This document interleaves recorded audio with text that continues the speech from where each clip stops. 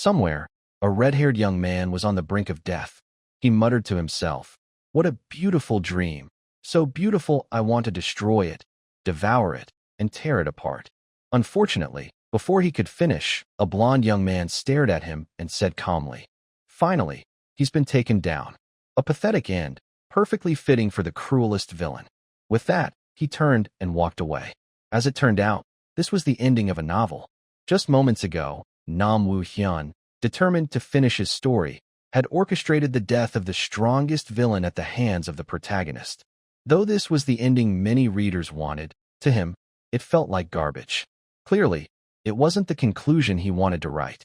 But for the sake of money, he had no choice but to go through with it. As he typed the final word, a strange sound echoed. Nam Woo-hyun flinched, trembling. No one should be visiting at this hour. He approached the door to check, but there was only silence outside. Though uneasy, Woo-hyun reassured himself it was probably just a drunk passing by. As he turned to head back to bed, a strange piece of paper fell at his feet. It read, "This is a gift. Make a request when you need it."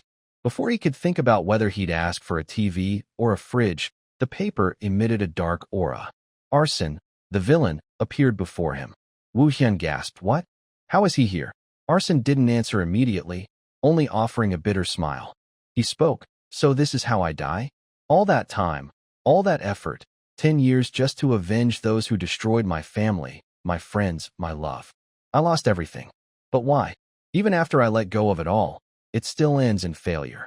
Well, Woo-hyun, you of all people should understand, so there's no point in saying more." Woo-hyun tried to respond, but Arson cut him off, "So please." At that moment, the dark aura enveloped Woo-hyun entirely. With a helpless smile, Arson continued, "Please help me. Only you can change this fate. I'll be watching you." In an instant, Woo-hyun was swept into chaos. He found himself inside the body of the red-haired young man. Slowly opening his eyes, he sat up, scratching his head. "Huh? Did I just pass out?" Suddenly, the room's structure seemed unfamiliar, confusing him. Glancing at his wrist, he muttered, "What's with this outfit?" He got out of bed and approached a mirror, mumbling, "What's going on?" Staring at his reflection, he saw a bizarre red hairstyle and a sly smile. The moment he met those cold, fox-like eyes, he realized he was in the body of Arson Adele, the most powerful villain in his novel. Worse yet, an assassination was set to happen in just a few days. The half-demon blood of Arson's family, descendants of demons, had made them one of the kingdom's greatest clans. But the 6 major families destroyed them, leaving only Adele. That was his story, the reason he became a villain. He sought revenge, but ultimately failed. And now, he had brought Woo-hyun, his creator, into this world. In a few days, Woo-hyun would be killed by the knights of the 6 families. Desperate, he activated the status window. In terms of talent, Adele was one of the novel's strongest characters, but he couldn't match the overpowered abilities Woo-hyun had given the protagonists. The status window displayed: race, half-demon; alignment, chaotic; talent, swap 1; attributes, darkness, killing intent; mana control; mana, 341. No matter how compelling a villain was, Woo-hyun had never intended for them to defeat the protagonists. Now, he couldn't even control mana. The setup he'd created to make Adele terrifying was backfiring spectacularly. Frustrated, he noticed the paper on the bed. "What's that?" "Wait, it's the paper from before I got sucked into the novel. I forgot about it." Unsure if it would help, he had no other options. He recalled it said, "When you need it, look at it." But when he checked, the paper was blank. He cursed under his breath. Damn it! Is this how it ends? Suddenly, words appeared on the paper. Author, if you don't know how to use the gift, answer yes or no. Woo-hyun, trembling, muttered, "Who the hell are you?" The paper responded, "Write yes or no on the paper." Annoyed, he snapped, "What now, you're ignoring me? Fine, I'll play along." He wrote yes. The paper explained, "Information trading. I'll answer anything written on this paper. Some questions require payment." Woo-hyun was stunned. Information trading? So it knows everything. The paper clarified, "The more important the question, the higher the cost." He demanded, "Tell me how to get back to the real world."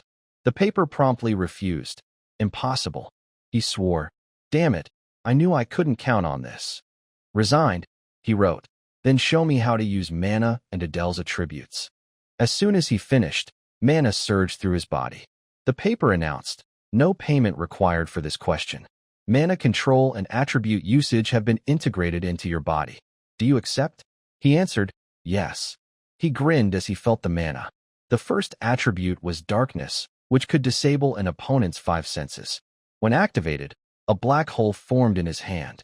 He cheered, it worked. It's smaller than usual, but it'll do. Next was killing intent, an aura that could suppress opponents. He succeeded again. Trained knights and soldiers might resist, but this'll work on regular people, he thought. Now he needed to master Adele's unique ability, Swap 1, the ultimate assassination skill that allowed him to swap places with any object. When activated, a magic circle appeared under his feet. Satisfied, he noted it was limited to a 20 square meter range, far weaker than the novel's version. If I train, he had a suit of armor and decided to test it. Using Swap 1, he expected to switch with the armor, but instead, he was flung backward, crashing with a loud thud and landing on his rear. Damn it, guess I can't nail it on the first try. Outside, the sound of hoofbeats and voices grew closer. Soldiers shouted, hurry. This time, we'll kill him for sure. But Wu Hyun remained defiant. I'll do it again, 10, no, 100 times if I have to. I'm going to survive. At that moment, in the Arson family estate, a group of people stormed in. Seeing the crowd, 2 servants grew anxious. A tall man with eyes full of killing intent looked down and demanded, where is he? This was Count Leon, captain of the Peltz Knights. The servant stammered, he's in this room, sir. Inside, Adele heard the commotion but stayed silent. Leon asked, what's his condition? The servant reported, he hasn't moved for days. Intrigued, Leon grunted, humph. Without hesitation, he kicked the door open and charged in. Adele, sitting calmly in a chair, greeted him. So you've arrived? Sir Peltz, I assume you're not planning to let a kid walk away, are you? Leon scoffed, ridiculous. Finish him. A soldier immediately obeyed, stepping forward. Yes, sir. Refusing to be an easy target, Adele swiftly used Swap 1. The soldier's glowing sword faltered, confusing him. Adele used Swap 1 again, teleporting in front of the soldier and plunging a blade into his neck. Blood sprayed everywhere. Leon, shocked by Adele's lightning-fast takedown, crossed his arms and barked, what are you idiots doing? Get him. The soldiers obeyed, charging forward. Adele bolted out of the room, hurling a set of knives to the ground, then used Swap 1 to teleport. He landed safely. Adele decided, I need to head to the arson forest. Seeing him escape, Leon shouted, he's running. After him now. In the arson forest, Adele sprinted, gasping for breath.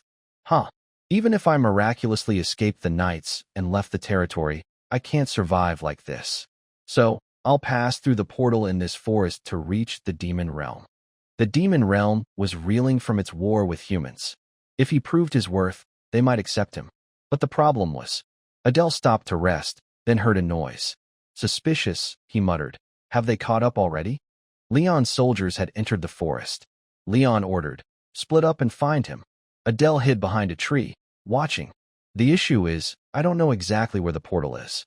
It's got to be close. As he moved, he clumsily stepped on a twig, making a sound. He froze.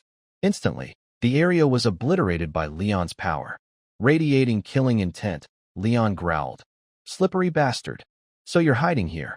But Adele had already used his ability to escape. I've got 1 or 2 swaps left. I need to find that portal fast. Damn it, there's got to be a way. He scribbled on the paper. Tell me the exact location of the portal to the demon realm in the arson forest. The paper replied, that information isn't free. Pay 100 gold coins or an artifact of relic tier or higher. Stunned by the steep price, Adele blurted. What? You jerk, where am I supposed to get that now? Before he could finish, a shockwave slammed into him, knocking him to the ground in pain. Leon, wielding a razor-sharp sword, stood over him, running to save your skin. Adele, today you die here, whether you like it or not. Despite coughing up blood, Adele shot back. Don't make me laugh. I'm not dying. He thought. There's still one way. Live or die. I'll take the gamble. Seeing his defiance, Leon frowned. Still fighting to the end, huh? Fitting for a clan leader. Adele gripped his sword, irritated. Why do you act so noble when you're just a bunch of grown men ganging up on a kid? Why not switch to babysitting? Oh, wait. You probably couldn't even handle that, huh? Adele's taunts enraged Leon. I planned to end you painlessly, but now I'll pierce your heart with the sword Count Leon bestowed upon me. Leon lunged, roaring, die. Adele grinned, thinking, now. As Leon's sword thrust forward, Adele swiftly raised the paper to block it. Words appeared on it. Thank you for your payment, deemed sufficient, exceeding the required price. Guiding you to the portal to the demon realm in the forest. Adele smirked triumphantly, confusing Leon. What? A door materialized beside Adele. He used Swap 1, darting toward the portal. Leon, startled, shouted, stop. But Adele pressed on, thinking, that crazy bastard. Can't believe he chased me this far. Spotting the door, he rejoiced, found it. Leon uprooted a tree, determined, you're not going anywhere. The tree hurtled toward Adele. Just as it nearly struck, he was about to vanish. Smirking, Adele called to Leon. See you next time, Sir Feltz. Before disappearing, he gave Leon a mocking salute, driving him to fury. Damn it, he's reached the demon realm. After arriving in the demon realm, Adele chewed on dried meat, wondering, how long has it been? After waking up from passing through the portal, I found myself in a dungeon. This is an artificial dungeon created by someone, a secret lab for dark magic research. He was puzzled. Why is there dried meat and a stone bed in a place like this? Was it made by some treasure guardian? Not to mention the red barrier blocking attacks from the front and a stone golem guard. I don't know which high-ranking clan built this, but it's full of weird quirks. Just looking at that golem is terrifying. If I rushed in now, I'd probably get crushed. Suddenly, the paper glowed, catching Adele's attention. It read, this is the only time you're forgiven for using unowned items as payment. Fail to comply, and information trading will be denied. Adele broke into a cold sweat, thinking, this guy's nuts. So he's letting it slide this time. Then he noticed something odd. Huh, that stone wall looks off. Wait, I can sense these things, like Adele would. A booming voice echoed. You have no authority. Adele thought, that must be the barrier's deactivation function. Too bad. He started planning. I need another way out. That stone fell from the golem. If it's really stone, things might go my way.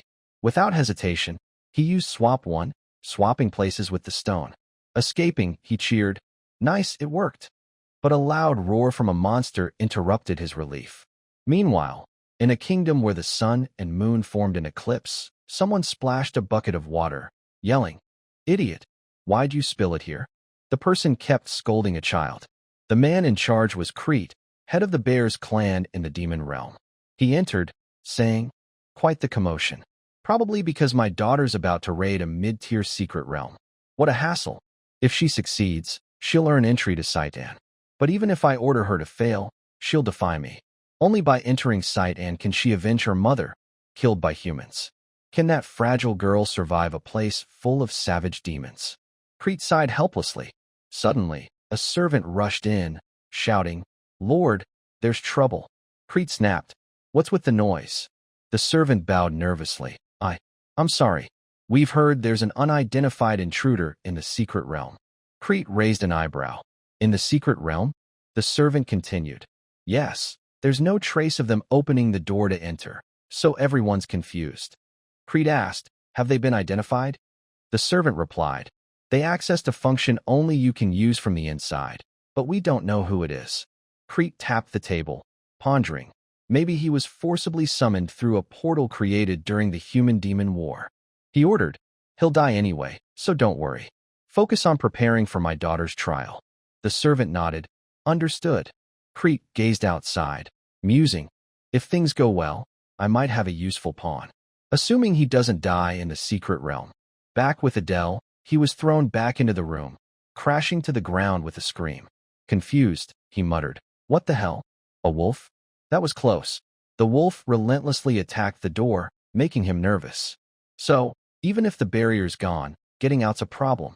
Then he realized, wait, isn't it made of stone too? He decided, all right, let's try it. Adele quickly used Swap 1, swapping places with the wolf. He grinned. It worked. The wolf, confused, roared inside the room, trying to break free. Adele ran, thinking, it'll die if it keeps that up. Now I just need to find the exit. As he ran, he stopped short. A giant praying mantis appeared ahead. This isn't good. Each stage has a task, and this one's worse than the wolf. He smirked. Just as I thought, they're mindless objects. This is doable as long as I have swap one. He sprinted, stopping before the final door. A voice announced, "Welcome, you've reached the final destination." Adele frowned. What? You're welcoming an intruder?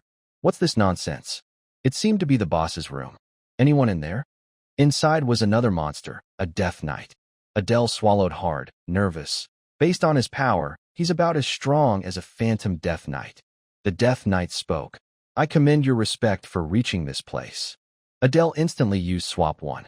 As the death knight finished saying, this place, Adele teleported him outside. Greedily, Adele approached. A treasure chest? Bigger than I expected. There's even a carved black dragon ornament. Suddenly, it hit him.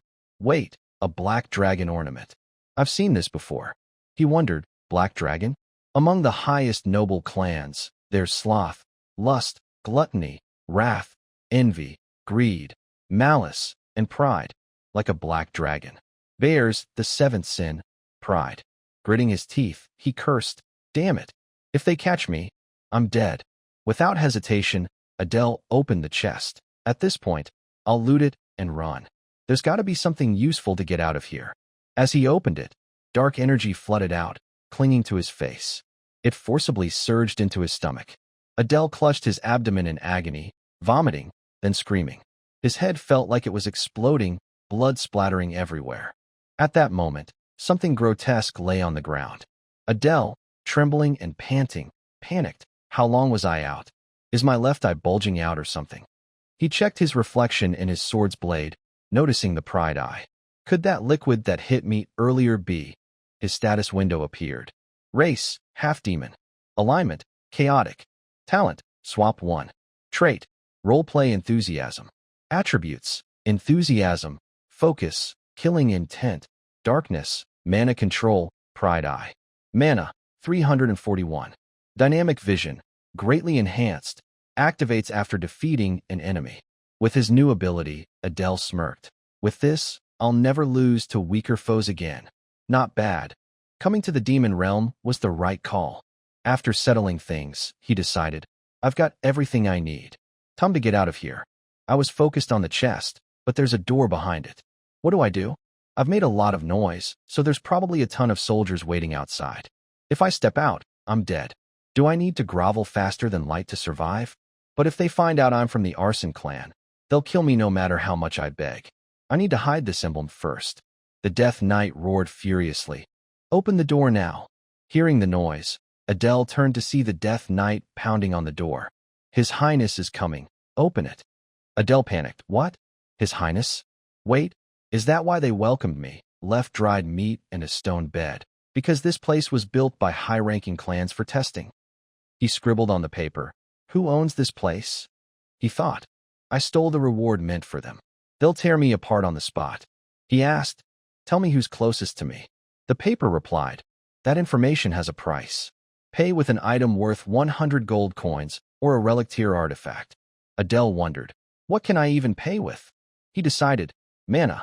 I'll pay with 100 points of my max mana. He thought, it'll be tough, but I can recover if I survive. The paper accepted, deemed sufficient. I'll take 100 mana. Author, the closest person to you is Renee, the youngest daughter of Creep Bears, head of the Bears clan. At that moment, Renee entered, making Adele nervous. Damn it. I'm done for. From what he knew, this domain was created by the Bears clan to train their youngest daughter. The Pride Eye was surely her reward for completing the domain. Renee, with enough authority in the Bears clan to slice through guards like butter, now stood before him. Renee swiftly beheaded the Death Knight, then turned to Adele, making him sweat bullets. All right, I can do this, he reassured himself. Renee pointed her sword at him, annoyed. Who are you? Adele quickly knelt, respectfully saying, Congratulations, Lady Renee, on conquering the final domain. You've proven your worth. Renee snapped, Explain. Adele, sweating, said. The clan head ordered me to be your guard. He thought. Our eyes met, but she doesn't seem to notice the pride eye. Renee, skeptical, asked you. Adele grinned confidently. Yes. I may look like this, but my skills aren't half bad. He resolved. I'll use her to get out of here. Renee burst out laughing. Uffed. Adele worried. Does she not believe me? He quickly used his ability to gain her trust, startling her. He grabbed her hand, smugly saying, See? I'm confident I'll be useful in protecting Lady Renee. Renee angrily yanked her hand back, confusing Adele. What? Is she mad? She turned away, thinking. Adele sighed in relief. Lucky she's overlooking what I did. He said, Let's go. Please meet the clan head now. He's waiting for you. Renee agreed. Fine. Adele tried to leave first. Then I'll handle the other tasks the clan had assigned. I need to get out of here fast. He flung the door open, saying, I definitely won't be late. Suddenly, Renee froze, alarming Adele. Looking ahead, she called, Father. Crete, radiating killing intent, smiled. Adele was shocked. Damn it, why's Crete here? If he sees the pride eye, he'll kill me. Why isn't he reacting? Crete asked Renee, Have you successfully completed the domain? Renee replied, Yes, Father. Crete turned, I see. Follow me. Adele wondered, Follow me? What's he thinking? He quickly followed Crete, thinking, I can't fool them all. I've got nothing left to offer the paper, so I can't use its power. He trailed Crete to the palace.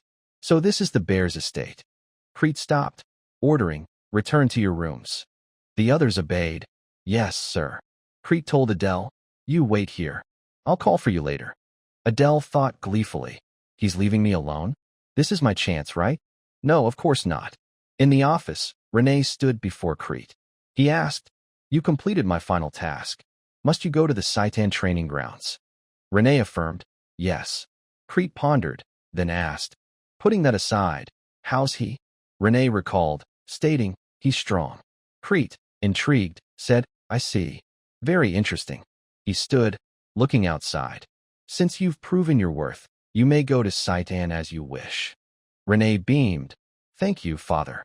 Crete, satisfied, thought. I figured he'd die right after breaking into the domain, but he survived and even got the pride eye. Plus, Renee's opinion of him. He's definitely worth exploiting. Outside, Adele fretted. How long do I have to wait? In the dim glow of the castle's lights, two men appeared. A subordinate bowed respectfully, gesturing to Adele. This way. He pushed open the door, announcing, I've brought him, clan head. As Adele stepped into the room, Crete's face loomed like a demon from hell. Adele froze, his mind racing. Clan head, what's he thinking? He bowed cautiously, terrified that a single misstep could cost him his life. Why are you letting me live? Crete flashed a sinister grin, his voice booming menacingly. You bastard. He unleashed his power, the sound echoing through the dark castle. You sure fooled my daughter well. The sudden attack caught Adele off guard. Pain surged through his body, and he could only grit his teeth. Under Crete's overwhelming strength, he collapsed to the ground. He shouted, You don't plan to kill me. Hearing this, Crete withdrew his power, smirking. Humph, spared, Adele gasped for air, his body still trembling. He thought, that dark energy is insane. Crete, with the air of a supreme ruler, grinned smugly. You're pretty quick-witted. Looking at Adele, he asked, What's your name? Still terrified, Adele answered promptly, I'm Adele. At the sound of his name, Crete seemed to grow angrier. Adele. Once again, Adele was pinned by his power, clueless about what set him off. His body ached, weak, as he asked, What do you want from me? Crete commanded, his voice authoritative. Open your mouth. His wicked face broke into a satisfied smile. Just keep up what you told my daughter. A grotesque creature crawled deep into Adele's throat, invading his sanity. Crete amplified his power, causing excruciating pain. A dark voice warned, If you have any other thoughts, this venom will tear your heart apart. Adele screamed in agony, helpless. Crete turned to leave, saying, I'll prepare a place for you. Wait until I call. Crete seemed indifferent to Adele writhing on the floor. Weak, but likely intimidated into submission, Adele was spared. Crete dismissed him. Go. Adele panted, unable to believe what had just happened. Damn it. What went down in that dark castle? He was led to a room. The subordinate said calmly, "You'll stay here from now on." Adele stood in the spacious room, pondering why he was here. "I became a vassal of this clan because of Creet's will." The subordinate bowed. "Rest well." Adele was still shaken by his survival. "Living in a comfy place like this, I'm grateful he let me live. But I feel completely used." He sat on the bed, pleased with his progress. "Well, Creet acknowledged me somewhat. This might actually be a good situation. But above all, that creature still lurked inside him." Adele clutched his chest, feeling the alien life. He resolved, "I have to get rid of this thing." Determined, he thought, "It has to work." After using his power to expel the creature, he shouted joyfully, "It worked!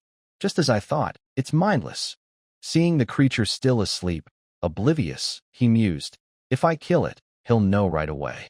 So what do I do now?" Adele flinched as the creature opened its eyes. He realized, "It woke up because I cut off the mana supply from my body." Quickly, he dripped a bit of his blood to it. "Eat this." As it reveled in the mana, he said helplessly, "So I have no choice but to pacify it like this." He urged, "Go back to sleep already." Exhausted, Adele collapsed onto the soft bed, sighing, "Finally, I can relax. I don't know how much of the trap in my body I've removed. I'm about to pass out." His status window appeared. Race, half-demon. Alignment, chaotic. Talent, swap 1, level 2. Trait, roleplay enthusiasm. Attributes, enthusiasm, focus, killing intent, darkness, mana control, pride eye. Mana, 341, reduced to 241. Studying the numbers, Adele checked carefully. "I should make sure." After reviewing, he was satisfied. Swap 1 leveled up to 2. But the mana's the issue. Compared to the protagonists, it's a grain of sand in a desert. How do I increase it? After pondering, he found a solution. Right? There's that way. Renee appeared with a cold, dark, lifeless expression, saying, "I don't like it." Adele, confused, asked, "Huh?" He thought helplessly. "It's been 3 days since I was assigned as Renee's guard." He followed her, observing. She always reacted coldly. Watching her back, he reflected. As a kid, she was radiant, but after losing her mother to humans, she changed. As the author, I feel guilty. From a distance, a man shouted, "Renee, the clan head's calling both of you." Adele flinched, likely still traumatized from before. Following the call, he and Renee stood before Creet. He realized, the clan head summoned us about Renee entering Saidan. Though Renee hoped to go after succeeding in the domain raid, Creet refused. He explained calmly, "Saidan isn't easy. With your skills, you'll die without properly avenging your mother." Renee's terrifying energy made Adele shiver. He regretted, "I shouldn't be here." Creet continued, "However, if you take Adele as your guard, I'll let you go." Both were stunned, unable to believe it. Renee shook her head, refusing, "No." Adele thought, "Does she hate me that much?" He recalled, Saidan is the Demon Realm's academy, gathering promising kids. They constantly clash with the Royal Academy, where the protagonists study. In that setting, many students, including Renee, died. It's the worst place, where death's a ticking time bomb. Seeing Renee's resolute expression, Adele wondered, why she's so determined to go there. But he dismissed his initial thought, replacing it with conviction. "No, it's the best place to gather forces. I know most major events between the Royal Academy and Saidan." A bold idea sparked. "Yeah, let's try it." He quickly accepted Creet's request, adding, "I have one condition." Facing Creet's stern expression, Adele hesitated. "If I'm getting dragged into this, I should grab what I can." He stated clearly, "I request something related to mana." Creet laughed gleefully, as if he'd already won. "Oh, I thought you'd ask me to remove that thing." Adele trembled, fearing his secret about the venom creature was exposed. Luckily, Creet hadn't noticed it was gone. Renee eyed him suspiciously. Creet agreed instantly. "Arrogant bastard, it's not a tough request. I'll hear you out." Creet ordered Renee, "You may go." Renee bowed respectfully, "Yes." She headed for the door but glanced back, her deadly gaze fixed on Adele. Feeling her terrifying power, he thought, does she hate the idea of going with me that much? Only Adele and Creet remained. He wondered, what'll he give me? A mana potion? An artifact wouldn't be bad. Creet spoke. This is an heirloom that clan members might react strongly to, so I sent my daughter away. Adele was surprised. A family heirloom? Crete unleashed his power. I know your man is low. You might die in my daughter's place, so I'll do this much for you. His eerie voice rang. Come closer. I'll pass down the Bears clan's mana cultivation technique. Adele was shocked to learn the clan's secret. A mana cultivation technique. Crete's voice echoed through the room. O demon god, grant this servant clarity in the chaotic flow. Bestow upon us just trials, and let not thousands of demons starve. But do not subject us to temptation. If you do, your name shall be glorified. Adele, his mind gripped by the power, knelt reverently before Crete. Crete, pleased with his submission, said, an ordinary person would lose their mind hearing that incantation. You're truly intriguing. With this cultivation technique, mana will be granted directly by the demon god, and you'll achieve what you desire. Adele resisted, panicking internally. Demon god. Crete continued. However, it seems your clan is tied to the 7 sins. Adele, confused, replied, yes? Crete flashed a sinister grin, sneering, but now that I've planted the venom creature in you, it doesn't matter if you're a spy. Adele's face turned blank. The information I wrote. Is the Adele clan linked to the 7 sins? I don't remember setting that up. Crete commanded. You may go. Adele responded, yes, sir. In the refreshing air of the forest, Adele practiced cultivation. He decided, I'll train here since my mana could go out of control. He adapted to the dark energy surging within. Oh, demon god, he realized. Once I accept the demon god's dark energy, I can't use human mana anymore. I don't have any other choice. A chilling voice rang out. You filthy mongrel. Adele, startled by what appeared before him, stammered, Don't tell me that creature's alive. It spoke. I didn't think you carried that child's blood. You seem to carry the blood of a vile traitor. Adele, stunned by the immense energy, asked, Are you the demon god? The voice replied, Indeed, it seems the world calls me the god of pride. Adele asked, expecting the worst. Are you going to kill me? The entity explained, If I wanted you dead, you'd have died the moment you spoke. For some reason, I don't wish to kill you. You seem consumed by the same sin as I. I feel a strange kinship with you. I'll grant you a mark. You, who walk my path. This mark proves you can wield the power of I, the prideful traitor. Ensure your pride doesn't cloud your judgment. Adele raised his hand, feeling the power absorb, his mind reeling. I've borrowed a demon god's strength. Looks like I've gained 3 extra lives with this mark. But it's a tattoo. Soon, my whole body will be covered in ink. Unbeknownst to him, someone witnessed everything from behind a tree. Sensing a presence, he turned and saw Renee's silhouette. He panicked. Why is she here? Was she eavesdropping? Renee suddenly called. Dark priest.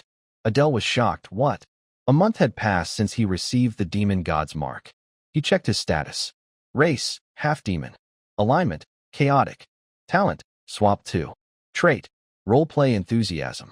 Attributes, enthusiasm, focus, killing intent, darkness, mana control, pride I. Mana, 3,110,035. Adele, thrilled, thought. I trained hard. My mana tripled in such a short time, probably thanks to the enthusiasm and focus attributes. In a few years, I could surpass the heirs of the 6 great clans in the human world. With my current strength, I could even conquer that hidden domain. Looking at Renee, he sighed. But first, why is she training in front of my place instead of the training grounds?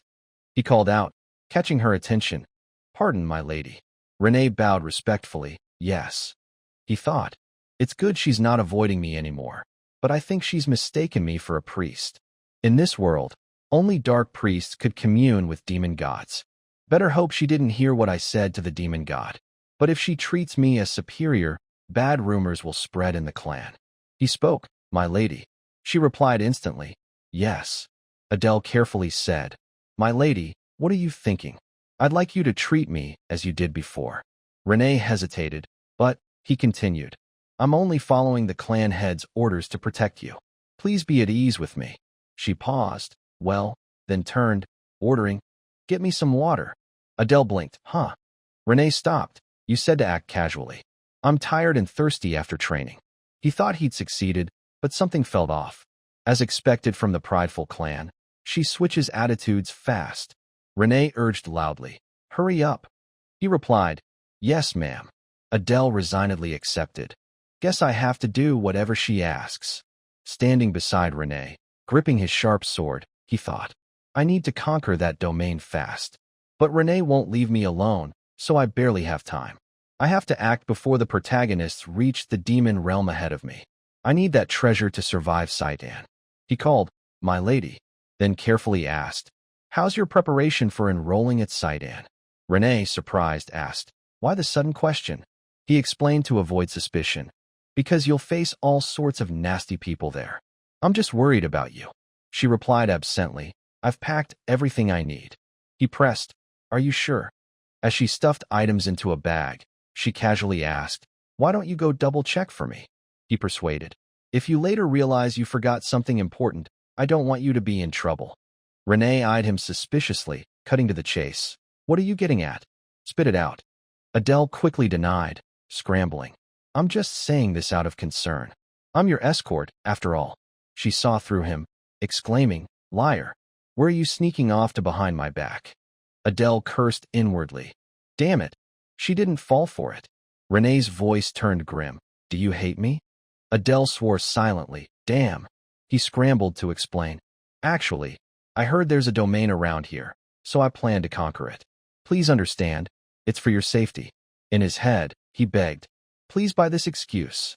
After a tense silence, Renee said, "Now I remember what I forgot." Adele, overjoyed, seized the chance. "Then why not go back?" She cut him off. "Get ready." Her words hit like a bucket of ice water. Adele asked mechanically, "Pardon, what do you mean?" Drawing his sword, he said, "I haven't warmed up yet." Renee replied instantly, "I'll go with you to that domain. If it's nearby, we can finish it today, right?" Adele, flustered, stammered, My lady." Renee barked, "Hurry up, where's this domain?" Her menacing presence radiated death. Adele said, "Huh, it's the immortal domain."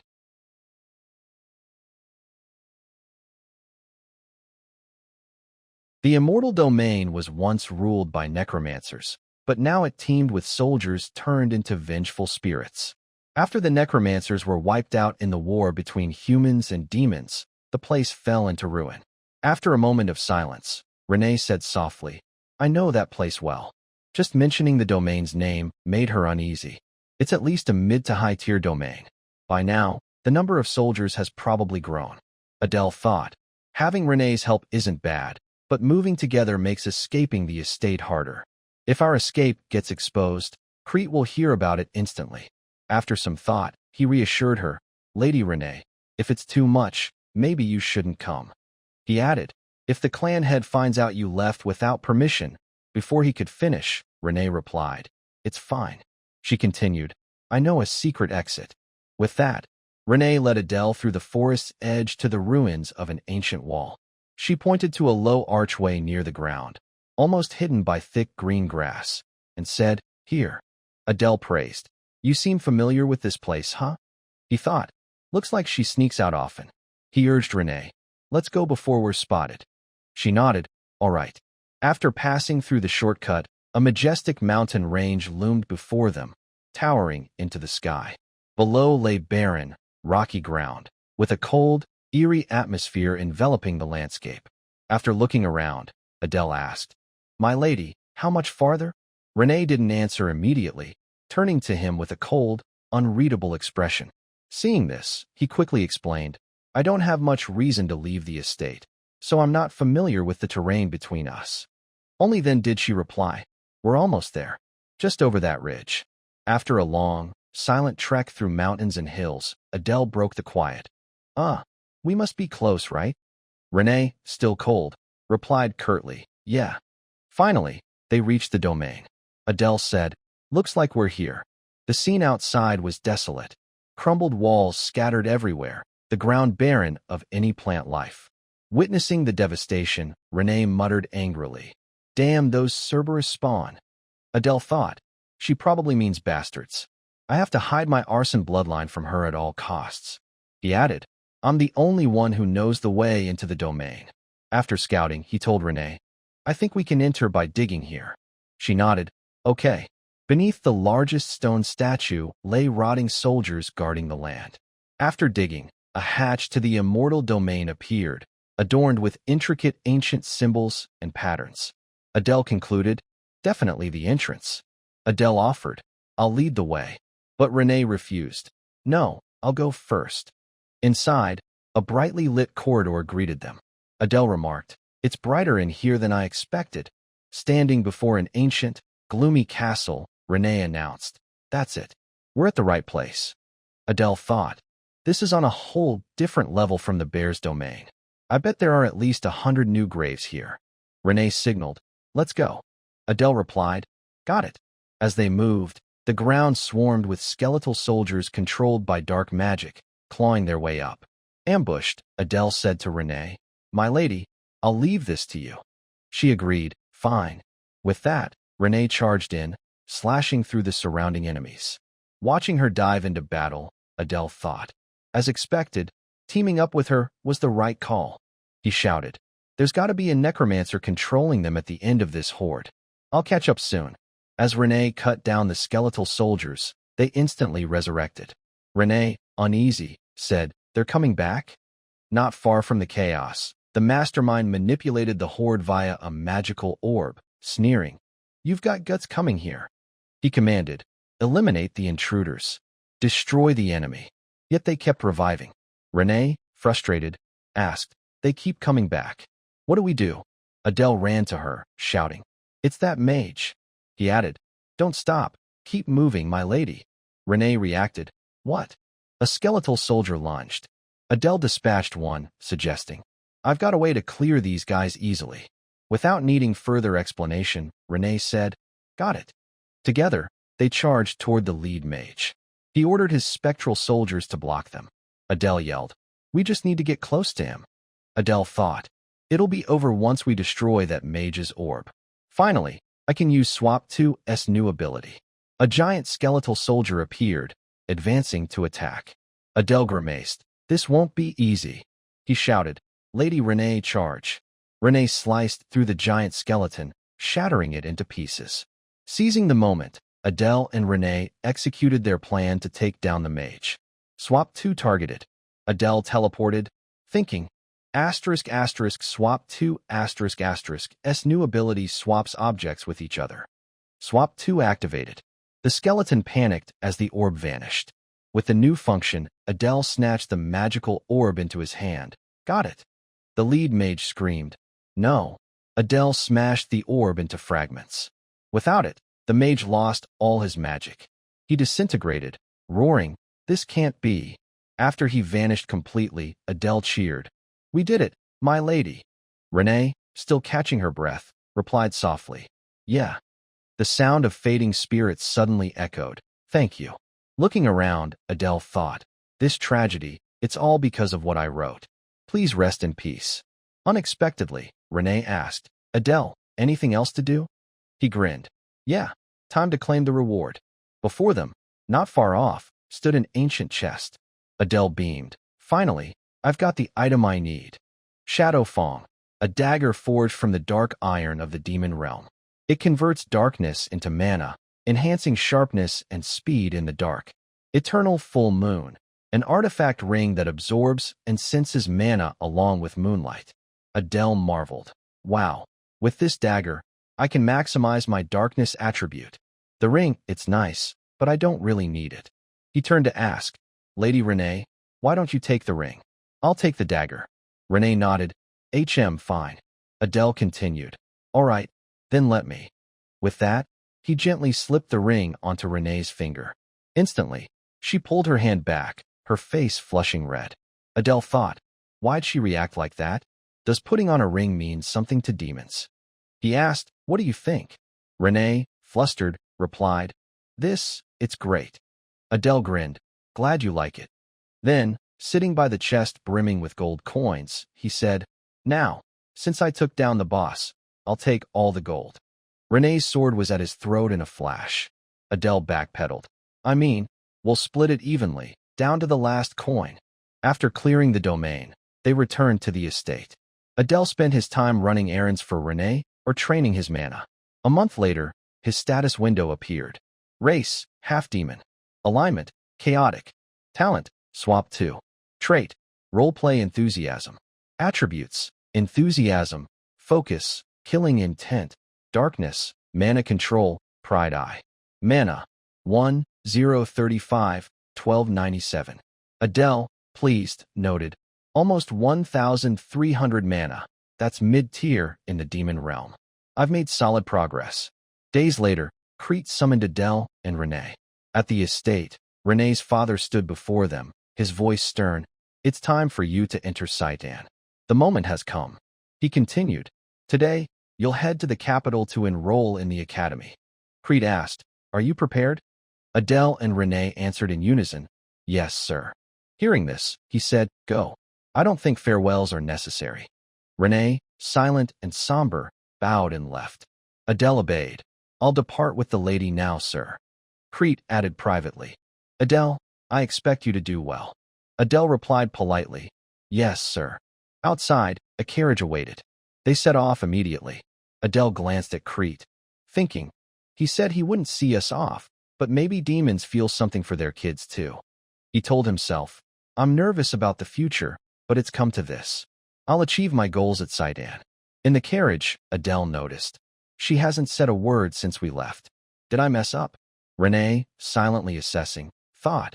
At first, I didn't like him because he seemed shady, but he's better looking than I thought. Sensing the awkward silence, Adele tried. Haha, nice weather today, huh? Renee mused. His actions and words lack weight, and his strength is far from what's needed. Is he really a priest? She reassured herself. Stupid. I saw him talk to the demon god. Why doubt it? Adele wondered. Why is she staring at me? Did I screw up? Renee, eyes fixed on the ring, turned away shyly, thinking, the eternal vow. That's what it means when someone of the opposite sex puts a ring on your finger in the demon realm. He did it so casually. What vow did he make? I'm so curious. Adele spoke. My lady, we'll arrive in an hour, earlier than expected, right? Renee glanced at him, then turned away. Okay. Adele pressed. My lady, did I do something wrong? Renee replied, I want a nap. He said, all right. Finally, they arrived. Adele looked around, thinking, so this is the demon realm's capital? It's not much different from the human world, with a medieval vibe. Though, there are differences, like some people with horns and other physical traits. He noticed an elite demon. He's got a tattoo on his neck, like mine. Seeing Adele distracted, Renee snapped. What are you waiting for? Hurry up. Adele stammered. Yes, my lady. He asked, where to now? Renee answered, the entrance exam is at noon in 2 days. We need to register first. Adele suggested eagerly. If it's in 2 days, how about we explore the capital until then? Renee replied coldly, not interested. Her curt response wiped the smile off Adele's face. He tried, my lady, maybe you. Renee cut him off. We don't have time. Let's register. Adele thought. Didn't her past involve never leaving home since her mom died? Man, I can't figure her out. Admiring Saitan's campus, he marveled. So this is Saitan? It's huge, 3 times the size of a normal university. From ahead, a proctor announced, you're registered, come back in 2 days. Adele's turn came, and he said, we're here to register for admission. The proctor scrutinized him, asking, what's with you? Adele blinked, huh? The man continued, you don't look like a demon. Gripping his pen tightly, he snapped, a half-demon dares to apply? He shouted, we may have lost the war, but what do you think this place is? Hearing the harsh words, Adele thought, I see a grim future ahead. The registrar, furious, didn't hesitate to insult Adele to his face. Because of filthy half-breeds like you. Renee's voice cut in. What's going on here? She approached the registration desk. Adele turned to her, embarrassed, while the registrar, taken aback, looked up at her and exclaimed, oh, those horns. This intake is extraordinary. I never expected to see a child of the Seven Sins clan. He softened his tone. If you're a candidate, please state your clan and identity. Renee calmly introduced herself. Bear's clan, Renee. She emphasized to the registrar. And this is my escort, who will enroll with me. He reluctantly filled out the form, grumbling. Humph. A half-demon as an escort? The Seven Sins clan has really lowered its standards. Renee didn't let him finish, interrupting with a surge of killing intent. That's enough. She drew her sword, glaring. I won't stand by while you insult the Bears clan. Panicked, he backtracked, muttering. Ahem, we don't discriminate against candidates, so forget what I said. He spoke loudly. Please state your clan and identity. Adele replied, Adele clan. The registrar completed the process, reminding them, registration done. Attend the entrance exam on the scheduled date. Adele thought. In the human-demon war, half-demons were stronger and fought for humans, so it's natural they'd resent us. I'm pissed, but there's nothing I can do. The two left, but Renee was still fuming over the incident. Adele soothed. All right, Lady Renee, let's find a place to stay. They headed to a nearby inn. Adele remarked, this place looks pretty clean. But Renee disagreed. Unimpressed, the inns here are so outdated. Adele comforted. Can't help it, we're short on cash. He thought. The 10 gold coins Crete gave us barely cover a month for two. With the war's aftermath, the Bears clan is broke, so I can't expect more. Turning to Renee, he smiled. Shall we head inside? The door opened, and a greeting rang out. Renee glanced around. Adele asked the innkeeper warmly. Any rooms for 2 people for 2 days? The innkeeper replied, yes. Adele added, will you two share a room? Renee flinched, blushing, and quickly refused. No. Please give us 2 separate rooms. Embarrassed, she avoided eye contact. The innkeeper, surprised, said, oh, all right. He handed over the keys, explaining. 2 rooms for 2 days, meals included, 2 gold coins total. Rooms are on the 2nd floor. Adele paid, thinking, that's about 200,000 in human currency, not bad. Renee hurried upstairs. I'm going up. Adele watched her, nodding. I'll bring the luggage later.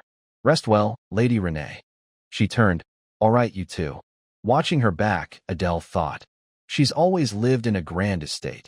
This is probably her first time in a place like this. She'll get used to it soon. As dusk fell, the sky darkened. Adele thought. Time to rest for the next 2 days. The next morning, sunlight streamed through the academy's windows, the sky clear and blue. A guard shouted, candidates, enter and follow instructions. Adele and Renee joined the bustling crowd. He looked around. So many people, maybe at least 100? As everyone gathered, Adele worried. I didn't expect so many candidates aiming to defeat humans. I need to be careful not to reveal my identity. An announcement rang out. From now on, present your identification and board the train in order. Adele was surprised. Train? A train roared in. The crowd gasped. Adele marveled. A train. Didn't see that coming. The train sped through a mystical space. They said multiple maze-like spatial gates were set up to block intruders, and only the train could reach Saitan. Both boarded. Adele exclaimed, I didn't expect the massive fortress we saw outside to be just a part. How big is this place? The train's speed was intense, and they clung to their seats. An announcement blared. We're approaching Saitan. Brace yourselves. Adele, awestruck, said, the grandeur of this academy is unreal. He told Renee, we're finally here. She replied simply, yeah. The train stopped inside the academy. Adele carefully helped Renee off. An announcement followed. Candidates, follow instructions and proceed to the hall where the exam will take place. Everyone hurried through a massive door. Standing in the grand hall, Adele looked up, thinking, wow, it's huge, so overwhelming. He scanned the crowd, mostly young demons. Any other Seven Sins clan heirs here? Suddenly, 3 figures in distinct attire appeared. A man with purple hair and a large sword at his waist looked ferocious. People only dared to glance. Adele thought, they're not students. Their outfits suggest they're instructors. He grinned. If I make a good impression on them, life here will be easier, huh? But Renee said, time's up. Adele blinked, confused. The massive door that had just opened slammed shut. The crowd gasped. The light dimmed, and all looked up. Adele sweated, thinking, it's clearly daytime. What's this magical effect? What's the exam like? A sinister voice boomed. Silence. No one moved. High above the hall, light illuminated a figure. A menacing red eye and a long symbol stretched from their neck to their face. They looked down, sneering. Welcome to Saitan, You pathetic fools, they threatened. Let's see, so many eager to die this year. Everyone trembled. Adele shook, thinking, unbelievable, their voice alone carries such pressure. The figure laughed wickedly, a powerful light glowing around them. Enough chit-chat, they roared. The entrance exam begins now. A blinding green light surged, flooding the hall with overwhelming force. People staggered. Adele called out anxiously, Lady Renee. She focused on staying balanced, saying, focus on the exam. This wasn't ordinary light. Some clutched their throats, writhing, gasping, and collapsing. Adele gritted his teeth, enduring. The two oddly dressed figures from earlier observed, unfazed by the screaming candidates. The short-haired one chuckled. The headmaster's taste is so bizarre, don't you think? The purple-haired man replied, well, no matter how talented, a weak spirit is useless. The light's creator, Headmaster Lucian, personally oversaw the exam's first phase, a mental endurance test. It checked if candidates could withstand torture and keep secrets if captured by humans. The purple-haired man noted, 5 minutes in, almost no one standing. The short-haired one said, except those 8, everyone's down. I had high hopes with so many candidates, but the purple-haired man focused. Well, 40% lasted over 5 minutes, more than last time. That's a relief. They noticed those unaffected. The man remarked, I heard there's a 7 Sins clan heir this time. Looks like the rumor's true. The purple-haired man suddenly spotted Adele, trembling and barely standing. Who's that kid? He doesn't look like a 7 Sins heir. The short-haired one laughed, right? Yet he stayed conscious for nearly 10 minutes. The short-haired one added, but he won't last much longer. Adele was about to collapse. Suddenly, the purple-haired man sensed something. Wait, something's off. Terrifying black energy surged from Adele. Both men were stunned. Headmaster Lucian, shocked, stared at Adele. Too dangerous. There's another presence within him. The purple-haired man drew his sword without hesitation. We have to kill him right here. He didn't seem like anything special. The purple-haired man glanced at Adele, who was panting heavily, but suddenly the aura around him shifted, startling the man. What's that? A cold-blooded killing intent. The chilling killing intent enveloping Adele terrified everyone, akin to the casual act of plucking a flower or crushing an insect. It wasn't the primal bloodlust of a beast, but the calculated malice of the most ruthless killers. Instantly, every instructor's attention locked onto him. The purple-haired man's body reacted before his mind, drawing his sword. Headmaster Lucian glanced at him, sensing his intent, a flicker of concern in her eyes. The purple-haired man thought, damn it, I'm actually nervous facing a new candidate. The short-haired man beside him turned, offering a knowing smile. The new students were collapsing on the floor. Adele trembled, struggling to stay upright, his mind on the verge of breaking. I'm about to lose it. I need to find a way to endure. He gritted his teeth, thinking, wait, what if I use my own killing intent? It might be enough to counter her aura. Knowing he was at his limit, Adele took a gamble. I've got no other choice. He roared, his eyes turning red, the killing intent around him blazing crimson. Headmaster Lucian turned toward Adele. You're holding up well. Should I crank up the intensity a bit? A sinister presence nearly overtook him, just a moment away. Adele's crimson killing intent surged, resisting the headmaster's invasive aura. Lucian raised an eyebrow, intrigued. Adele, gasping, said, I'm getting my strength back. I can stand straight now. Feels great, so much better. Adele quickly turned to Renee. Right? How's Renee doing? She seemed barely affected, standing firm. He thought, she's holding up well, as expected.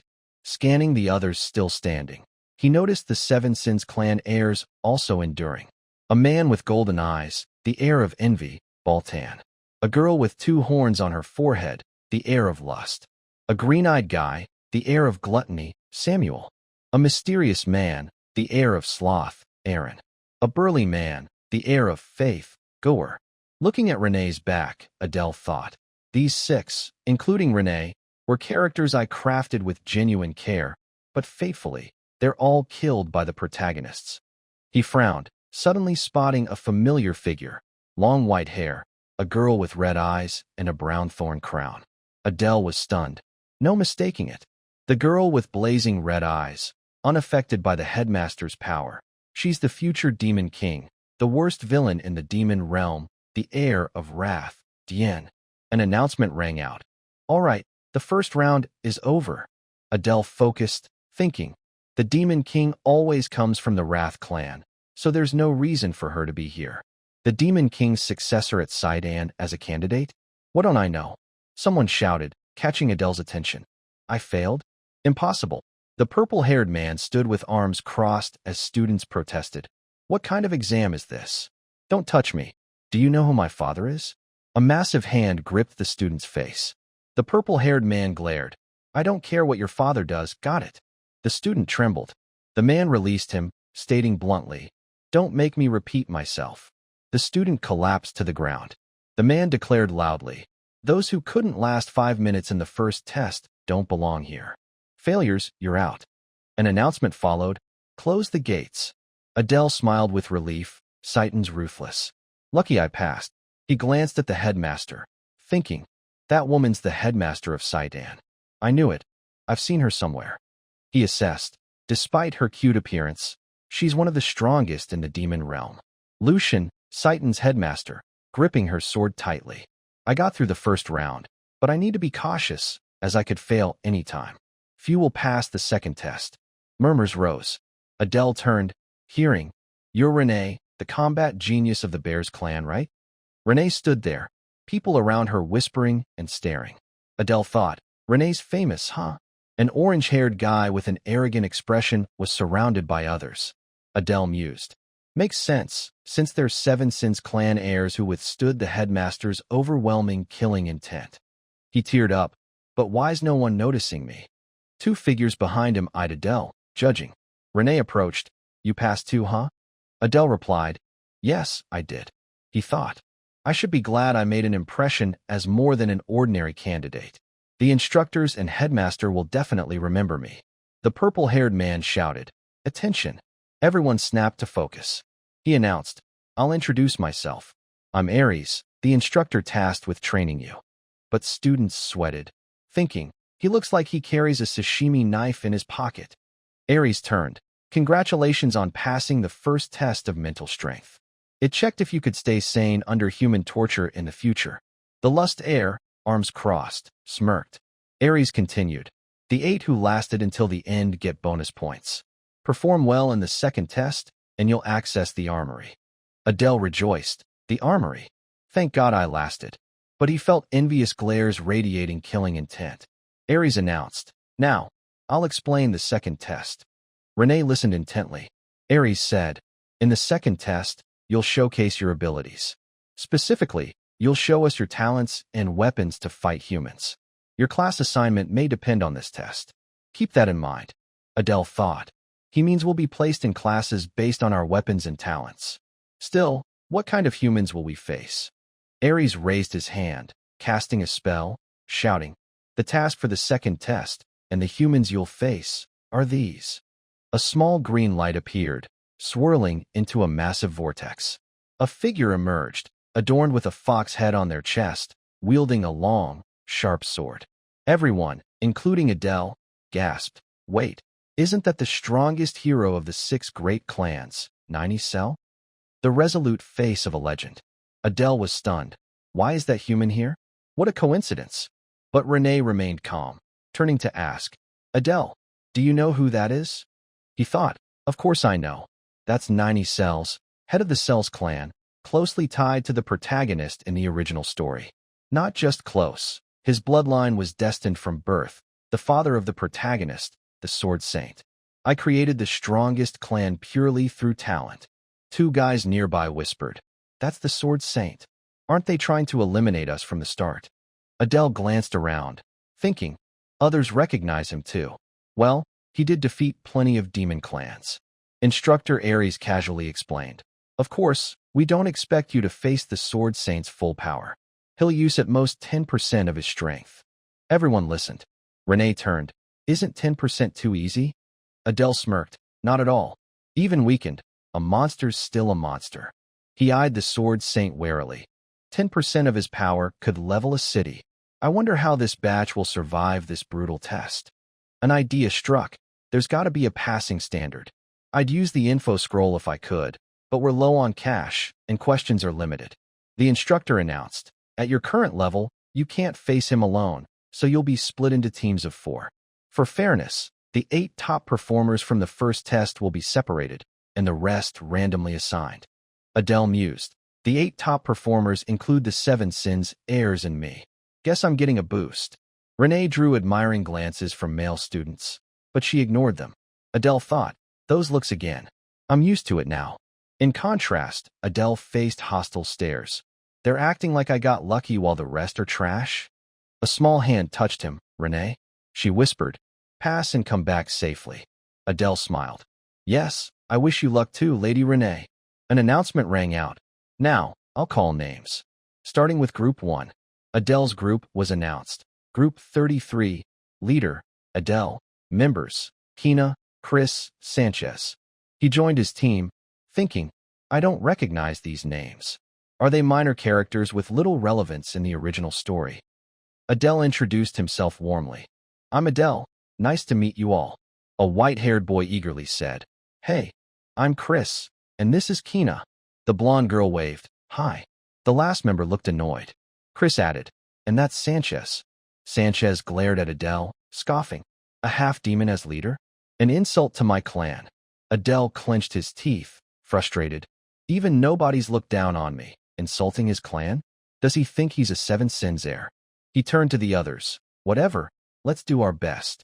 He took charge. First, we need to assign roles. Share your weapons or abilities. Chris, you start. Chris showcased his skill. My ability is mana transformation. I can form triangular prisms, turning them into armor or swords. He demonstrated fluidly. It's not high damage, but very versatile. Adele nodded. Not bad at all. You're good. Next, Kina. Kina chirped. I'm not great at fighting, more of a support type. Adele asked, support, huh? She clasped her hands, casting. I pray to the demon god to boost allies' speed. A faint magic aura appeared. Kina panted. Huff, how's that? Feel lighter. Adele shrugged. I guess so. Kina fumed. You're awful. Adele backtracked. Haha. Kidding. Don't be upset. But he thought, better than nothing. But it's so weak I barely felt it. Honestly, how did she pass the first test? He turned to Sanchez. Lastly, you? Sanchez activated his skill, smugly showing off. My ability is hardening. Adele grinned. Perfect for the front line. Sanchez snapped. Your turn. In a flash, Adele vanished, reappearing beside Sanchez, startling him. Adele said, instant teleportation, that's my ability. He lightly gripped his sword. Sanchez paled. Kina and Chris cheered. Whoa, awesome. Instant teleportation, so cool. Adele laughed. Haha, thanks. But he thought, still, who knows what variables we'll face. I won't reveal all the details yet. Adele assigned roles. Simple. Chris and Sanchez, good at defense, take the front. I'll be in the middle. Kina supports from the back. Everyone okay with that? Kina agreed. Sounds good. Sanchez stayed silent. An announcement blared. We'll begin the second test. Each group, prepare. Adele turned. It's finally starting. The instructor shouted. Group 1, step up. Adele watched. Even facing the Sword Saint, their eyes burn with fighting spirit. The Sword Saint swung his blade, and with one move, Group 1 was sent flying. A member took a hit to the stomach, collapsing and groaning. Adele was shocked. I didn't even see him move. Is that really just 10% of his power? The instructor called. Next, Group 2. Like Group 1, Group 2 was struck down. The crowd grew anxious. Group 3. Group 4 step up. 2 members of Group 4 approached the instructor, saying, It's pointless. We'll definitely lose. Aries paused, then said, Fine. You 2 can skip the test. The other 2, will you continue? One replied, Yes, we'll try. Adele sensed. They're actually going for it? I get it. The condition to pass the second test is probably. Chris gasped, What? They don't have to take the test. Adele smirked. Of course not. The remaining 2 members of Group 4 prepared. The instructor shouted, Group 4, begin. Adele watched, thinking, 2 people can't handle 90 cells. Let's see a bit more. As expected, with one swing, the Sword Saint sent both flying. One screamed in pain. Adele sighed. If he'd used real sword aura, they'd be sliced in half. Chris panicked. Can we really beat a monster like that? Sanchez boasted. Humph, you're really scared of a mere human? Adele glanced at Sanchez, grinning. I can hear his legs shaking from here. With one strike, the Sword Saint defeated Group 5, leaving them sprawled. Group 9 faced a tougher fight. Adele thought, Group 10, step up. They forfeited. Renee watched, expressionless. Groups 20 and 30 were called, step up. Adele mused. Up to Group 30, 5 groups have quit. Not one has landed an effective hit on the Sword Saint. The next group took formation, fighting fiercely against an invincible foe, with no restriction on withdrawing mid-battle. One student blocked a strike with their sword. Chris gaped. Whoa, he blocked it. Adele stayed silent. The later groups are lasting longer. Their skills are better than the earlier ones. He eyed the Sword Saint, saying, I get it. That's the real condition to pass the second test. Sanchez shouted arrogantly. Our turn's coming. Chris replied, Yeah, I'm shaking. Adele declared, I've figured out how to pass the second test. Sanchez, surprised, asked, What do you mean? Adele grinned. The criterion is to keep fighting to the end, even if you lose to overwhelming power. Judging by how the instructors handle quitters and the Sword Saint's strength, I'm certain. Sanchez hesitated, but Instructor Aries bellowed. Next, Group 33. Adele drew his sword, smiling. Let's try beating the Sword Saint, shall we? With our strength, we can do it. Sanchez faltered.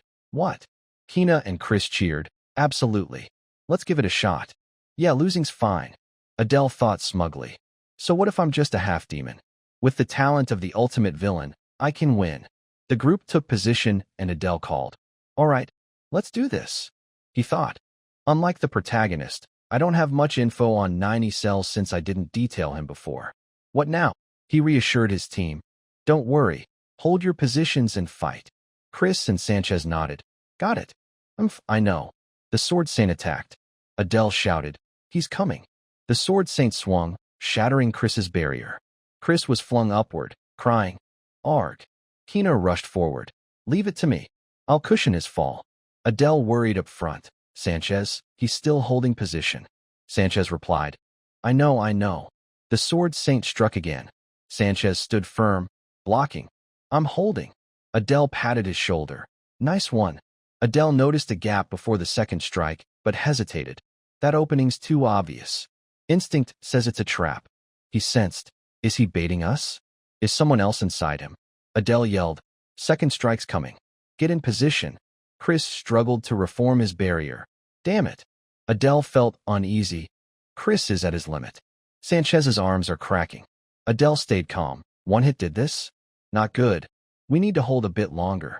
The Sword Saint's next blow came. Sanchez's hardening began to fracture, barely holding. It's even stronger? Sanchez shouted at Adele. What are you waiting for? We'll die like this. Hold a bit more. Furious, Sanchez cursed. Crazy bastard. Adele calculated. We're the only team to block the second hit. Is that his plan?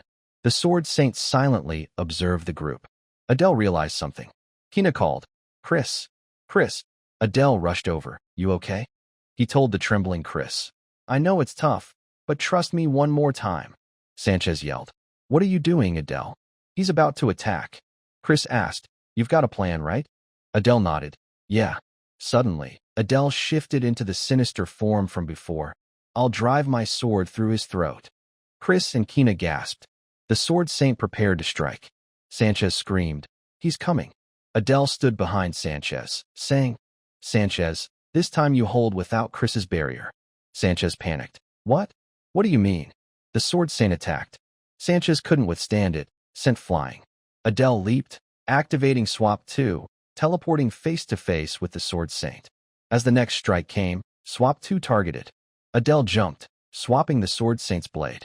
Standing before him, Adele launched his attack. Die, 90 cells. Adele lunged forward like lightning. Instructor Aries frowned, watching intently. Renee instinctively followed his movements. The Sword Saint's knee slammed into Adele's chest, but a barrier softened the blow. Blood sprayed onto the floor. Adele endured the pain. This bastard. I've got to push through one more time. He dodged, activating his darkness attribute. A black vortex enveloped them. Inside, Adele thought, without Chris's barrier, I'd be obliterated.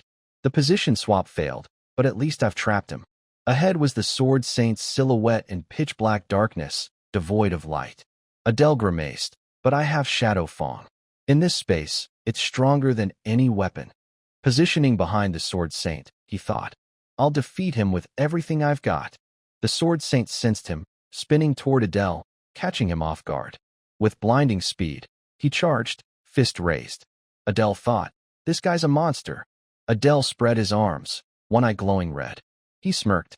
The sword in his hand suddenly appeared elsewhere, behind the Sword Saint. Adele raised his hand before him. This time, you're the one trapped, Sword Saint. Not just one, countless swords materialized in the space. Adele clenched his fist, Shadow Fong activating, dark sword dance. A barrage of blades shot forward, relentlessly striking the Sword Saint. Outside, everyone fixated on the vortex. Chris worried. What the hell's happening in there? Instructor Aries said calmly, it's about to end. The vortex began to dissipate. Adele stood there, unscathed. As it fully vanished, the Sword Saint collapsed, while Adele remained standing. The crowd was stunned, drawn to his satisfied expression. Adele thought, this silence. I did it. The orange-haired guy stared, exclaiming, so interesting. Chris and Kina rushed over, elated. Chris praised, that was incredible. Kina asked, how'd you pull it off?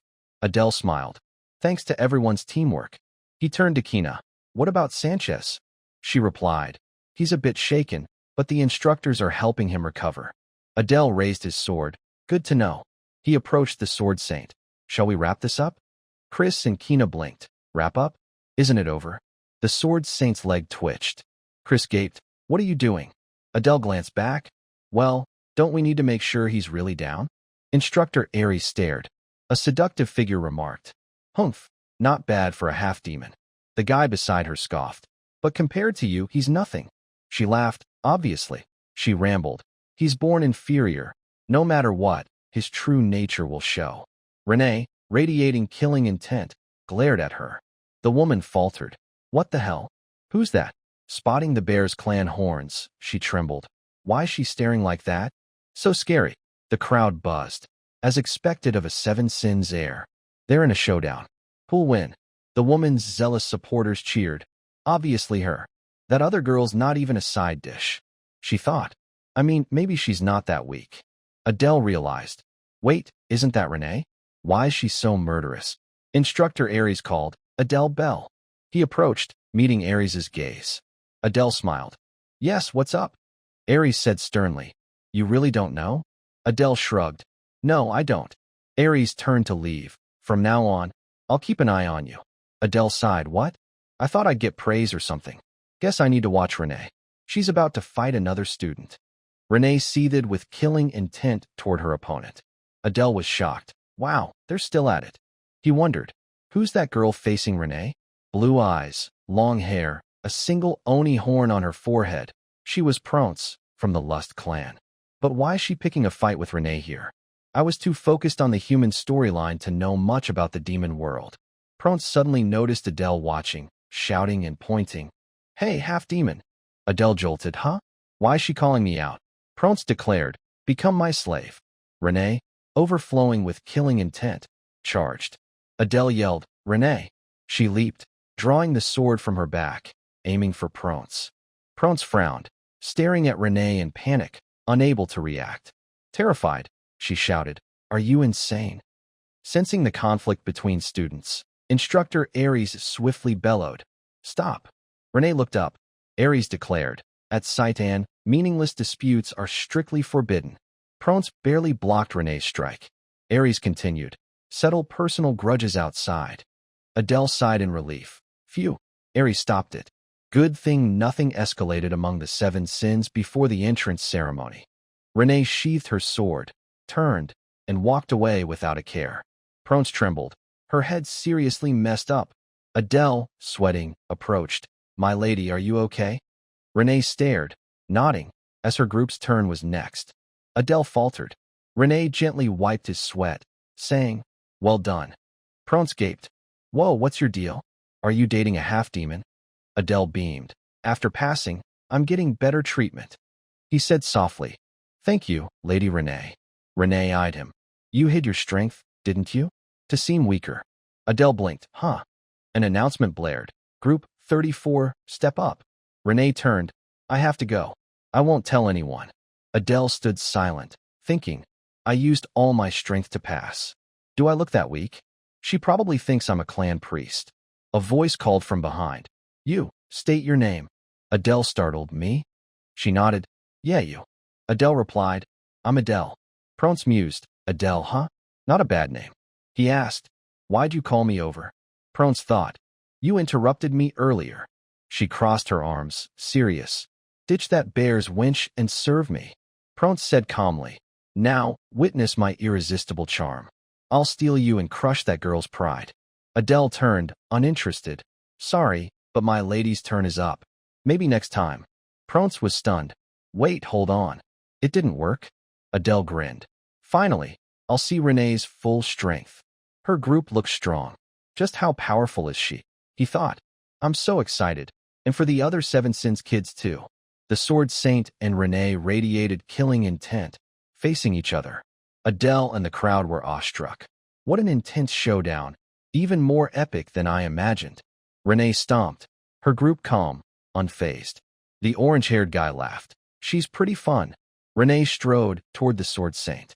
Adele panicked. She's going straight at him? What's she thinking?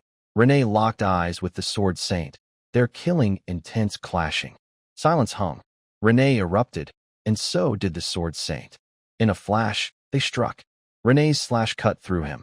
The crowd gasped. Not only did his sword snap, but his arm fell to the ground. Renee turned and walked away. The students roared in cheers. Instructor Aries nodded. Not bad. The crowd chanted. Renee. Renee. Adele was floored. No way. Did I see that right? She won that easily. He realized. That's why 90 cells didn't attack Renee when she approached. He sensed her power level. Pronce, standing nearby, remarked, Renee, huh? Shame I didn't see her mocked by the Sword Saint, but at least she's got the skill to face me. Adele gaped. You mean if all the Seven Sins girls teamed up, they could beat the Sword Saint? Pronce replied, What? Right now, no one can beat him. Maybe if the previous Demon King were alive. Adele pressed. But what if the kids have skills beyond 10% of his power? Pronce snapped.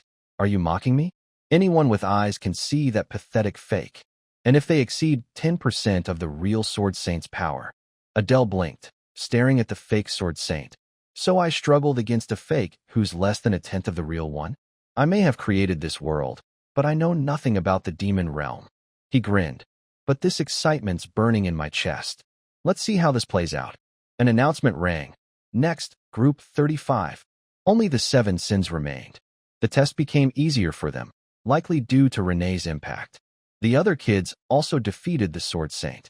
Group 40 passed, the orange-haired guy laughing. Haha, too easy. Next was a girl. The fight so one-sided it was hard to gauge the power gap among the Seven Sins. Adele thought. Still, I know who the two strongest are, so no worries. Instructor Aries declared. The entrance exam is over. Gather before the podium. The students listened. We'll announce the second test results. Everyone who fought passed. Win or lose. Adele thought. As I suspected, quitters failed. Renee remained unfazed, unlike the jubilant crowd. Aries continued. Congratulations to those who passed. From now on, you're official Saitan members and full-fledged trainees. He warned, making students uneasy, but don't get cocky. A hellish path awaits, so grueling you'll want to quit. Finally, Aries shouted. Those who passed, gather for the entrance ceremony in 2 days. Pronce smirked at the instructor. Aries said, The 8 who defeated the Sword Saint, stay where you are. Renee turned to Adele. Why does he want us to stay? He grinned. Don't you think he's rewarding us with the armory he mentioned in the first test? Aries descended the stairs, approaching. You all performed outstandingly. As promised, I'll grant you access to the armory. The orange-haired guy raised his hand excitedly. I have a question. Aries nodded. Speak, trainee Baltan. He asked boldly. Can we take multiple weapons? Saitan's weapons sound super useful. Adele listened, thinking. That's the son of Leekin Baltan. His greed and curiosity know no bounds. He had a decent role in my novel. Aries frowned. No, multiple weapons hinder focus. You may choose only one. He instructed, we don't have much time, so no more questions. Follow me to the armory. Aries raised his hand, lightly touching the wall ahead, activating a barrier. A glowing door appeared before the students. Baltan buzzed with excitement, while Adele marveled. Now this is Saitan's privilege. Whether you pick the best or worst weapon is up to you. Adele stared suspiciously. Is this really the armory? Why does the door look like a dungeon entrance? Instructor Aries beckoned, pointing, you'll enter one by one, in reverse order of the second test to prevent issues. Each will be checked upon exit. Adele frowned. Wait, so I'm last? He can do whatever he wants. The orange-haired guy buzzed with excitement. Awesome. I'm first. He approached the door, waving. I'll pick the best one. Haha. Aries snapped. Shut up and go. Renee softly told Adele, I'll choose an artifact since I already have a weapon. You. He grinned. I think I'll go for an artifact too. Pausing, Adele worried. Wait, does that mean everyone else will too? Will there be anything left by my turn? Renee looked puzzled. Aries shouted, next, get in. The orange-haired guy emerged, sporting a crown, bragging, haha. Isn't this cool?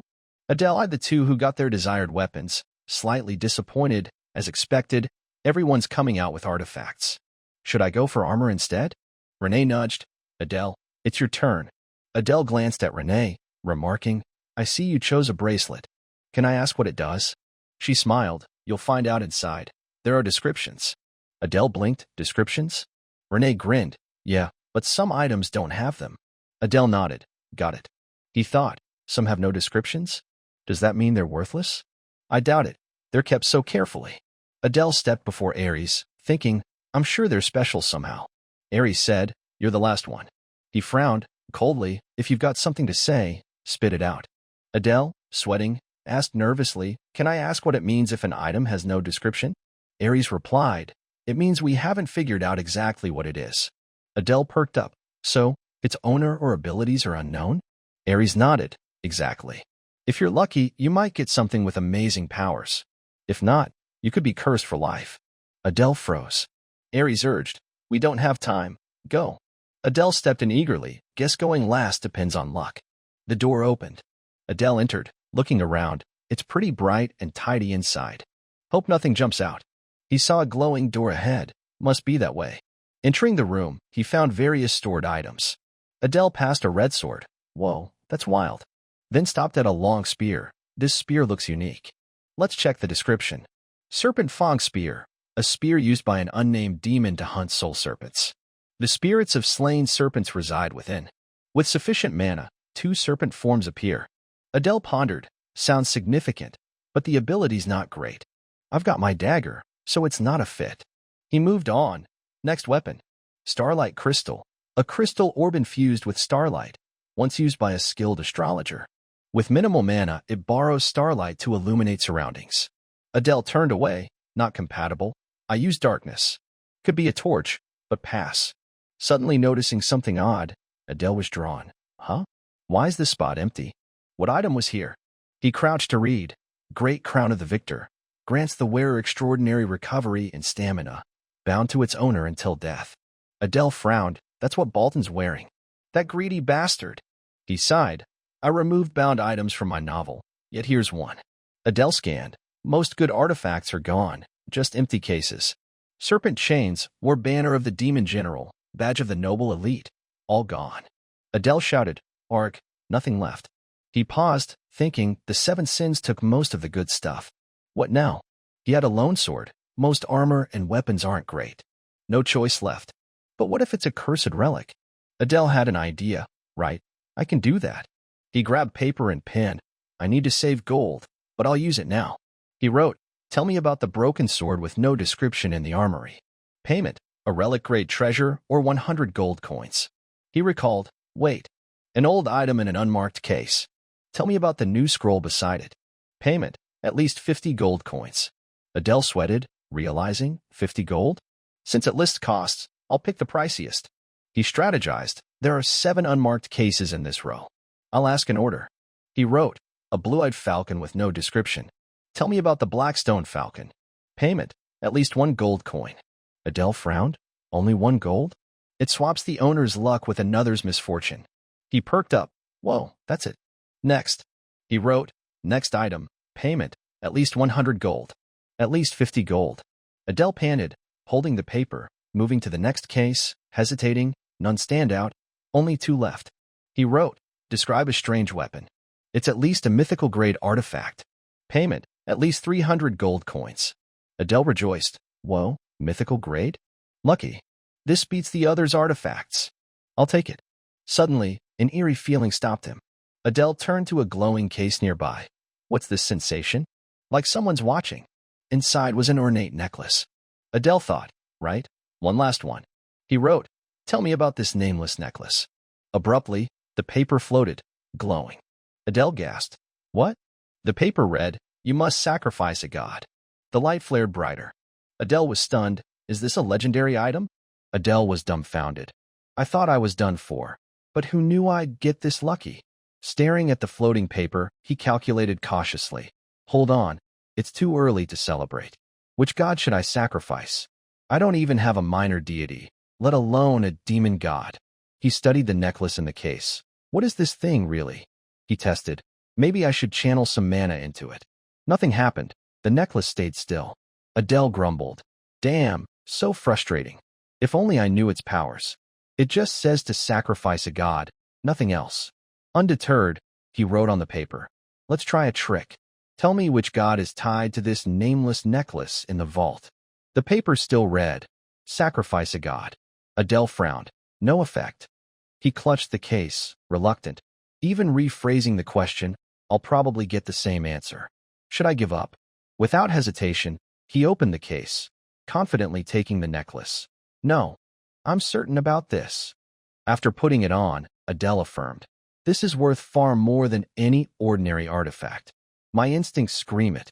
He checked his status, race, half-demon, alignment, chaotic, talent, swap 2, attributes, enthusiasm, focus, dark killing intent, mana control, patience, mana, 1,297. Adele mused, status window, huh? As expected, no one's interested in this. I can figure it out slowly. Instructor Aries was surprised by Adele's choice. What's that necklace? Adele stammered. It's one of the undescribed items. Aries raised an eyebrow. You picked an artifact without knowing its function or origin, so you know something about it. Adele grinned. No, I know nothing. Aries frowned, silent, making Adele sweat. That look again. Why does he hate me? Aries turned. Fine, I'll trust you. As a Saitan instructor, I must trust my students. He addressed everyone. Now, care for your chosen artifacts. In dire times, they might be your lifeline. The students replied in unison. Yes, sir. Adele observed the students, sighing. Everyone here, except me, has the potential to lead the demon realm's future. They'll get endless investment and support. He felt inferior. If only I had a fraction of that. Can I really survive Saidan? The armory gate vanished. Aries said, all right, disperse. We'll meet at the entrance ceremony. Adele approached Renee. Shall we head to the dorm, my lady? Renee nodded. Yeah. Suddenly, a hand landed on his shoulder. It was the orange-haired guy. Haha, sorry. I was a bit rude at first. Group 33 leader. Adele turned, facing Baltan. He extended a hand, excited. Great to meet you. I'm Baltan. Your fighting was impressive. Adele returned the gesture warmly. Nice to meet you, Baltan. I'm Adele. He thought, this is unexpected. Him approaching first is good. But his smile faded. Adele felt unease. Baltan gripped his hand tightly. Adele gritted his teeth, enduring. Ugh, this bastard. What's he doing? Baltan's true nature surfaced. Adele knew Baltan cared little for the weak, only drawn to the strong, driven by envy and greed, a warmonger. He once pushed the human realm's protagonist to the brink of death but spared him, seeing potential, promising a rematch. Baltan feigned. What's wrong? You look strained. Adele forced. Nothing. With stronger people around, why seek me? He channeled magic. Baltan's sword glowed.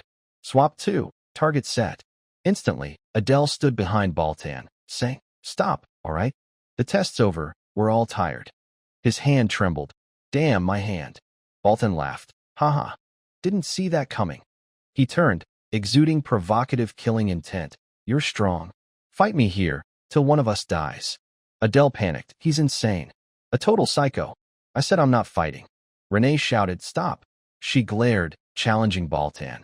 If you want to fight my escort, you fight me. A three-way standoff ensued. Baltan paused. Haha. I love a fight, but both of you is a bit much. I don't want injuries before enrollment. He turned, smirking menacingly at Adele. Well, there'll be plenty of chances. See you. Adele grimaced. He says he doesn't want injuries before enrollment, but wants a death match? Total psycho. He eyed Baltan. Seeing him up close, I can't predict him.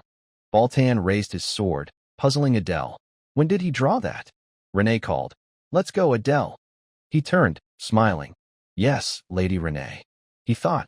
Just one day, but it feels like weeks. I'm starting to look forward to life at Sidon. The next morning, Adele woke, brimming with energy. At the window, he marveled. Maybe yesterday's grind did it, but I feel amazing today. Before the mirror, he admired. My body's in top shape. I'm definitely getting stronger. He grabbed his clothes excitedly. Let's try the Sidon uniform they sent. They knew where we were and delivered it. Pretty thoughtful. Adele put it on. Ooh, comfier than I thought. He admired. They say we'll wear only uniforms for 3 years, but at least they're practical. He thought of Renee. I gave Renee her uniform. Wonder how she looks? Should I check?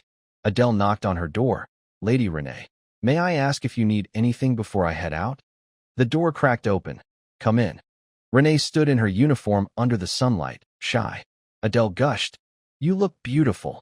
Renee blushed, flustered. Ahem. Where are you going? Adele noticed her red ears, thinking, embarrassed? Didn't know she had such a cute side. He smiled. It's a rare day off, so I thought I'd explore the city. He bowed.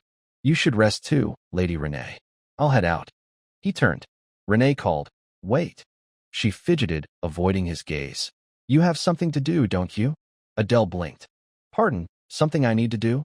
Renee, blushing, looked at him.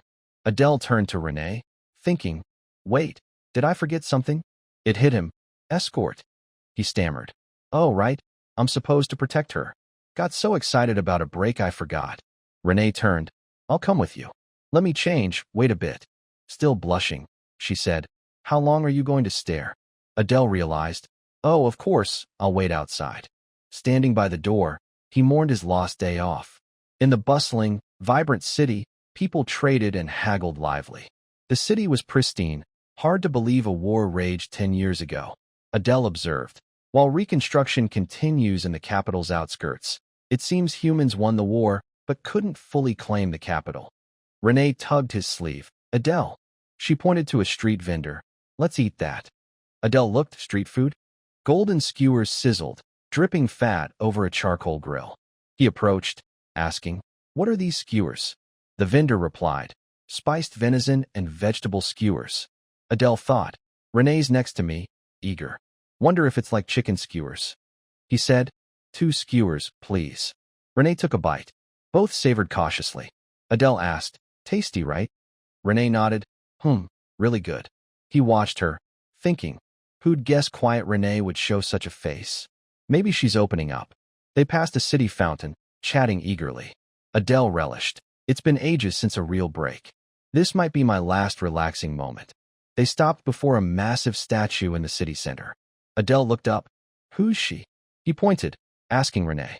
Renee replied, You really don't know? That's the first Demon King. Adele marveled. Oh, the first Demon King. Now that I think about it, she does resemble Diana. He thought. Not many chances to see the first Demon King up close. He said, Let's get closer for a better look. Suddenly, the statue's eyes glowed, and Adele's necklace lit up. He grabbed it, shocked. What's this? The necklace is glowing. A beam of light from the statue flowed into the necklace. Adele clutched it, stunned. A gem on the necklace turned gray. He exclaimed, What the hell's happening? Renee called, What are you doing? Why'd you pull out your artifact? Still reeling, Adele glanced at the statue, wondering, was I mistaken? I definitely saw a light from the statue, and the necklace's color changed. He turned to Renee. She doesn't get it. I'm the only one who saw. The statue returned to normal. Adele thought. All I got was a vague sacrifice of God. But now I've found a key clue in the unlikeliest place. He realized, this necklace is definitely tied to the first Demon King. If I investigate everything related, I'll uncover more. Renee called. Stop standing there. Let's head back. Adele replied, yes, Lady Renee. But he thought, now I'm really curious about this necklace's true nature. The next morning at the academy, they arrived after their day off. Adele called lightly. Hurry, Lady Renee. The entrance ceremony's starting. She replied, yeah. In the grand hall, the headmaster stood on the podium, welcoming new students. The headmaster and instructors sat in the auditorium with about 100 freshmen. Adele thought, just a normal entrance ceremony. 2 students below whispered, can't believe that kid's the headmaster.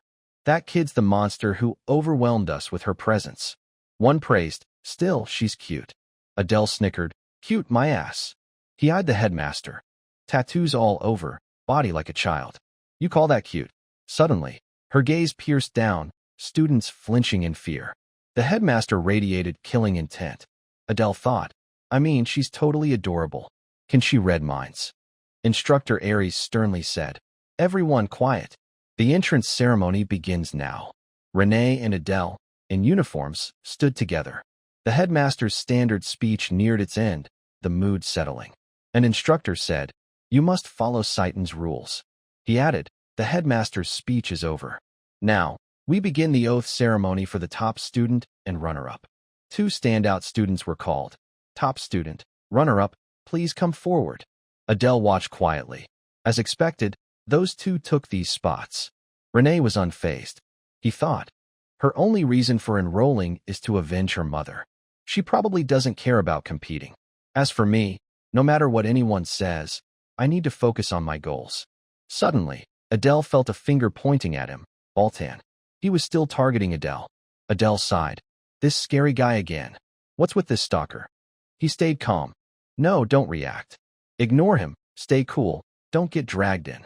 A girl stepped forward. Top student, please. A stunning figure walked coldly. Male students, including Adele, gushed, truly blessed by the gods. The Demon King's daughter, Diana. Now she's the top student. Who could stand in her way? The 2 students stood before the headmaster, swearing. We solemnly swear, as those admitted to Satan, to erase our shame and rebuild the demon realm. Her words echoed, shifting the hall's atmosphere. Adele touched the black mark on his neck, feeling the rage of those who lost homes and families to humans. He thought, if anyone finds out I carry arson blood, just the thought is horrifying. A gruesome vision flashed, Adele tortured brutally. Worst case, I'd face eternal torment. The ceremony ended.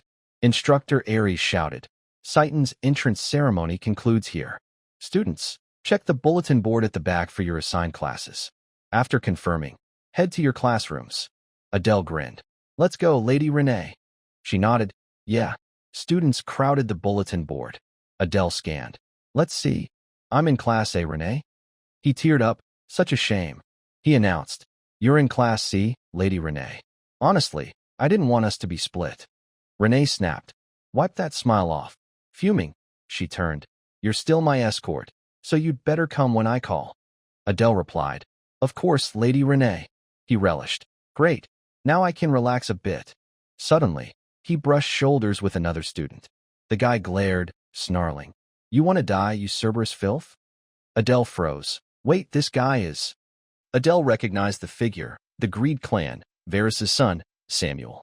If I recall, he's pretty strong among the 7 sins. He bumped into me and still picks a fight? Ridiculous. But today, I should steer clear. Adele brushed his hands, smiling lightly. Oh, I wasn't paying attention. Sorry. Samuel snapped. Get lost. You're lucky it's enrollment day. Adele thought, why are the 7 sins kids like this? Hope Samuel's not in my class. No way Bolton's in class at 2, right? A loud bang echoed as a table was struck. Idea shouted. So you don't trust me? Aries replied calmly. That's not the issue. That kid's too dangerous. I speak from experience. It's better if I handle it. Idea refused. There's students assigned to me, Class A's instructor. You can't override me.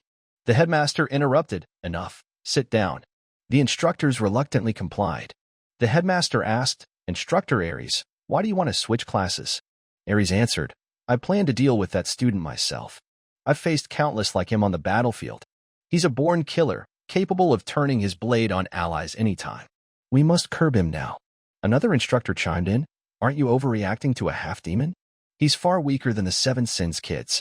Aries countered, no, strength isn't just about power. His boldness and composure rival the Seven Sins.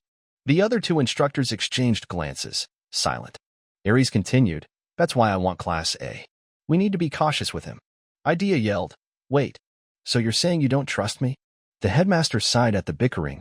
I'm sorry if this upsets you. Idea. Aries, when will you stop treating her like a child? The headmaster's killing intent flared. Enough. The room fell silent. She said, I understand your concerns, Instructor Aries, but the class assignments are final. Switching now does more harm than good. Aries didn't argue, understood.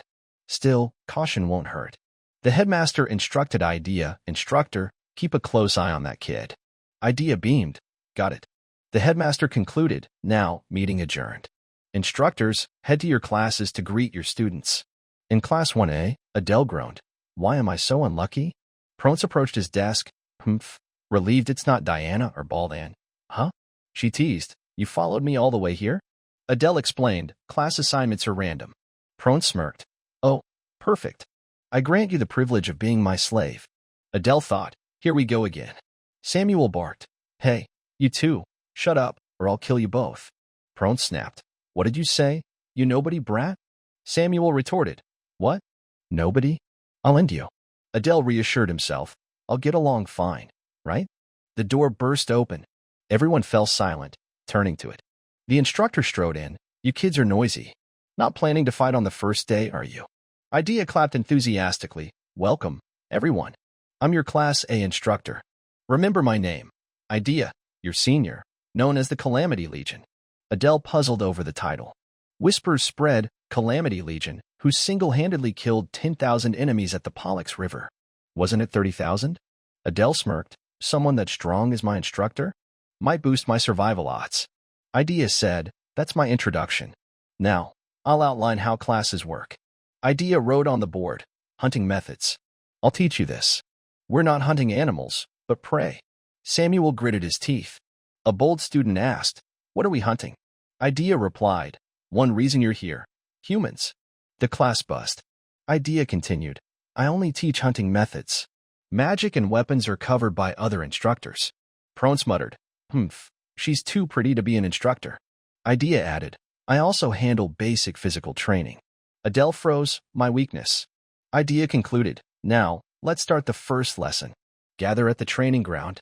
At the training ground, Adele marveled, whoa, this place is huge, 4 or 5 times a normal field. For weapons or magic. No one knew what they'd learn. Idea spoke. Ready? Focus. Don't look away from this. A black rift expanded.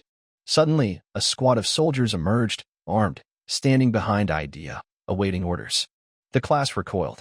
Idea grinned. Humph, not real people. Just illusions I created with magic. She gleefully touched a soldier's face. Oh, I made the sword saint for the entrance exam.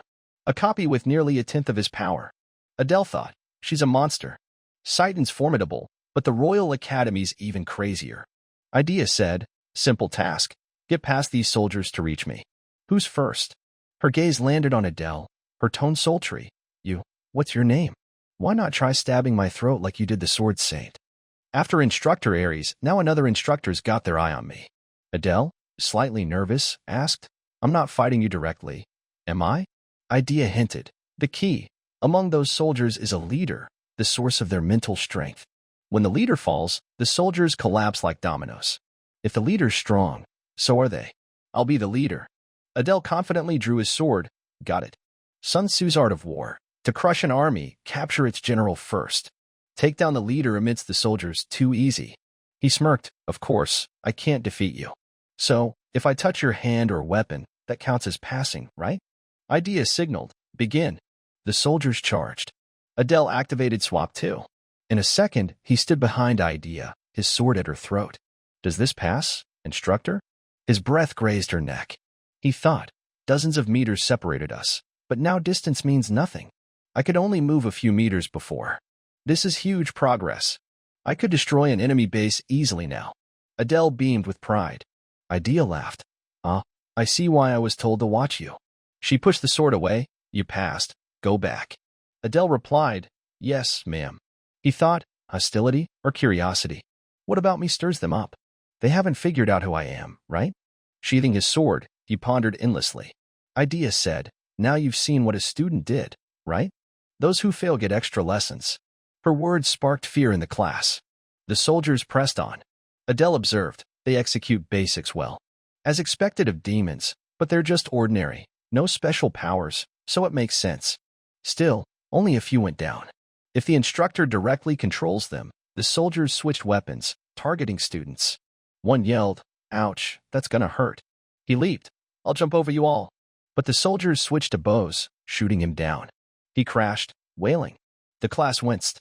Adele thought, asterisk asterisk swap 2 asterisk asterisk is too strong. With this, I can aim for top of the class. He clenched his goal tightly. The next student, Samuel, stepped up, coldly shouting, move. Adele thought, Samuel's turn. Let's see if his arrogance matches his skill. A green glow enveloped Samuel. Adele anticipated he's gathering magic, then releasing it. The power shook the entire training ground, affecting Adele. Samuel obliterated the soldiers in a flash. Adele gaped. That's magic? The Greed clan's unique ability. A freakish skill that devours everything. He thought, for now, I'll let it take top spot. Idea raised her hand, flicking lightly. Samuel's magic dissipated. She said, well, no surprise. No way an instructor loses to a student. You wiped out everything but me, impressive, enough to shock me for a second. But sadly, you failed. Samuel froze momentarily. Idea snapped her fingers, and a new batch of soldiers appeared. She said, I told you, if you don't kill the leader, the soldiers keep replacing themselves. No matter how many you kill, it's like this. At least 200 soldiers advanced. Idea praised, your magic's strong for a freshman. Samuel, hands trembling, stormed back to his spot, face full of resentment but accepting the result. Passing by, he glared at Adele. Adele thought, my confident look pissed him off. He said, Samuel, your overconfidence is why you failed. If you'd focused on the goal like me, you'd have passed easily. Pronce laughed loudly, haha, finally my turn.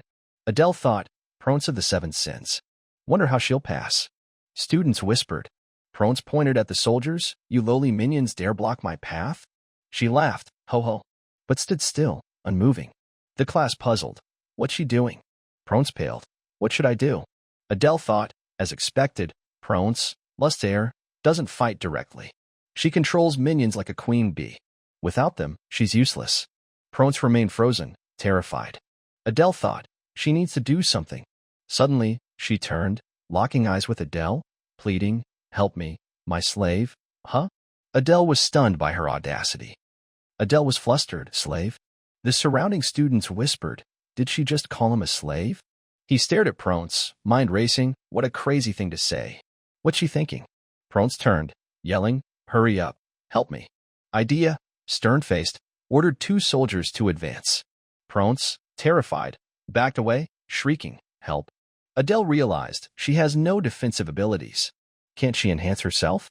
But a thought flashed, no, impossible. Maybe she has a special reason. Across the field, Pronce struggled under a barrage of blows, helplessly crying, Adele, save me. Another energy caught Adele's attention. He turned, seeing a girl healing a wounded boy. The boy said, thanks a lot. She replied, no problem, I'm glad you're not badly hurt. Adele was stunned, healing magic? But that's a human-only power. So this girl's a half-demon too? Didn't expect a classmate with such a rare healing talent. I don't know her name, but I need to connect with her. Should I approach now? Idea called out, student, Pronce is asking for your help. The test's over, so it'd be nice if you helped her up. Adele replied instantly, oh, got it. I'm on it. Inwardly, he scolded Pronce, ugh, she picked the worst time, ruining my chance. Seeing her disheveled state, he teased, useless Pronce. She yelped, ow. Adele dropped the act, please get up, it's over. Pronce sat up, tears streaming, covered in wounds, sobbing, you saw everything, didn't you? He played dumb. What are you talking about? Pronce shouted, don't play innocent, slave. Adele retorted, well, you're weaker than a slave. Pronce, furious, looked ready to tear him apart. You mocking me? Idea commanded. All right, clean up. Everyone gather. Prones hoped, but the result was as expected. Idea said, first lesson, you did well. Experiences like this teach you your place. Mistakes help you support each other, perfecting teamwork in battle.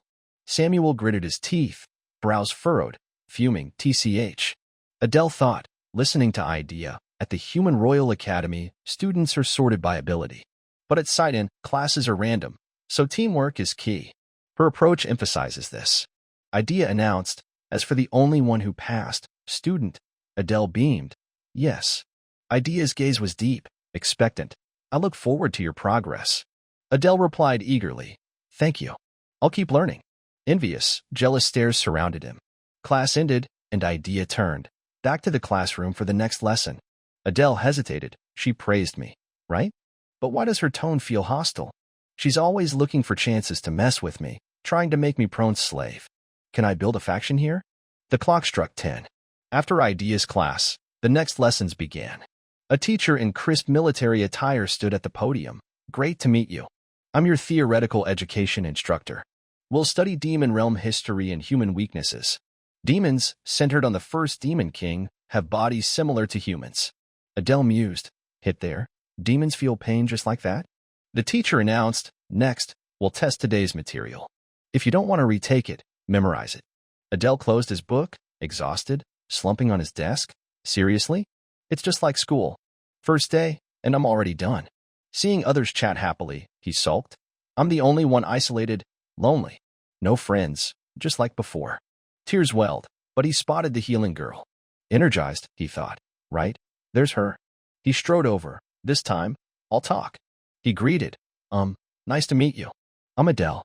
Eyes turned to him, unnerving him. Wait, why's everyone staring? The girl seemed unfazed, casually. Yeah, yes, nice to meet you. Adele thought, when two half-demons do anything, it draws attention. She's uncomfortable. I should save this for later. Feeling disrespected, he said, I'll talk to you another time then. She stammered, by then. Walking away, he consoled himself. Maybe I should hit the bathroom to recharge mana, lonely or not. Before reaching the door, Samuel burst through. Adele cursed his luck. Worst timing. Samuel saw him, voice dripping with anger. You again. Adele avoided trouble. I was just leaving. You go first. I'll follow. But Samuel brushed past, insulting, disgusting low-life creature. Adele couldn't let it slide, retorting, your family must be amazing. Huh? The jab enraged Samuel, who turned, power surging, snarling, what? Adele pressed, to produce walking, talking trash like you. Insults flew, petty filth. Samuel growled, I'll rip you to shreds. Adele's eyes gleamed with deadly intent, a sinister plan forming, unlike Ball-An. This guy's pure hatred. If he disrupts my plans, better eliminate him now. Their powers surged, ready for a life-or-death clash. Eyeing Samuel's spiked hands, Adele thought wildly, with magic, no one care if I blew off his arm. Suddenly, a teacher appeared. Stop it. Class is starting. Both of you, back to your seats. Like cold water on fire, they froze, startled. Adele thought, when did he get here? The fighting spirit died down, leaving both Adele and Samuel stunned. When did he get here? They simultaneously reigned in their fierce momentum, as if signaling a temporary pause in their confrontation. Yet, tension still lingered in the air. Adele knew Samuel wouldn't back down easily, at least not yet. A new teacher appeared, introduced as Robolt, a magic instructor. Adele immediately noticed his sudden arrival and calm demeanor. This made him wary. But he told himself, someone entrusted to teach at Site and Academy must be a master. If so, learning magic from him is an opportunity not to be taken lightly. In this world, magic wasn't an innate gift but a skill that could be honed, even studied academically. Robolt emphasized, to learn magic effectively, you must understand attributes. He explained the 4 basic elements: earth, water, wind, fire, the foundation of all magic. Combined with darkness and light, these 6 attributes formed the current magic system. Robolt added, most people possess only one attribute. Adele wondered if his mixed heritage made him an exception. He reflected on the 2 bloodlines within him. His father's clan, the Bear Clan, was renowned for its darkness attribute. But his mother's clan, the Asen clan, was a complete mystery, never clearly mentioned. After the introduction, Robold announced that the lesson would focus on identifying mana attributes. He instructed students to take turns placing their hands on a special orb that changed color based on mana attributes. The students lined up, stepping forward in order. Adele deliberately stood at the back, observing. One by one, they placed their hands on the orb, and it changed color. Robold declared, fire, red, water, blue, wind, green, earth, brown. The process went smoothly, without hiccups. When it was his turn, Adele hadn't even stepped forward when Robold called his name, startling him. Adele. How did he know his name? Surprised and cautious, Adele slowly approached and placed his hand on the orb. Instantly, a strange color appeared, half black, half gray. The class fell silent. Robold's face changed, staring at the orb in disbelief. He explained, black represents darkness, common in high-level demons. But gray it's extremely rare, almost unheard of. Adele tilted his head. You don't know what it means, teacher? Robold shook his head. No, I know. I'm just surprised. Its rarity is immense. He continued. Gray symbolizes chaos, magic that defies natural laws, even breaking the world's foundational principles. Adele stood frozen, his mind reeling. The word chaos echoed in his thoughts. As the creator of this world in the original novel, he had never conceived of this attribute. Now, he himself bore something absent from his initial draft. Magic that defies natural order. Those words might be the key to his unique abilities. For now, though, Adele focused on darkness, the attribute he was certain he could control. Lost in thought, Adele sensed eyes watching him from behind. He spun around and saw Prone standing there. She stood still, clearly using a stealth technique, but caught. Her face flickered with surprise, not expecting Adele to notice. In an instant, her eyes turned cold, irritated. Prone snapped. Hey, what the hell were you just thinking? Her sharp question made Adele pause. He played dumb. What do you mean? But she wasn't easily fooled. Her piercing gaze held no trust. She accused Adele of deliberately provoking Samuel. Adele defended himself. I just can't stand being bullied. She let out a mocking laugh, her eyes narrowing like blades. The guy you messed with isn't some nobody. He's from one of the 7 great Sin clans.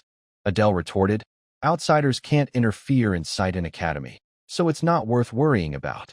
He meant to end it there, but she grew more annoyed. Sighing as if talking to an ignorant child, she said, clearly, you don't get it. She started to say, that kid's clan is actually, but stopped mid-sentence, leaving it cryptic. Turning to leave, she added, just be careful from now on. Adele watched her figure fade, his mind spinning. What was she about to say? Is Samuel's clan notorious for brutal revenge? Her tone wasn't mere intimidation. It was dangerous, complex, far beyond personal grudges. Adele shook his head, brushing off the thoughts. The final class was about to start, and he needed to focus. The swordsmanship instructor entered, his face sour, as if the world owed him a debt. Without a greeting, he barked, normally, with your level, you lot wouldn't even deserve to sit here. He continued harshly. In the last training session, even with the chaos drill set to just 10%, then 5%, every group except the top 8 was wiped out. His words cut into the students' pride like a knife. Adele thought, is he deliberately provoking us? The instructor coldly declared, starting today, I'll teach you how to hold a sword, so when you die, you can at least take one of your opponent's arms with you. The class began with running laps outside. Pure physical torture. He explained, the foundation of swordsmanship is stamina. No matter how good your technique, with endurance, your strength doubles or triples. The training was grueling. Soon, students were gasping, legs burning with each lap. When does this end? Lap 20 already? Groans echoed. Some tried cheating with mana, but the instructor's sharp eyes caught them. He shouted, assigning push-ups as punishment, then ordered them to restart from lap 1. No one dared argue. The nightmare continued. Adele smirked, thinking, rich kids always try to cheat. He recalled when he first transmigrated into this body, causing chaos without cheap tricks. Finally, the instructor announced the last lap, lap 50. Those who completed it could return to the dorms. Those who didn't would stay for extra training. Adele sighed in relief. The day had been mentally and physically draining, his body exhausted. He just wanted to collapse onto his dorm bed and sleep. On the way back, Adele froze, his body tensing as someone grabbed his shoulder from behind. He whipped around, heart pounding, ready to react. Seeing who it was, his eyes widened in shock. Why is she here? He thought, bewildered. Turning around in a state of panic, seeing Lady Renee made Adele wonder what she was doing here at this hour. With her reddish-brown hair and gentle smile, Adele greeted her with a smile first, then asked lightly, "Are you heading back to the dorms? It's the first day of classes. How did you find it?" But Renee said nothing. Her silence made Adele suspicious. Did someone in class upset her? That earlier scene was definitely easy to misunderstand. Finally, Renee spoke coldly, "You still need more training." Then, out of nowhere, she suggested, "How about some light exercise to loosen up? Train with me." Adele was completely taken aback by the invitation. Even so, Renee's face showed a hint of excitement as she pressed, "You'll help me, right?" Adele stayed silent, his expression unclear, reluctant, or agreeing. Finally, he let out a soft sigh, thinking to himself, "This girl never gets tired." Seeing a nearby training area for students, Renee pointed toward it. "Let's go there quick. We still have time." Adele nodded slightly, thinking, training with a descendant of one of the seven sins. Tiring, sure, but it'll definitely be beneficial. They entered a spacious building together. Adele glanced around, blurting out, "This place is huge." Inside, training equipment was fully stocked, and other students were diligently working out. Adele nodded approvingly. With facilities like this, stamina's bound to improve significantly. Spotting a large barbell loaded with heavy plates, he asked, "Start with this?"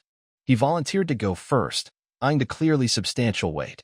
With a mix of confidence and pride, he reassured Renee, "I've been training for years. This is nothing." With that, he stepped forward, bending into position to lift the barbell. Veins bulged on his neck, his face tensed, and he strained with all his might, letting out a guttural groan. "Grh." Lady Renee stood with arms crossed, watching coldly. Finally, she said bluntly, "Too weak. Don't push it. You'll tear a muscle." Adele gritted his teeth in silence, cursing inwardly, "This damn body, after years of confinement, can't handle this kind of strain." He collapsed onto both hands, panting, sweat dripping onto the floor. Unfazed by his struggle, Renee stepped forward casually, grabbed the barbell, and said, "This thing?" With a single fluid motion, she lifted the barbell overhead effortlessly. Adele's jaw dropped, his mind reeling. What the hell? This strength is unreal. He realized that even with his full physical power, he couldn't match her. "I need to train harder," Adele resolved, a determined smile forming. 2 hours passed under the blazing afternoon sun. Finally, he approached Renee, who was still lifting weights.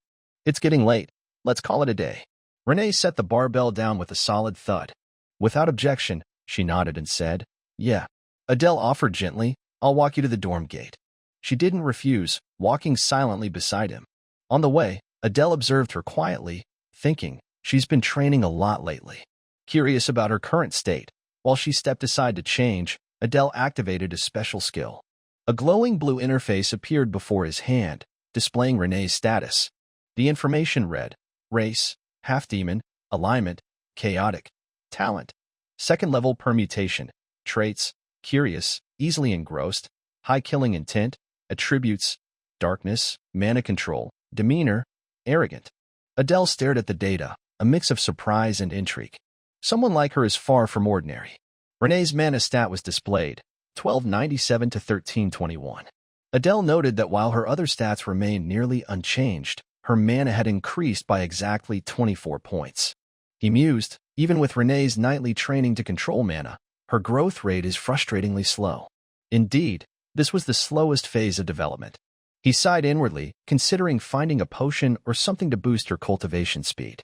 Before he could think further, Renee's voice came from behind. "I'm done changing." Adele turned, slightly startled by her speed. Renee frowned at him. "What were you doing?"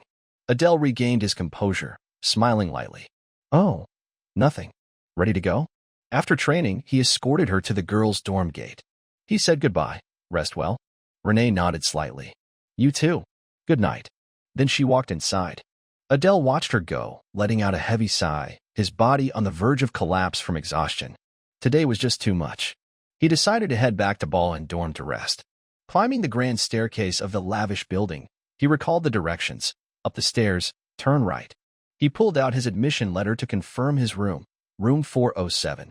Adele muttered, scanning the fourth-floor hallway before quickly finding his room. Standing at the door, he wondered, who's my roommate? He hoped it'd be someone skilled and easygoing, maybe even an ally. This could be my first male friend in this demon world. The thought excited him slightly. Taking a deep breath, he pushed open the door, smiling warmly. Hello, nice to you. His voice caught, his smile freezing as his eyes landed on the person lounging on the bed, Samuel, casually sucking on a lollipop. Samuel looked up, his face shifting from surprise to disgust, his green eyes narrowing with hostility. Both shouted in unison, "What the hell? Why are you here?" Adele nearly collapsed against the doorframe, hand on his forehead, fingers tapping nervously. "I can't believe it. Out of hundreds of students, I'm stuck with this guy." Samuel was no less furious, biting his lollipop so hard it shattered, clearly displeased. The two rivals locked eyes, the air thick with hostility, as if a single spark could ignite a brawl. From the bed, Samuel smirked contemptuously, spitting out, "Filthy half-breed." TSK. Adele, still near the door, clenched his teeth, his mind wrestling with rage. Should I just make him disappear right now? But he took a deep breath, suppressing his anger, exhaling heavily, and walked to the desk to set his things down. Samuel shot up, fist clenched, shouting, "Want to fight? Right now." Adele let out a mocking laugh, shaking his head. "Are you insane? You want to fight in the dorm room?" His tone dripped with sarcasm as he turned away. "I'm just stepping out for a bit." Samuel didn't respond, only glaring with murderous intent. As Adele reached for the doorknob, he tossed out a light, slightly taunting remark. "Rest well?" Then he stepped out decisively. The door closed with a sharp click. Inside, Samuel gritted his teeth, muttering, "Damn unlucky bastard." TSK. Outside in the school courtyard, Adele sighed again. He thought he could finally relax, but sharing a room with that guy meant no peace. He decided to take a walk, waiting for Samuel to fall asleep before returning. Strolling slowly along the tree-lined paths of Sidon Academy, he pondered Samuel's strange hostility. He's not a descendant of wrath, yet he's always ready to explode. Adele shook his head, annoyed. "TCH, I just don't get it." But a thought struck him. Wait, Samuel's a descendant of gluttony. So is his anger instinctual, like my chaotic alignment? He recalled the concept of inherent alignment that Robolt had mentioned. What exactly is chaos? A mana attribute or something deeper? He considered consulting the guide, a magical resource for knowledge queries, but shook his head. If it knew anything about chaos, it would have said so during the sigil training. Buying more would just waste money. Frustrated by the lack of answers, Adele sought a quiet spot to practice mana purification. He wandered into a small forest near the eastern courtyard. Under the glowing sunset sky, his gaze drifted to a tree. A small bird perched on a high branch. Adele muttered, "A sparrow." But looking closer, he shook his head. Not quite a sparrow. Still, it's interesting that birds exist here. He thought, even in Sidon Academy's grounds, creatures from outside the city can fly in freely. Suddenly, the bird's eyes flashed red, startling Adele, who made a mental note. Night fell, and Adele quietly opened the door to room 407, relieved to see Samuel asleep, tucked neatly in his blanket. Good, he's out, problem solved. Exhausted, he didn't bother tidying up, tossing his bag aside and collapsing onto his bed, sighing, "I'm dead tired, today was brutal." Though his body was spent, he thought, I should practice mana a bit before sleeping. Lying back on his pillow, Adele regulated his breathing, focusing his mind. Mana flowed gently through his body, but his consciousness began slipping into sleep. Suddenly, his eyes shot open. A pitch-black figure loomed over his bed, towering before him. It was Samuel. His green eyes glowed eerily, piercing into Adele, as if boring straight through his mind. Adele's body tensed, his heart pounding as Samuel's unblinking stare bore into him, cold and menacing. Samuel's face dripped with disdain. In his mind, he thought bitterly. Even when he's asleep, that guy's face looks stupid and insufferable. Anger surged as old memories flooded back, Adele's biting taunts, the insults hurled straight at him, even slandering his clan. Samuel clenched his fists, vowing inwardly, "Even if I'm wrong, I'll never apologize first." He exhaled sharply, exasperated. So many things to deal with, and now I have to waste energy on this trash. Then an image flashed, Adele in yesterday's class, radiating a fierce, almost terrifying aura. The silhouettes of others standing with him made Samuel's heart twinge, like it was being squeezed. "I've felt this before, but why now?" Suddenly, a sharp pain stabbed through his side. Samuel collapsed, groaning in agony. Clutching his stomach, his eyes widened in panic. Damn it, is gluttony's hunger kicking in again? Cold sweat poured out as he gritted his teeth, enduring. An uncontrollable hunger gnawed at him, his stomach faintly glowing with an eerie green energy, like poison eating him from within. His body felt drained, unable to withstand it. At that moment, Adele stirred in his sleep, mumbling something. Samuel turned, his eyes filled with irritation. "I'm starving to death every second, and I have to stare at that clueless face until morning." He genuinely wanted to punch Adele in the mouth. Exhausted, Samuel slumped onto the edge of his bed, groaning softly as the pain continued to torment him. Morning came, the bell tower chiming to signal the start of classes. Adele sat up, yawning and stretching. "What time is it?" "Morning already." Sunlight streamed through the large window, the steady ticking of a clock filling the quiet room. Adele glanced outside, his eyes lighting up. "Huh, that bird from yesterday?" The small bird perched on a branch, identical to the one he'd seen before. A faint, sharp smile curved his lips. In Saitan, where foreign creatures are strictly controlled, something like this is still wandering around. He frowned, suspecting someone was watching him, his instincts jumping to conclusions, though he remained calm. Adele stretched by the window, the wooden frame creaking softly. In his mind, he calculated, maybe it's Instructor Aries, the one who suspects me the most. He scanned with mana, not an illusion, a real living creature. Thinking briefly, he decided to try taming it with food, extending his hand and calling softly, "Come here." But a glance at the clock showed breakfast time was nearly over. He muttered, "Samuel's probably already eating. I need to go, or I'll starve." He left the window, still pondering the strange bird and who might be behind it. A moment of confusion hit, as he couldn't recall where the dining hall was. As a result, he arrived late to class. A female instructor entered, her voice cheerful. "Good morning, everyone." Adele sat down, sighing inwardly.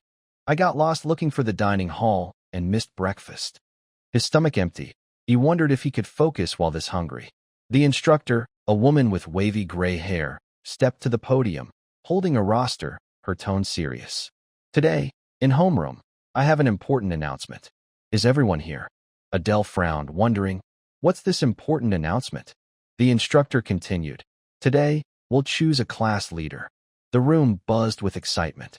Adele's eyes widened, thinking, class leader? A student with teal hair raised a hand. "Ma'am, how will we elect the leader?" The instructor smiled slyly. "Initially, I planned to let you vote, but I've decided to appoint one directly." The room fell silent for a beat. A female student with horns stood abruptly, radiating a pink aura like a stage effect. An absolutely brilliant decision. Adele flinched, recognizing her as Pronce, just like in the novel. He smirked faintly. "With that personality, I definitely couldn't be class leader." Pronce turned to the class, declaring boldly, "From now on, let me lead this class. Serve me as your king." Adele nodded silently. Pronce is a fitting choice. Though her intelligence is lacking, her charisma and ability to dominate are unmatched. Another student spoke up. "Why not let Adele be class leader? He seems pretty capable." Pronce shot a scornful glance. "Please, a half-breed like him as class leader?" The discussion grew lively. Someone asked, "What about Samuel?" Pronce frowned, shrugging. "He's too scary." Adele smiled faintly, warmed by the mention. "Didn't expect yesterday's performance to leave an impression. Being named like this feels nice." Pronce puffed out her chest, smug. "Say what you want, I'm the obvious choice." "Come on, teacher, announce it." The instructor exhaled, stating firmly, "The class leader isn't Pronce." Pronce's jaw dropped, her blue eyes wide with shock. Purple lightning like energy crackled around her, as if she might explode. The instructor smiled, turning to the red-haired boy by the window. "The class leader is Adele." Adele froze. "Huh." He looked around, his mind a tangled mess. "What? Me? A half-demon like me as class leader?" Before his thoughts could settle, the instructor's voice rang out, her eyes glowing faintly blue. "Adele, lead the class well." A student cheered excitedly. "Class leader Adele, You got this. Still dazed, Adele mumbled, "Yes, ma'am." He thought, "I haven't even eaten breakfast." The instructor nodded, announcing she had to teach another class, leaving a few instructions. She said, to prepare for the midterm exam, classes will focus on practical combat training. The room buzzed with chatter. She continued, training will be in groups of 3. Form your groups by the end of the day. A pink-haired girl near Adele rested her chin in her hand, deep in thought. Adele closed his eyes, pondering the exam and combat. He reasoned, if it's practical combat at Saitan, it's likely about killing. Fighting here means eliminating your enemy. The instructor ended the class with a reminder. Pronce. Pronce looked up, curious. Yes. The instructor's voice was gentle, but her gaze commanding. If you address me disrespectfully again, you'll get special supplementary lessons, understood?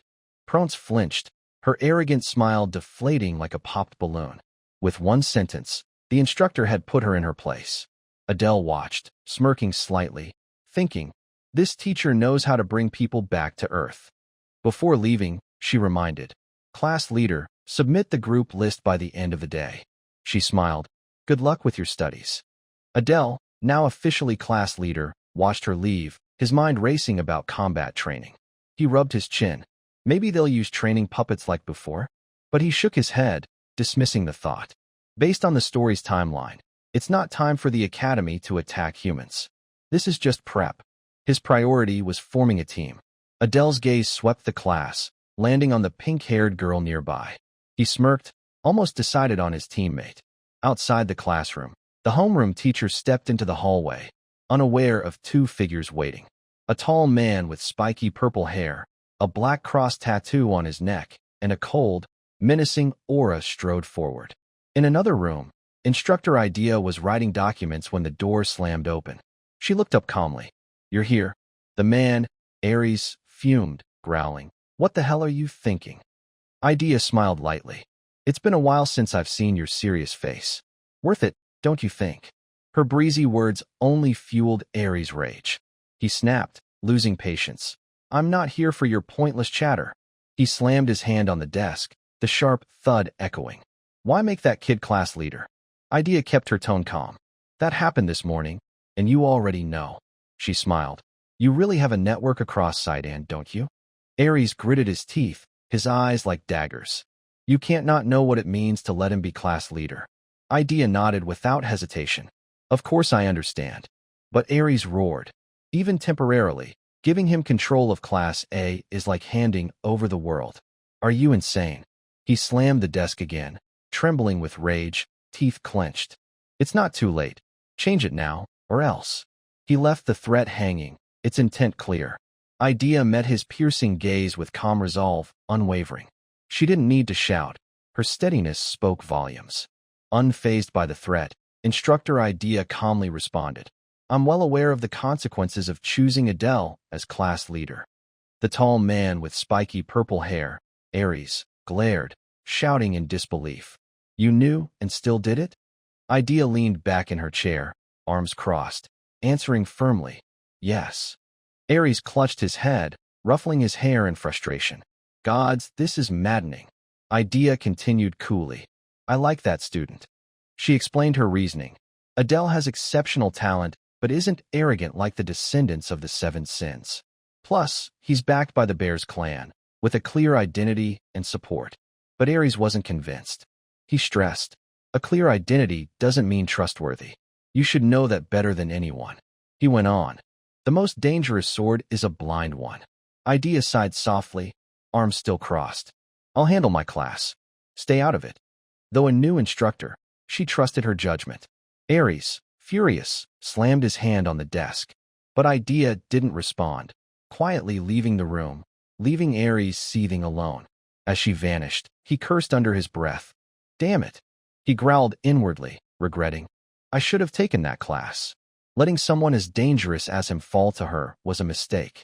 A memory flashed. A half-breed once left an unforgettable scar in a brutal battle. He thought, the aura Adele gave off yesterday was too similar to that one. The chance he's a descendant is slim, but too coincidental to ignore. I still don't know what he's after. Just then, a small bird landed on Aries' shoulder, chirping chip. He turned, his eyes icy. Still nothing unusual, but don't take your eyes off him for a second. Understood. Elsewhere, likely the library, a group of students chatted lively. A boy with pale purple hair and pointed ears smiled. Beside him was someone with a bold neck tattoo and a blonde student with small horns, exuding friendliness. The atmosphere was warm, like typical student camaraderie. None of them knew Adele was being closely watched. In class, during break, everyone was eagerly forming groups. Adele sat quietly, observing the lively scene. He chuckled, half joking, half sad. I'm the class leader, and still no one's asked me to join. Guess my face looks too shady. Just then, a student approached hesitantly.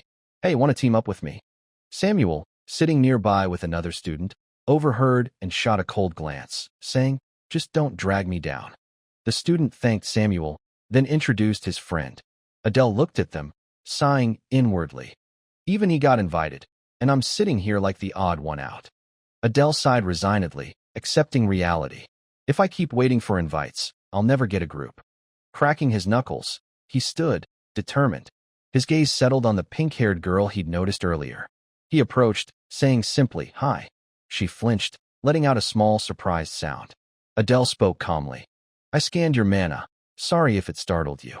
But I noticed your mana level is solid, and you have healing skills, perfect for a team.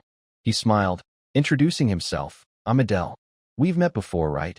Then asked, have you found a group yet? Flustered, she replied softly, no, not yet. Adele jumped in. Great, then tell me your name. After a brief pause, she answered quietly, Luna. Adele smiled lightly. Cute name. He tilted his head, inviting directly, join my team. Working with the class leader has its perks. Luna's eyes widened, hesitant. This is a bit sudden. Adele pressed, leaning in, lowering his voice like a whisper. It's almost the last period. Not much time left to submit group lists. He added smoothly. Plus, we're both half demons. We'll sync well. Luna let out a small gasp. Adele sealed it. Just say yes, and we're set. From now on, we're a team. She didn't respond, but Adele took her silence as agreement, nodding, smart choice.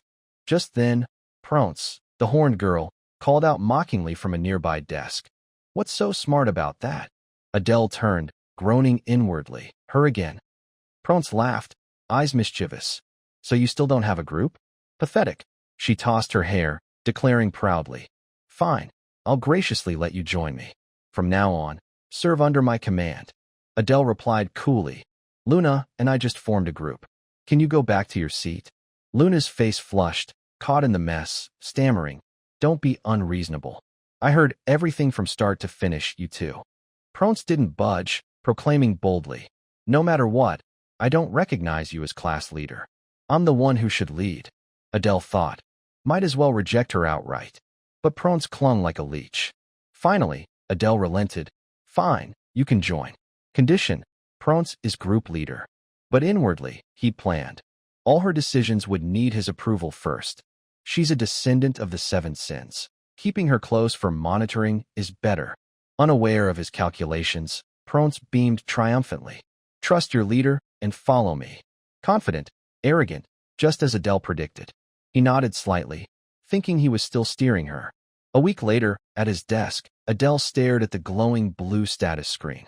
His mana had risen from 1321 to 1322. At least it's something, he noted. But he muttered, still not enough. I need to find a potion soon. Mana aside, he still didn't understand his chaos attribute. Hopefully this week's magic class gives some clues. A wave of exhaustion washed over him. He thought of something else. Kralativ, the small dragon-shaped artifact, lay dormant in its box, recently unstable. Looks like I'll have to carry it with me. Adele sighed. Things are getting messy. Mana's unstable, chaos is unclear, and now the artifact. But he found relief in one thing. Samuel had been unusually quiet. Glancing over, his roommate only huffed absently, his mood unreadable. Despite mounting worries, Adele clung to a faint spark of optimism. Things will work out. The next morning, the bell tower chimed, signaling class. The instructor entered, beaming. Good morning, everyone. Adele glanced at her, thinking, she's unusually cheerful today. Something good. Idea clapped her hands. Today's class is special. We're heading out for practical combat training. Adele raised an eyebrow. Finally, real combat. Idea explained. We're leaving Saidan for a place called Ogon. Adele's eyes widened. He remembered clearly. In the story, Ogon was a prison holding humans who fought in the Human-Demon War, from which no one returned. We're heading to a prison, he thought. Idea continued brightly. We'll travel by dimensional airship. Follow me. The students buzzed with excitement. Going out? This sounds fun, like a field trip. Adele glanced around, sighing, his eyes darkening. They're thrilled just because they think training outside is fun. If they knew what Ogon was, they'd be stunned. For Adele, the training was secondary to what awaited at Ogon, a unique opportunity the novel's protagonist was meant to discover. If I get there first, I can claim it. But he worried. Can I find it without drawing attention under all those eyes? He knew Ogon's guards were no pushovers. As he strategized, Pronce appeared, grinning teasingly. What's with that face? You look like a statue. She giggled, tilting her head innocently. First time training outdoors? Super nervous? Adele nodded. Pronce blinked, surprised. Huh? You get nervous too? Noticing his somber look, she thought. He looks so grim but still gets rattled. She puffed out her chest proudly. Don't forget your awesome team leaders here. Stick with me, and you're fine. Adele sighed inwardly. She really never runs out of energy. But he smirked, thinking, let's see if she's still this cocky at Ogon. Still, he admitted, her noise is actually lightening my mood. The dimensional airship sped forward, its wheels sparking with mana, slicing through the gloomy dimensional layers. Inside, Adele peered through a foggy window, watching misty purple landscapes pass coldly. Ahead, Ogon loomed, a massive, frigid fortress, standing like a scar in the world. Adele clenched his fists, his gaze sharp. This is a once-in-a-lifetime chance. No matter what, I'm taking it. The train's engine roared, sparks flying from its wheels as it thundered into the station. An announcement echoed through the cars. Passengers, we've arrived at Ogon. Please disembark safely. Adele and the other students stepped off, standing before a massive, imposing structure under an ominous purple sky. Idea addressed the group. All right, everyone, we're here. Follow me closely. This is Ogon, the human prison camp. Her gaze swept over their anxious faces. Observing the heavily reinforced cage-like structures, one student remarked on the tense atmosphere, while another, uneasy, whispered, Are we really training here? I've got a bad feeling about this place. A woman with striking features and a confident smile, likely Idea, confirmed. Yes, this is your training ground, Ogon, adding reassuringly, no battles are planned, so don't worry too much. Despite her words, her eyes hinted at something else. Adele, skeptical, thought, saying that while knowing what's coming. That's twisted if I've ever seen it, keeping his sardonic thought to himself. As they approached, 3 stern-faced guards in dark uniforms with red armbands blocked their path. One demanded gruffly, You from Saidan? His tone was laced with suspicion. Idea replied calmly, Yes, here's our permit. She handed over documents as Adele silently noted the guard's aura matched Idea's level, a formidable presence. The guard inspected the permit and ordered, Verified. Follow me. His tone left no room for questions. Another figure, likely a guide or lower-ranking guard, gestured, this way, leading them into the shadows. The students followed through dark, oppressive corridors. A giant centipede scuttled across the floor, unnoticed by most, but desperate cries echoed from unseen cells. Please, save me. I don't want to die, a choked voice sobbed, followed by another, Let me out. The words dripped with despair. A horned student glanced around uncertainly, while another asked shakily, What is this place? A third, covering their nose, complained about a strange smell, their companion adding nervously, Feels like something's about to jump out. Their eyes were wide with fear. Adele, watching their reactions with a faint smile, thought, Looks like they're finally reacting. A grim satisfaction touched his mind. Samuel snapped coldly, Stop crowding in front of me. Keep moving. Adele noted silently, He's not fazed at all. That guy's weird. As they ventured deeper into the foreboding facility, the students pressed further into Ogon's ominous depths. Adele flinched at an unseen stimulus, surprised. Idea announced, We've reached the training site, her voice cutting through the tense silence. They stood overlooking a vast, multi-tiered prison complex, the air thick with despair. Adele, Noting his classmates' shocked expressions, said grimly, "This is Orgon's true nature." Hell. The words hung like a shroud. Flashes of emaciated, bloodied prisoners behind bars flickered in his mind, their forms barely human. Idea appeared confidently, explaining, "As you see, this is a prison for humans who attack the demon kingdom. Each one has killed at least one demon-hardened criminals. Some are even pregnant women or children." Her tone was cold. She gestured toward a chained, gaunt prisoner before them, continuing with a smirk. "You're probably curious about your training. Look closely, everyone." Her eyes gleamed with anticipation. Dark energy swirled around her as she approached the panicked prisoner, who let out choked sounds of terror. Grabbing his face, she ordered, "Swallow your screams. It'll be quick." A glowing green orb materialized in her hand, pulsing with malevolent energy. The students watched in horror as a girl covered her mouth, the prisoner's muffled cries of pain ringing out. Suddenly, he screamed as his body dissolved into black particles, splattering the stone floor with a sickening sound that echoed in the abrupt silence. Adele flinched, muttering a disgusted sound under his breath. "Idea, smug," explained the task simply. "All you have to do is kill a human your way. Easy, right?" Her gaze swept over their pale faces. Some students immediately vomited, overwhelmed by the sight and sound. Yet Adele remained eerily calm, his expression masked as he thought. Even after witnessing such a brutal death, he felt strangely unaffected. Perhaps because he'd synced with Adele. A cold realization. He reaffirmed his resolve. No matter how bad things got, his goal wouldn't waver. He'd survive, fix this world's damned ending, and fulfill Adele's wish. This silent vow steadied him. Idea turned to Adele, the class leader, asking, "Any final words?" Her tone was challenging. Adele approached a cell where a gaunt, chained prisoner cowered, holding a glowing, sinister-looking dagger. He paused, then asked calmly, "Anything to say before it ends?" His voice was emotionless. The prisoner, eyes blazing with hatred, spat defiantly, "My only regret is not killing more of you demons. We humans will wipe you all out." His voice rang with conviction. Adele, his blood-splattered face expressionless from the prior execution, stabbed the dagger into the prisoner without a word. He thought darkly, killing him after hearing that felt even better. Turning to Idea, watching closely, Adele asked, "Is that enough?" His expression unreadable. Idea clapped slowly, remarking, "Perfect." Her lips curled into a satisfied smile. She addressed the remaining students, "Now, as your class leader did, enter a cell and start training." Her voice carried authority. But she quickly added, "Oh, half-demon students, step aside for a moment." Her sharp gaze targeted them. Luna, the pink-haired girl, and another male student looked visibly distressed by the sudden discrimination. Idea ordered, "Stand over there," gesturing to a specific area. Adele observed, "Only half-demons are singled out. So there are more than just Luna and me in this class." But Luna looks really shaken. A detached concern surfaced.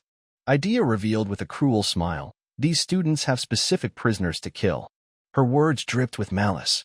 She gestured toward a row of gaunt, kneeling figures. Adele's expression froze as he realized, these prisoners are half-demons. The truth chilled him. Idea continued, her voice venomous, "You need to prove you're different from these traitors." Her eyes held no mercy. A male half-demon student, his face twisted with anger and perhaps fear, shouted, "Do you know how much we've suffered because of you?" and brutally kicked a half-demon prisoner with savage force. Another joined in, yelling, "Why? You deserve to die. Just die." His voice broke with a mix of rage and hysteria. Adele watched the horrific scene unfold, his expression grim as he thought, "So it's begun." The air grew heavier. A chilling hiss echoed through the prison, underscoring the harsh reality of the training.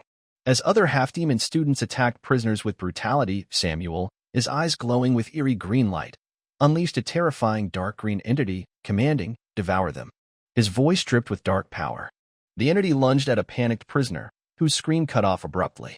Luna cried out in anguish, clutching her head as tears streamed down her face, overwhelmed by the brutality.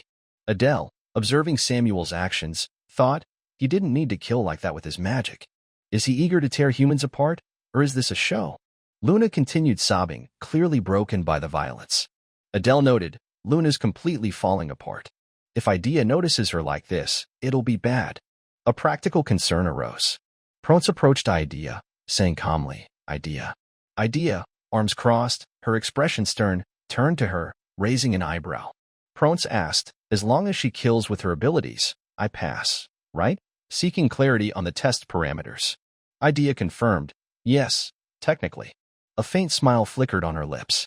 Pronce, with a resolute gaze, said simply, got it. She ordered a human. You're bound to me now. Kill the human beside you. Her voice was absolute, devoid of warmth. Pronce unhesitatingly reached for a panicked, gaunt prisoner, her eyes glowing with eerie pink light as her power took hold. The prisoner screamed, another pleading, don't do this. Their cries were lost in the oppressive air.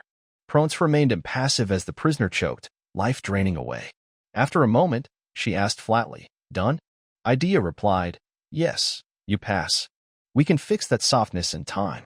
Her assessment was clinical. Adele observed Pronce, noting with a faint hum, she doesn't lack hatred for humans, but she's softer than I expected. A surprising observation. Idea then turned to the last half-demon student, saying icily, now, only one remains, Cadet Luna. Luna gasped, her tear-streaked face pale, trembling uncontrollably. Idea, with a cruel smile, ordered, prove who you are. Her voice cut like a whip. Adele watched grimly, thinking, if Luna can't complete this training, the consequences will be severe. Luna, eyes wide with fear, whispered, no, I can't. Please, let me out. Her plea was fragile against such brutality. Collapsing to her knees, she cried, pathetic. Tears streamed as she wailed that for a man not even worth calling a father, she'd come here to avenge her mother, who lived a hellish life. She could do nothing, her fists clenched uselessly, mocking her own helplessness. Adele approached and asked gently, you okay? Luna looked up, startled by his sudden presence, and asked uncertainly, Adele? He smiled reassuringly, saying, wait a moment. I'll help you with your training, Luna. Facing a grotesque, bound figure, likely a prisoner, Adele declared with calm resolve, let's begin. Luna stared, eyes wide with shock, her breath catching in disbelief. Adele handed her a sinister-looking dagger, explaining that fear was natural, but she had to do this. Luna, trembling, gripped the dagger, her hands shaking uncontrollably.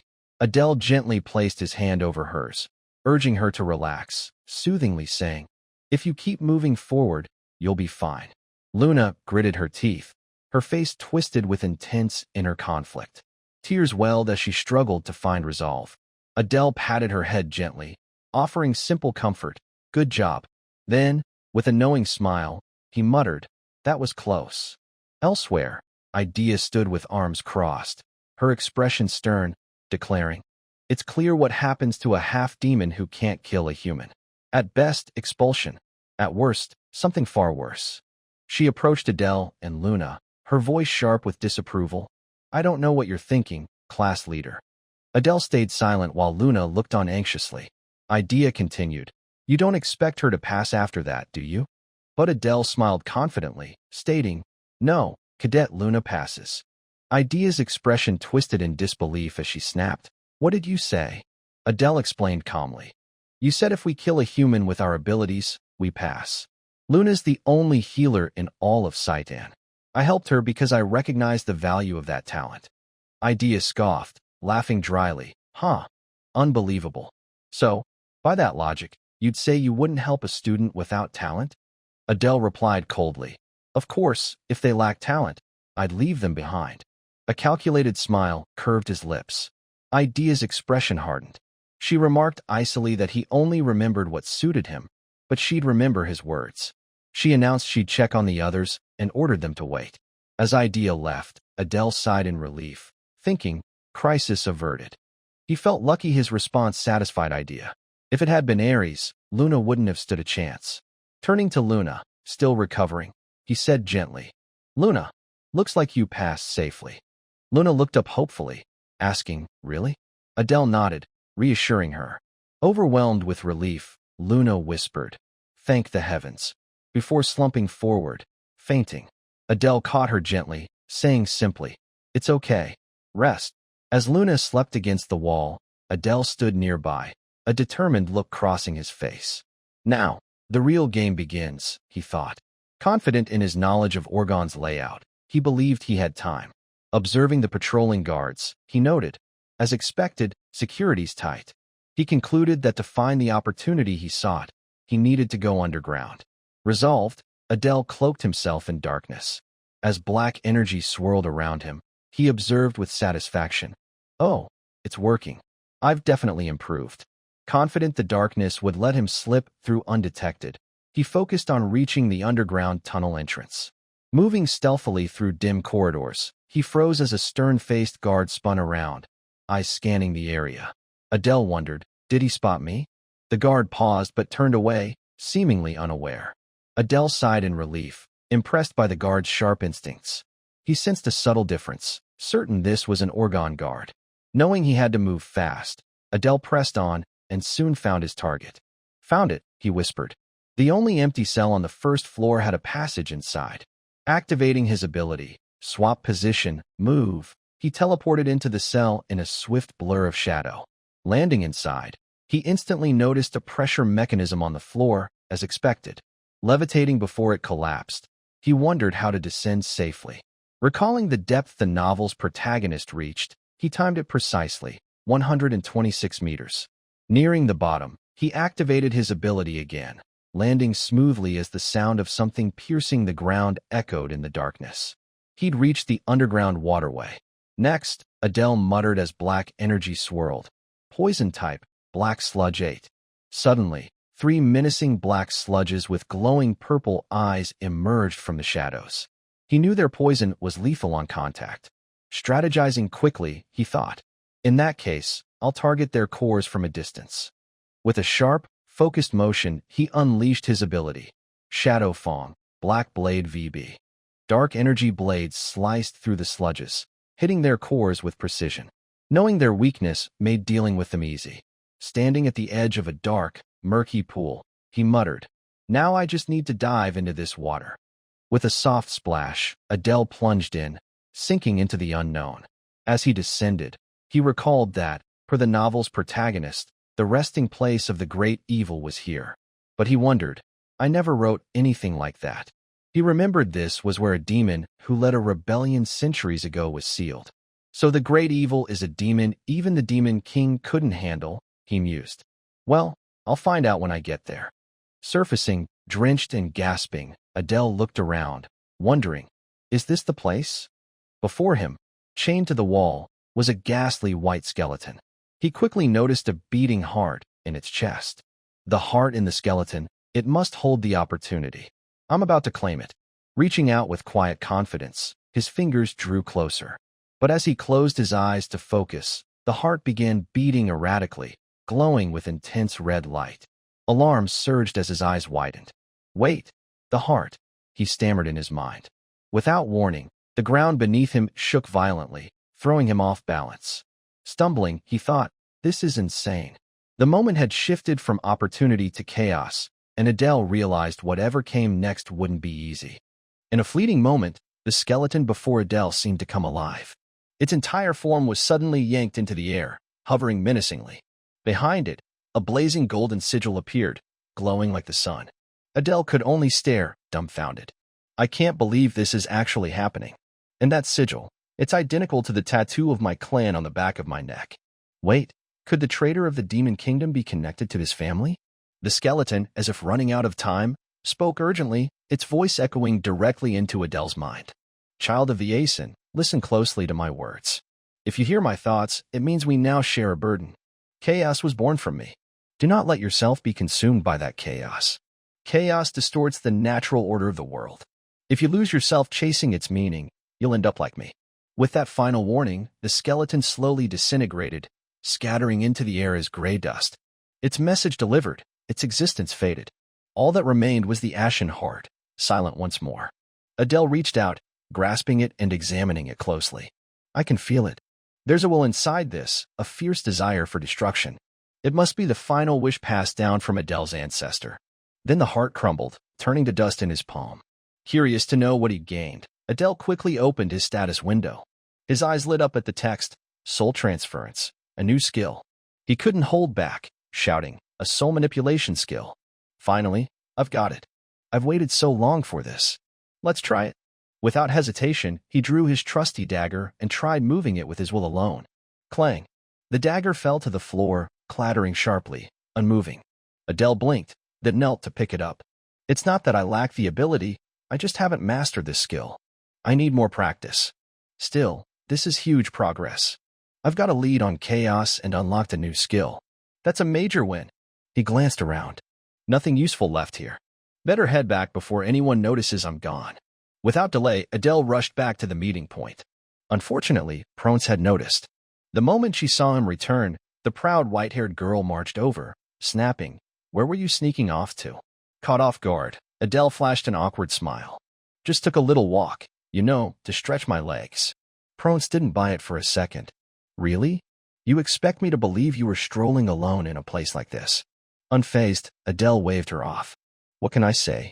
The sight of humans caged behind bars was pretty striking. His nonchalant attitude only fueled Pronce's anger. "Hey, I'm talking to you.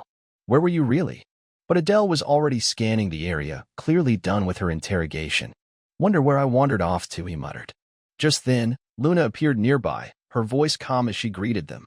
Adele turned to her with a smile. "Oh, Luna, sleep well?" The 14-year-old nodded lightly. "Yeah, I slept great."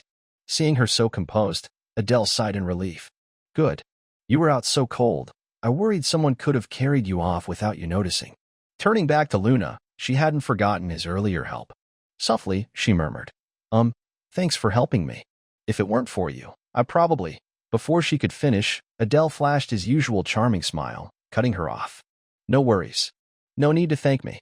It sounded casual, even suave, but behind his friendly mask, Adele's thoughts told a different story. "Now Luna owes me. I just need the right moment to cash in that favor. A little leverage never hurts." Soon after, their wandering instructor returned. Idea, still brimming with energy, clapped her hands and called, "All right, everyone, gather up. Lucky for you, no one failed this time. I'm starting to see some fire in your eyes. But don't get cocky.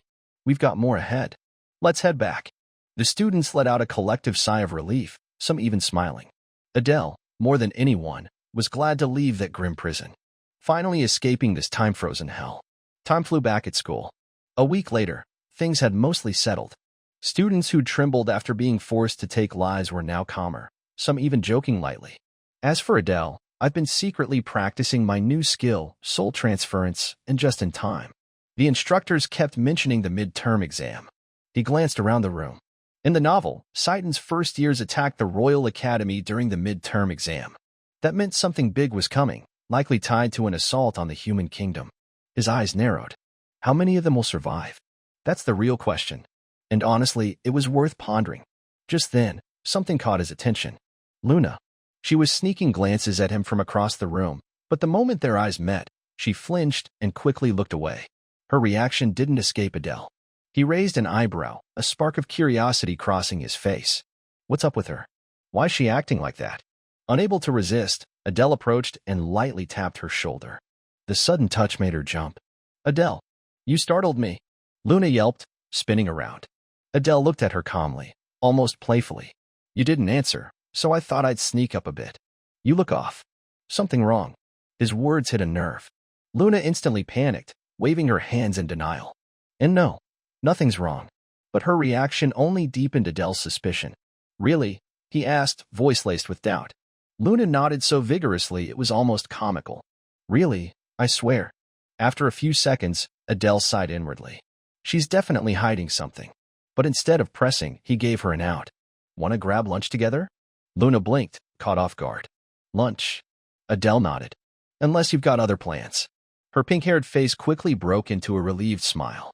No, let's have lunch together," she replied eagerly. That made Adele nod, satisfied. "I'll wait at the dining hall entrance at noon." Her reaction, especially the warmth in her eyes, reassured him. She looks more at ease, a bit fragile, but approachable. She's not scared of me anymore. Seems I've scored some points with her. At noon in Oregon, Adele waited outside the dining hall, but Luna was nowhere in sight. He checked the time again, frowning. Lunch break's almost over. Where'd she go? He sighed. "I don't usually eat alone, but looks like I've got no choice." Back to the dorm to keep practicing, then. Disappointed, he turned to leave but stopped after a few steps. Two familiar figures were approaching from the other side of the path, Renee and Diana. Oh no, his mind froze. Not now. Without hesitation, Adele activated his swap position skill and vanished in a flash of energy just before being spotted. That was close. Renee stopped, her instincts tingling. She narrowed her eyes, scanning the area. Diana, a few steps ahead, noticed and turned back. Something wrong, Renee? She asked. Renee gave the area one last glance, seeing nothing suspicious, then turned to Diana. Thought I saw my escort. Must have been my imagination. Meanwhile, a few bushes away, Adele crouched low, heart pounding. Why are they here? His thoughts raced. Those two are the worst-case scenario. I heard enough at Oregon. If they find out I'm an Aeson descendant, I'm done for. His mind replayed memories. I'm not just a side character in this story. I'm central to the Demon Kingdom's downfall. Worse, I killed the Demon King, him and his wife. If that truth gets out, it's over. Adele bit his lip, slowly crawling back from the area. Only when he was far enough did he sigh in relief. Too close. Too risky. He glanced around the small forest behind the dining hall and smirked. Not a bad spot. Way better than that cramped dorm room. Maybe I'll make this my new training ground. As he prepared to start, a scream shattered the silence. High-pitched, desperate, and painfully familiar. Adele's head snapped up. That voice. Luna. Without hesitation, he bolted toward the sound. Arriving at a small clearing, the sight before him turned his blood cold. Luna stood there, face streaked with tears, her voice trembling. Please. Stop.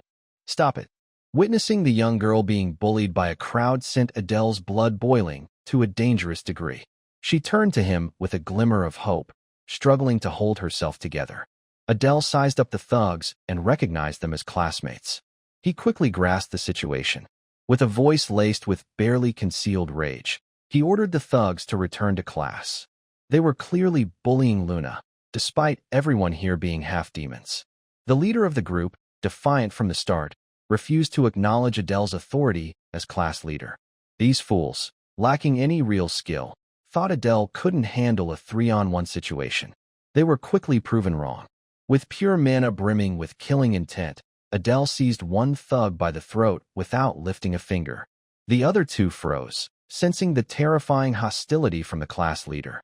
These idiots dared to challenge him, yet a mere taste of his intent left them paralyzed. He dropped the thug to the ground, glaring down at the pathetic worm. Surprisingly, Adele realized he'd underestimated one thug on the sidelines. The boy with a spiderweb tattoo on his cheek showed no fear, calmly analyzing Adele's every move. After teaching one a lesson, Adele advised the thugs to stop embarrassing themselves and leave. Hearing them yap more, he issued a final warning, giving them one last chance to shut up. It was still lunchtime, and he didn't want to see their guts before eating. Limping away, the three fools retreated with their tails between their legs. The boy with the spiderweb tattoo remained calm and composed, eyeing Adele cautiously. Such composure was unusual for a student. Besides Luna, Class A might have another rough gem. As the thugs left, Luna ran to her savior, expressing heartfelt gratitude. Held up too long, their lunch plans had to be postponed. Class was about to start, so they needed to hurry back. He'd heard they'd be learning real magic today, so he didn't want to be late. Day by day, Luna grew closer to her fox-eyed savior. Minutes later, Instructor Robol entered the classroom and announced excitedly that they'd begin learning practical magic. Today's focus was two techniques, invisibility and silence, skills that shouldn't fall into the hands of perverts. Coincidentally, these were Adele's specialties. The purpose was simple: how to handle someone stronger on the battlefield. Sometimes, assassination was the only way. For some, such shady methods weren't a choice, but a necessity. Currently, no student in Class A could defeat a human hero in direct combat. To start, Robol demonstrated invisibility. He carefully explained how to heat their demon tattoos slowly, circulating and releasing mana gradually. Even with low mana purity, they had to spread a thin, even mana cloak over their body. Failure to do so meant failure. After executing every step perfectly, the instructor vanished without a trace. That must be why no one noticed Robolt enter during Adele's clash with Samuel. Reappearing exactly where he vanished, he tasked the students with wrapping mana around their bodies. First, they had to close their eyes and focus entirely on manipulating mana precisely, a difficult task. It required patience, as even accidental success after a few tries wouldn't let the caster see their own body. Each student poured their full effort and mana control into the task. Roble estimated it would take over a day for one of these kids to achieve any success. One standout was Laurel Fron. With her deep cyan mana pool and strong control, she was unsurprising as a child of the Seven Sins. More impressively, Samuel, the notoriously defiant boy, showed remarkable control. His body was already fading. He must have a natural talent for this technique. For average students, a week of practice was the threshold to grasp invisibility's complexity. Fron and Samuel were at genius level. While busy praising the rich kids, Roble noticed a standout student missing. The chaos attribute Kid Aries had warned him about. Looking at Adele Pixie's seat, his physical form had completely vanished. Roble recalled the boy was there at the lecture's start. While the instructor panicked internally, Adele effortlessly maintained invisibility, thanks to his body's latent talent. Invisibility magic was too easy to master, and he was already thinking of blending his chaos attribute into it. The invisibility and assassination skills discussed today weren't enough to handle truly powerful foes. He needed a stronger killing method. Back at the dorm, Robold intercepted Adele in the hallway. He only wanted to know if Adele had practiced magic before enrolling at Sidon. Seeing no harm, Adele admitted he was new to magic but could always use his innate talent. Recognizing a generational talent, Robold invited Adele to visit his lab often. The LeBron of Invisibility praised Adele's exceptional potential in magic and the untapped possibilities of his rare chaos attribute. Adele might excel at assassination, but exploring other paths wouldn't hurt. With plans for today, he promised to visit Robolt's lab another time. This would help his school life if he kept up his guise as a magic genius. In the dorm, Adele needed to handle something before the midterm exam. To do so, he needed a technique beyond mere invisibility. With Samuel absent, it was the perfect time to practice. If events followed his novel, a human spy was hiding in the Demon Kingdom. He couldn't let them spot him. Adele had to find and kill that spy at all costs. A high-level spy would be tough, so mastering his trump card was key. Beyond simple invisibility, he aimed to both exist and not exist simultaneously. With a perfect blend of compatible attributes and mastery of basic invisibility, he succeeded after a few tries. The technique was so effective he couldn't see himself anymore. As his existence and presence dissolved, Adele felt an ominous foreboding. Perhaps he'd overdone the non-existence part of this technique. And now, he was struggling to breathe. His body felt alien, and his instincts screamed to dispel this dangerous magic. As he tried to disperse the mana, he found he couldn't forcibly shut it off. He needed to do it now, or he'd vanish from existence forever. Focusing all his strength to regain control of his mana, he managed to dispel the modified invisibility after several attempts. In that state, his sense of time and all his senses dulled. It was truly terrifying to lose control. Worse, his mana was severely depleted, making it harder to stop this erasure technique. Had he not regained control in time, he could have been swallowed into nothingness entirely. The experience made him understand why his ancestor warned about being consumed by chaos's power. Still, he couldn't abandon such a promising trump card. A brand new technique, blending a renowned spell with his chaos attribute, would be a deadly weapon in his hands. He dubbed it absolute invisibility. Suddenly, while gasping from exhaustion, his infuriating roommate burst in and kicked him hard. Samuel shouted angrily, but Adele couldn't make out a word. Thinking back, he couldn't hear his own voice either. The worst-case scenario crept into his mind. Had he lost his hearing? After things settled in the dorm and his hearing returned, Adele decided to continue practicing the new technique on Sighton's outskirts. This time, he controlled absolute invisibility better. Fortunately, the backlash didn't cost him hearing but his sight.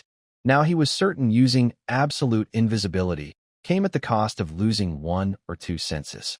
He'd tested and refined the spell over a week, experiencing loss of hearing, taste, touch, and now sight.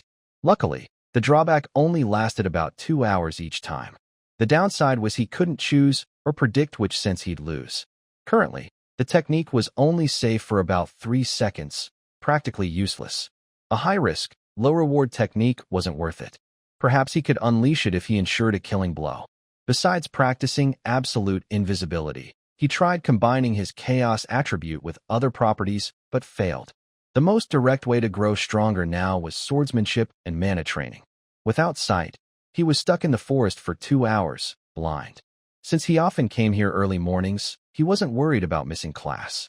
Class A was overseen by the strict instructor Aries. After regaining his sight, Adele had to line up and run like his life depended on it. Weeks had passed, and class was all physical training instead of swordsmanship. After a grueling fitness session, Aries ordered the students to gather. As class leader, Adele was used to relaying the instructor's orders to his classmates. Naturally, this always irked the muscle-bound jerk, still bitter about Adele's appointment to the role. Clearing his throat, instructor Aries announced they'd cut back on fitness to start formal swordsmanship training. Adele wasn't the only student thrilled to hear running would decrease. Today's swordsmanship lesson began with a demonstration. Drawing his sword, Aries motioned for the class leader to step up. Adele had no choice but to comply. Aries brusquely asked if he could already channel mana into a sword. Adele honestly answered he could. Aries sternly ordered him to go all out with mana-infused sword strikes and attack. To level the playing field, the instructor would use no mana, only pure strength. Knowing the man's grudge, Adele was sure he wanted to stage a humiliating scene. Before attacking, Adele confirmed Aries would only use his sword. With that condition, Adele drew his trusty dagger. Though allowed to use mana, using his innate attribute might be overkill. For now, he wanted to probe the instructor's skill. From the start, he saw Aries' stance had no openings to exploit. In the human world, he'd be a high-tier expert, but in the demon kingdom, swordsmanship was judged by mana channeled into weapons. Ranks meant little here. Channeling mana into a weapon wasn't easy, and Adele knew the instructor underestimated him, bruising his ego slightly. If so, Adele just needed to exceed expectations. Lunging like an arrow, he aimed for the right carotid artery for a kill. Naturally, landing the opening blow wasn't easy. Aries easily dodged by shifting his angle. The second phase of the attack began as Adele spun the dagger's handle, circling back with a swift follow-up, confident he could land a critical hit. Aries stared and insulted his unpolished technique. The instructor flexed his massive muscles and blocked the dagger without raising his sword to defend. Then, a brutal counterattack to the spine sent Adele crashing to the ground. The class watched as Aries used excessive force in a simple demonstration. Adele's fall left a large crater in the training ground. He coughed and gasped, lungs collapsing from the ruthless counter. Not stopping, Aries raised his sword, seemingly aiming for the student's neck with killing intent radiating. Adele sensed death approaching. From the crowd, Luna anxiously called his name. With one hand raising his heavy sword overhead, Aries brought it down with a devastating strike meant to annihilate. The impact shattered the training ground's floor. Even Samuel realized this was too violent for a swordsmanship lesson. If that depraved jerk felt that way, something was clearly wrong. Fortunately, Adele had infused mana into his body and rolled out of the strike's range just in time. Through telekinesis, he deflected the sword at the last moment to survive the brutality. A split second earlier or later, and he'd have been cleaved in two. Aries sensed the disruption in his blade's path. Adele stood, confronting the hulking man for trying to kill a student without cause. Aries casually pulled the dagger lodged in his chest as if it were nothing, calmly dismissing the accusation. He tossed Adele's dagger to the ground and ordered him back to the line, telling him to shut up. Then, the bastard instructor asked the class leader how it felt to face someone of his caliber head-on. Adele didn't mince words, stating that what happened was the tactic of the week. Explaining further, he was allowed to use mana, but his opponent had limited himself. He deduced that Aries wanted to show the class that the only way for the weak to defeat the strong was to be willing to sacrifice themselves for damage. By Adele's estimate, Aries could have easily dodged his final blow but chose to take the dagger, as if planned from the start. Surprisingly, Aries acknowledged Adele's answer as correct. He wanted to drill into the students' heads that the human world was full of terrifyingly powerful individuals. Defeating them without taking risks was nearly impossible. Demons had to lull such strong foes into complacency and, when necessary, boldly expose weaknesses for a surprise attack. What he taught wasn't noble swordsmanship. In the real world and real war, such things didn't exist. Aries wouldn't teach flashy swordplay, only what led to victory. From now on, they wouldn't be limited to swords. This was a weapons class. He implied death didn't matter as long as victory was secured. Aries was planting this idea for the mid-term exam. By now, the human Royal Academy's instructors were surely on high alert. The human spy must have leaked Saiten's current situation. In the novel, Saiten students would fall like flies, while Royal Academy students emerged unscathed. Aries might suspect Adele was the spy. To clear his name, Adele had to find the traitor first. After the ostentatious display, Aries dismissed the students. While others returned to class orderly, Adele stayed put. Aries eyed him with irritation, asking if he planned to rebel over what happened. Adele smiled, denying the ridiculous notion, but as Aries turned away, his concealed hostility flared. He couldn't rely on someone who suspected him of being a spy. Aries also despised the ruthless, assassin-like side Adele showed from day one. Adele couldn't suppress it. His killer instincts had fully merged with him. They were necessary to gain enough authority and power to suppress the seven sins' might. However, if Aries kept crossing lines like in the training ground, Adele would find a way to make that musclehead pay. While plotting revenge against the instructor, Luna approached, sensing a trace of his leaking killing intent. He apologized for startling her again, this time unintentionally. She came to make up for their missed lunch date. Today seemed like a good day. Adele gladly agreed, lighting up Luna's face. In the dining hall, they ordered lavish dishes fit for nobility. It had been a while since Adele ate anything this fancy, even for lunch. The table was laden with delicacies. Luna worried that wasting food might anger the gluttony god. As they prepared to eat, the thugs Adele had disciplined earlier walked in. They noticed Adele and Luna, but before causing trouble, Adele waved with a smile, making the three fools decide not to engage. Unlike the other two, Spider-Boy remained intrigued by Adele. Seizing the moment, Adele asked Luna what happened with those three. She confessed she'd been bullied by other half-demons. She didn't know why. They just started mocking her at some point. She blamed her weakness and lack of special physical abilities. Perhaps she didn't realize the true value of her healing powers. Luna added that the three never hit her, only hurling insults when passing by and occasionally taking her money. Hearing about her miserable situation, Adele advised Luna to stick close to him from now on. Luna insisted she didn't need protection, only to prove she wasn't betraying demonkind. But that was all the more reason for them to stick together, as Adele was investigating. He asked what Luna knew about the boy with the spiderweb tattoo. Maybe he was from Hunter x Hunter. According to Luna, his name was Kyle. The name jogged Adele's memory of a character named Kyle in the novel. Probing further, you learned Kyle was a pure-blood demon but hung out with half-demons. In Luna's eyes, he was especially terrifying, looking at her like she was a repulsive bug. Wasn't that how they looked at humans in Oregon? Kyle shot to the top of Adele's spy suspect list. He briefly considered requesting a data sheet to confirm, but figured it might be a waste of money. To avoid more headaches, he'd check himself. He already had plenty of data on this spy. Adele stood, approached the three fools' table, and greeted them politely. They reacted with a mix of fear and hostility, while Kyle remained impassive. Casually, Adele mentioned hearing about a first-year girl at the Royal Academy. Kyle stayed focused on his meal. Adele added that she was a half-demon with a living relative, an older brother. At that, he sensed Kyle tense in his seat. To provoke a reaction from the suspect, Adele dropped the name Ray with a venomous tone. In that moment, Kyle likely realized his cover was blown, and Adele was a far bigger problem than he'd anticipated. Things were about to escalate too far. The green-haired thug, eyes flashing with ferocity, stepped close, his iron grip clamping onto Adele's shoulder as he roared, voice thick with rage, "Can't you just get lost?" Before he could finish, Adele, with an icy glare, seized his tie, yanked hard, and slammed him down onto the wooden table where Kyle sat. The impact thundered like a storm, splintering the table, debris scattering everywhere. The green-haired thug collapsed, head spinning, eyes dazed, blood trickling from a gash on his forehead. Before he could recover, Adele twisted his wrist with practiced precision, his gaze sharp as a blade, and spoke in a low, menacing tone, so that name was right. On the ground, the thug clutched his head, blood streaming through his fingers, howling in pain, his voice cracking with fear and humiliation. Right after Adele's words, Kyle, barely containing the fury boiling within, slowly stood. His gray eyes were deep, like a storm held back, betraying no emotion. Without a word, he turned and walked away, his tall silhouette etched against the dim hallway. Watching him go, Adele affirmed to himself with a subtle smile, "Found you." The three gathered in an old bathroom, the flickering fluorescent light casting a weak glow from the ceiling.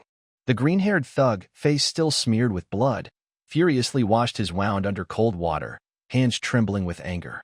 Suddenly, he slammed his fist into the wall, the impact echoing in the cramped space. He growled through gritted teeth, "Damn it. That filthy half-breed again." Turning to Kyle, his eyes blazing, he shouted, "You're gonna get revenge, right?" Kyle, still brooding, didn't respond, his cold eyes staring into the void as if lost in deep calculations. Seeing his silence, the green-haired thug's rage flared, stepping closer, voice sharp. "What's that? Why aren't you answering?" Kyle remained silent, his face as still as stone. Enraged to the breaking point, the thug lunged, shouting, "You're the one who said not to trust half-demons, yet you're cozying up to them. Now you're ditching us." He grabbed Kyle's collar, yelling, "You cowardly bastard." But as the words left his mouth, Kyle, like a beast provoked, spun with terrifying speed, seized the thug's head, and smashed it into the brick wall. The dry crack resounded, followed by the thug's pained cry. Unrelenting, Kyle, his face twisted with fury, slammed the head again and again, each strike rhythmic like the heartbeat of a destructive machine. The wall began to crack, debris crumbling to the floor. The blonde thug nearby, face pale, watched in horror. Finally, as the wall was stained with blood, Kyle stopped, still gripping the thug's head, his voice low and laced with killing intent. "You pests are too annoying." The blonde, trembling, stammered, "Hey, Kyle, what are you doing?" At that moment, Kyle seemed like a different person. His eyes glowed red, like fresh blood, as he glared at the blonde, who collapsed in fear. Kyle roared, voice ice cold, "Get out of my sight before I kill you all." The two scrambled to support each other, stumbling out of the bathroom, leaving Kyle alone in the eerie silence. He approached the sink, splashing cold water on his face, the icy chill restoring some clarity. Staring into the mirror, his reflection blurred, he muttered to himself. How did he know? His cognitive dampening spell and disguise magic were flawless, cast by the best mage. As a half-demon, the odds of his identity being exposed were slim. Could Adele be a human spy? No, the Barrist clan vouched for his identity. A haunting question gnawed at Kyle. "Adele, who the hell are you? How do you know about my sister?" His eyes turned feral, murderous thoughts rising. He cursed inwardly, "I'd better kill him before he exposes me." Night fell, and in the darkened dorm, Kyle laid out weapons on an old wooden table, the oil lamp's light glinting off sharp blades. He checked each one, fingers gliding over the metal, ensuring perfect sharpness. In his mind, he planned, to kill him, I need to be thorough. First, he had to send the intel he'd gathered. His identity seemed compromised by Adele. As he prepared to write a letter, the door burst open, Adele striding in with a forceful push, startling Kyle. Adele, looking exhausted like he'd run a marathon, sighed, voice light, "Haha, almost late." "Kyle?" I sharp, asked, "How'd you know to come here?" Adele adjusted his clothes, flashing a relaxed smile, "Nice night, isn't it?" As Adele approached, Kyle, without hesitation, hurled the pin he held, shouting, "Nice, my ass. Without you, it'd be a peaceful night." The pin shot forward, but Adele sidestepped effortlessly, catching it, his voice calm, that was uncalled for. A sudden explosion erupted behind Adele, making him flinch. A brilliant golden energy orb streaked toward him, fast as lightning. Adele dodged, realizing Kyle had attacked. He smirked, voice mocking, "Dual element magic? Energy orb? Not even hiding your identity anymore? Using magic means you're a half-demon, and this form is fake." Kyle, not denying it, replied coldly, "That's right. You even found this secret place, so you know everything, don't you?" Adele grinned, eyes gleaming, "Guess so." Furious, Kyle unleashed more magic attacks, shouting, "How do you know about Ray?" Adele, with astonishing agility, dodged each strike, running while thinking, worried about his sister first in this situation? Makes sense. Kyle's not acting for humans. A sister with a rare condition, mana pooling in her heart beyond her body's capacity, drove him to work with humans to cure her terminal illness. Facing Adele's evasive stance, Kyle kept launching fierce magic, yelling, "Answer me." Adele didn't fight back, only dodged. But a thought sparked. Why not uproot it all? His lips curled, and he adjusted his clothes, saying calmly, "Know what? How could I know? I've never even met your sister." "Oh, but her pitiful smile when she's about to cry is beautiful. So beautiful I want to crush it." At that, Kyle's body shook with rage. His eyes blazed red, lips pressed tight, his mana like a volcano ready to erupt. Unable to hold back, he roared, "You damn dog." Adele, unfazed, replied, "Use the right words to be a spy. Damn Cerberus fits better." The taunt was like pouring oil on fire. Kyle clenched his fists, shouting, "Shut up." He thrust both hands forward, forming a massive glowing magic orb surrounded by crackling lightning, yelling, "I'll rip every bit of info you know before I kill you." Seeing Kyle lose control as planned, Adele smirked inwardly. He's hooked. Turning, he mocked, "Try it." Kyle launched the orb at terrifying speed. But Adele wasn't passive. In a flash, he used his swap position skill, swapping places with the orb. The wall behind where he stood shuddered from a violent explosion, smoke and dust billowing. Kyle, stunned by his opponent's ability, muttered, "So you can teleport? Hard to believe even seeing it." Adele smiled. "Close enough. You've investigated me so thoroughly, you must know it all, right?" Regaining composure, Kyle said, "So you've known my identity all along, haven't you?" Adele nodded. "Something like that." Kyle, eyes cold, stepped closer, voice low. "I see." In that case, Adele thought, he's finally realized he can't win. But contrary to his assumption, Kyle gritted his teeth, an immense mana surge erupting around him. Countless golden magic orbs appeared, wrapped in crackling lightning, shaking the space. The sudden move startled Adele, his eyes flashing with wariness at his opponent's terrifying power. Seeing countless glowing energy orbs swirling around Kyle, Adele mutters to himself, "Third circle multi-magic? At least 20 strikes. Easier than I thought." A faint smirk curls his lips. Almost suspiciously easy. Kyle remains intensely focused, his icy eyes locked on Adele. The orbs, radiant like tiny stars, hover around him. Without hesitation, he swings his arm, commanding them to surge toward Adele, roaring, "Die." The orbs scream through the air, aimed at Adele's body. But just as they're about to hit, Adele silently activates his position swap skill. In a flash, he vanishes, replaced by an energy orb at his former spot. Kyle's orbs, now targetless, slam into the stone wall behind, triggering a dazzling explosion that shakes the space. Spotting Adele charging forward, Kyle grins with satisfaction, his eyes gleaming triumphantly. "I've been waiting for that trick," he shouts. But before he can savor the moment, Adele uses position swap again. In an instant, he appears behind Kyle, swift as a shadow. Kyle spins around, stunned. How did he chain them? Before Kyle can finish, a dense wave of dark magic erupts from Adele, enveloping the area.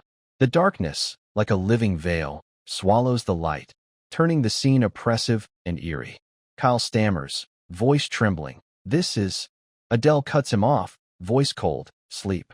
Without giving Kyle a chance to react, Adele strikes the back of his neck. Kyle collapses, unconscious, his body slumping onto the cold ground. Adele exhales, muttering, "Phew, finally got him." Scanning the items Kyle had prepared, he remarks, "All this just to kill me?" His gaze lingers on Kyle's unconscious form. A thought flickers, should I kill him now? But he dismisses it. "No, I need the information he's got. Killing him would make Ray an enemy. Kyle's manageable, but Ray, that's another story." In Adele's mind, Ray's image is vivid. With the protagonist's help, she's become a powerful contractor, cured of her fatal illness. The dragon heart gave her immense mana control, turning her into a grand mage, a legendary heroine. If Ray sought vengeance for her brother, even Adele would struggle to escape unscathed. Their bond, it's that strong. He muses, eyes pensive. He notices a small device nearby, resembling a camera. A one-way communication device, no status updates. They probably still think Ray's suffering. Turning to Kyle, his voice lowers. "But that doesn't mean I'm letting you go. If only there was a way to make you obey." Kyle stirs, showing signs of waking. A sly smile crosses Adele's face. "Got it," he thinks. "There's a way." Kyle opens his eyes, scanning himself and finding no injuries. Glaring at Adele, he snaps, "What's your game?" Adele raises an eyebrow, feigning surprise. "Game? I don't follow." Kyle roars, "Why didn't you kill me? Why let me wake up?" Adele smiles, his tone gentle but laced with danger. "Oh, I was waiting. Did you think I'd just stand there?" He pulls a small dragon from his sleeve, its body radiating thick, dark magic, making the air heavy. Kyle freezes, trembling, stammering. What the hell is that?" Adele smirks coldly. "You recognize it, don't you?" Kyle, panicked, shouts, You can control poison parasites too?" Adele nods, "Exactly." Holding up the dragon, he continues, "This is called a lethal sting. A slight trigger, and it can kill its host. But it only works properly when implanted in two people. Kyle bolts upright, eyes wild. Lethal sting. What did you do to me? A horrifying thought hits him. He yells, wait, 2 people? Don't tell me. Adele nods calmly. As you guessed, the others in Ray. Kyle shakes with rage. Adele continues casually. Her body's fascinating. Her mana sensitivity is so high it's overwhelming. Made implanting the parasite much easier. Kyle trembles violently, speechless, frozen in place. Adele adds, voice soft but commanding. Her condition's dangerous, but not incurable. Kyle snaps out of it, blurting, so? Adele interrupts. If it's me, I can cure her. Kyle glares, skeptical. You? Do what even the tribe's grand mages couldn't. Adele smiles, raising a finger. Dark mana surges from it, rousing the tiny dragon, which devours the mana like a starving beast. Adele explains slowly. The Bears clan's parasites feed on the host's mana. Ray's heart can't handle her immense mana, but the parasite absorbs it. Knowing so much about Ray, you think I can't make you submit? Watching the dragon drift back to sleep after its meal, Kyle feels his body go limp. A realization dawns. This parasite is actually saving her. Looking at Adele, he says shakily, what do you want from me? You wouldn't talk this much and let us go unless you want something. Adele steps closer, his aura heavy with menace. Sitting down, he locks eyes with Kyle, voice icy. I don't like your attitude. But don't forget, your life and your sister's are in my hands. Under the crushing pressure, Kyle grits his teeth, trembling. Finally, he nods, understood. Adele smiles, satisfied, standing up. I want 2 things. Kyle frowns. 2. Adele glances at the communication orb nearby. First, send a false message to the Royal Academy. Say Saiten's plotting to attack the 3rd-year hero candidates. Kyle protests. You're targeting other years, aren't you? I can't agree to that. Adele reassures. I get your concern. You're worried because Ray's at the academy. Cooperate, and I'll ensure her safety. Kyle's fists clench, trembling. He nods. Fine, I'll send the false message. What's the second? Adele replies instantly. Leave this place. Kyle freezes, stunned. You want me to leave Saidan? Adele nods. Yes. I need you to do something outside. Regularly gather and report rumors about hidden regions in the demon realm. Kyle agrees immediately. Fine, I'll give you what you want. Adele feels a surge of satisfaction, easier than I thought. A little lie, and when the fake message is exposed, Kyle's done for. Using his scouting skills is just a bonus. But Kyle interrupts his thoughts, voice low. I have one condition. Adele startles. What? He's daring to make demands now? He asks calmly. What condition? Kyle grits his teeth, resolute. Write a demon pact. If you refuse, kill me and my sister. I don't care. Adele's stunned, thinking a demon pact? Under the name of magic, an established pact creates an unbreakable bond. Breaking an oath sworn to the demon god costs one's life. Adele stares at Kyle, thinking, risky, but this is the surest way to control him. Seeing Adele's silence, Kyle frowns, suspicious. What are you planning? Adele smiles coldly. Fine, I accept. In his mind, a plan forms. If I slip a small loophole into the pact, breaking it won't be too hard. He turns to Kyle, voice steady. Only a Grandmaster Mage can craft such an item. Got any more? Kyle shrugs, curt, none left. Adele laughs, eyes glinting with mockery. Haha, aren't you overly confident? Kyle glares, challenging. A guy like you shouldn't have trouble finding one, right? Adele grits his teeth at Kyle's defiance, muttering, knew it. Gotta do it myself. He thinks, someone's bound to have it. The question is who? A sudden idea strikes, right? Instructor Robolt might. He speaks up. All right, I'll try to get one today. Extending his hand, he adds firmly, meet me here at dawn tomorrow. Kyle hesitates, eyes wary, then shakes hands, sealing the deal. They part ways. As Adele walks off, a smirk creeps across his face. Looks like I just got myself a useful dog. Kyle, meanwhile, grits his teeth, cursing inwardly. Damn it. Further along, unease stirs in Adele. Even if I trick them with fake info through Robolt, I'm not guaranteed to ace the midterm. Imperial University, no matter what I do, the odds of success are near zero. He clenches his fists, resolving, still, I have to try. The scene shifts to Professor Robolt's office. Robolt is engrossed in research, eyes fixed on a pile of documents. A sudden noise startles him.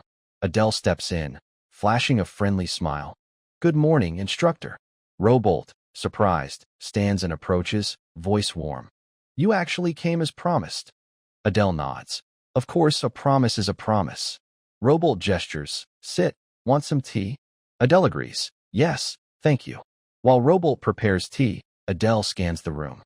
Shelves brim with documents, mana-glowing magical tools, and ancient ritual symbols carved on the walls. Not just books, rituals too. Truly a mage's lab, Adele muses, impressed. Minutes later, Robolt brings a steaming teapot.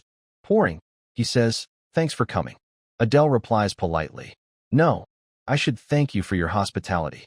Cutting to the chase, "But why did you need me?" Robolt's face turns serious. Adjusting his glasses, he says, "It's a significant matter." Adele ponders, "Not trivial, then. Should I probe?" He tests, "Worried I'll leak something?" Robolt denies, "No, it's not that.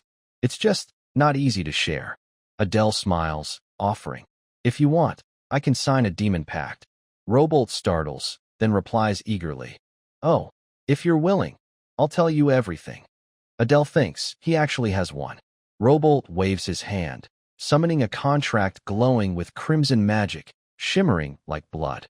He presents it to Adele, who's stunned. "That easy?" The contract states, Adele must not disclose Robolt's research and must assist until significant results are achieved, in exchange for payment. The terms are clear. Adele asks, "You prepared this already?" Robolt scratches his head, chuckling awkwardly, "Huh?"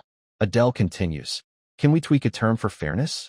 If the research exceeds my ability, I can stop and return all payment." Robolt nods. "Reasonable. What compensation do you want?" Adele replies instantly, "A demon oath pact and 3 high-grade mana potions." Robolt strokes his chin, pondering. Adele thinks, "High-grade potions restore full mana instantly. Perfect for now." After a moment, Robolt amends the contract and hands it back. "Got it. That's cheaper than an elixir. Just sign." Adele takes it, confirming, "Just my name, right?" Robolt nods, "Yes." Before signing, Adele asks, "I'm curious. Why me? There are better students." Robolt replies calmly, "I've asked second and third years, but most were useless. I even asked Samuel from first year, but he refused, said it's a hassle." Adele chuckles inwardly, classic Samuel. After signing, he hands the contract back. Done. He thinks, "I'll need a pseudonym without Arsene soon." The contract dissolves, turning into crimson mana that surges into Adele's heart. The pact is sealed. Adele feels a new energy, exclaiming, "So this is how a demon oath feels." Robolt grabs a book from a shelf, saying, "Done.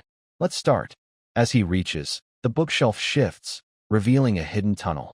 Adele, amazed, mutters, "A secret like this? Does Saitan, the headmaster, or other instructors know?" Seeing Adele hesitate, Robolt urges, "Come on. This is the place." Adele follows, observing. "An underground secret lab?" Robolt points to a book on a table. "This is what I'm studying." Adele asks, "This book?" Robolt nods, "Yes. Some believe it's an artifact." Adele mutters, "An old book? Looks like an ancient manuscript." Opening it, he finds most pages blank. He looks up. "This is..." Robolt confirms. "As you see, most pages are empty, but the last page has text." Adele asks, "Where'd you get it?" Robolt replies, "Found it in an abandoned house in the western desert, buried in fine sand." Adele frowns. "An abandoned house in the desert?" Robolt continues, "Based on a nearby oasis, I think it was once a village." Adele nods. "So, besides the book in ruins, the village vanished without a trace?" Robolt confirms, "That's my only conclusion for now." Adele muses, "Interesting.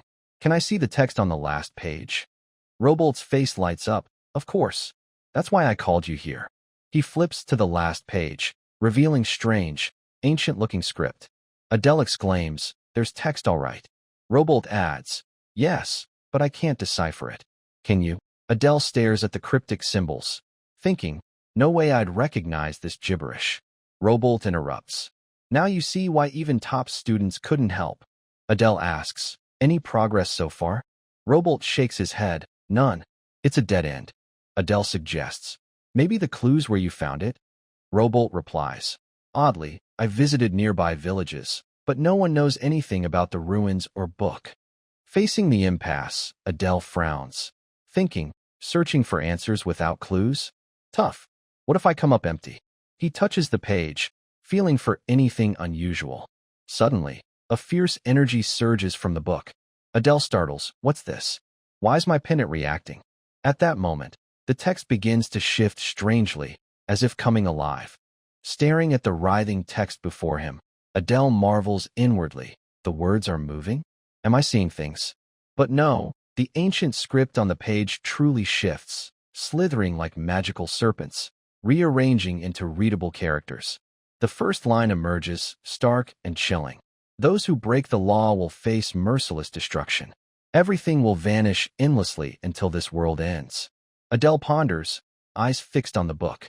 I can read it, but I don't understand a damn thing. He touches the pendant around his neck, feeling a strange energy pulse. The pendant's reacting, it's definitely tied to the demon god. Noticing Adele's silence, Robolt speaks, curious, something up? Adele looks up, calm. I've deciphered the text. Robolt startles, what? Adele explains slowly. It talks about breaking laws, but the rest, I can't fully explain yet. Robolt peers at the book, eyes gleaming. As expected, the syllables align perfectly.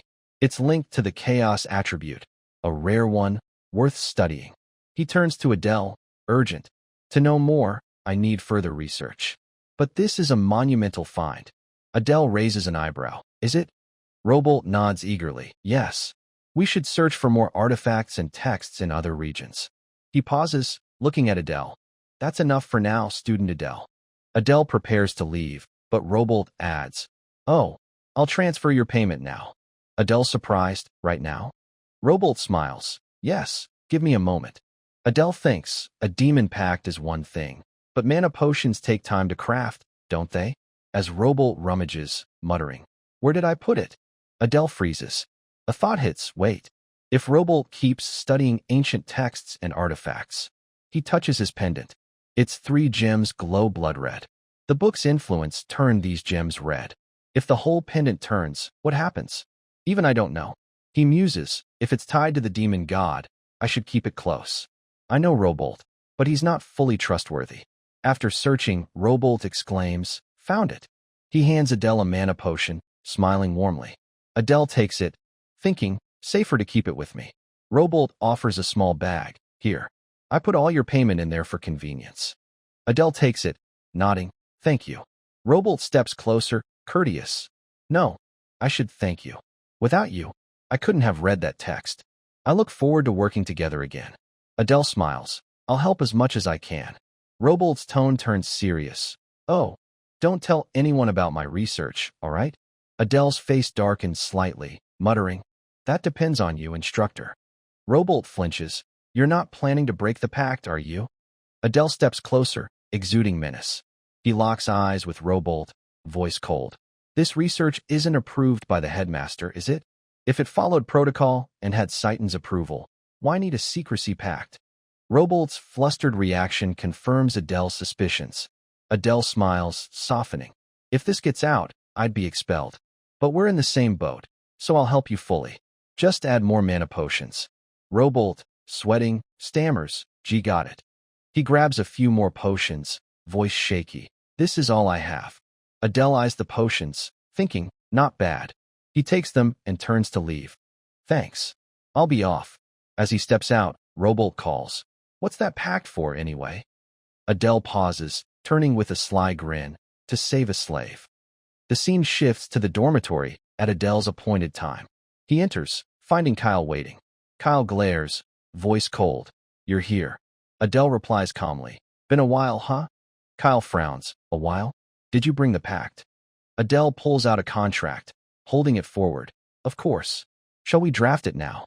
Kyle takes it, marveling. No way. You actually got it in a day. Adele smirks. You told me to find it, and now you're surprised? No backing out, or you'll regret it. Read it and sign. Kyle scans the contract. It states, Adele will not harm Kyle or his sister Ray. Ray's illness won't relapse. Kyle will prioritize Adele's orders, but Adele won't command anything life-threatening. After reading, The contract dissolves into crimson energy, surging into Kyle's heart. Adele smiles warmly. The deal's sealed. He pulls out a small paper, adding, "Here's your first order." Kyle nods. "Got it.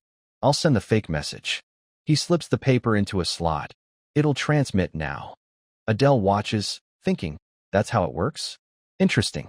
Opening a portal big enough for a person takes massive resources and mana. Kyle continues, "It recharges monthly, usable once. The message will make them think we're dead, so they won't target us. I'll be useless to them soon enough." Adele steps closer, smirking. "Dead? This is a win-win deal." Kyle sighs, resigned. "Whatever you say." He adds, "One more order.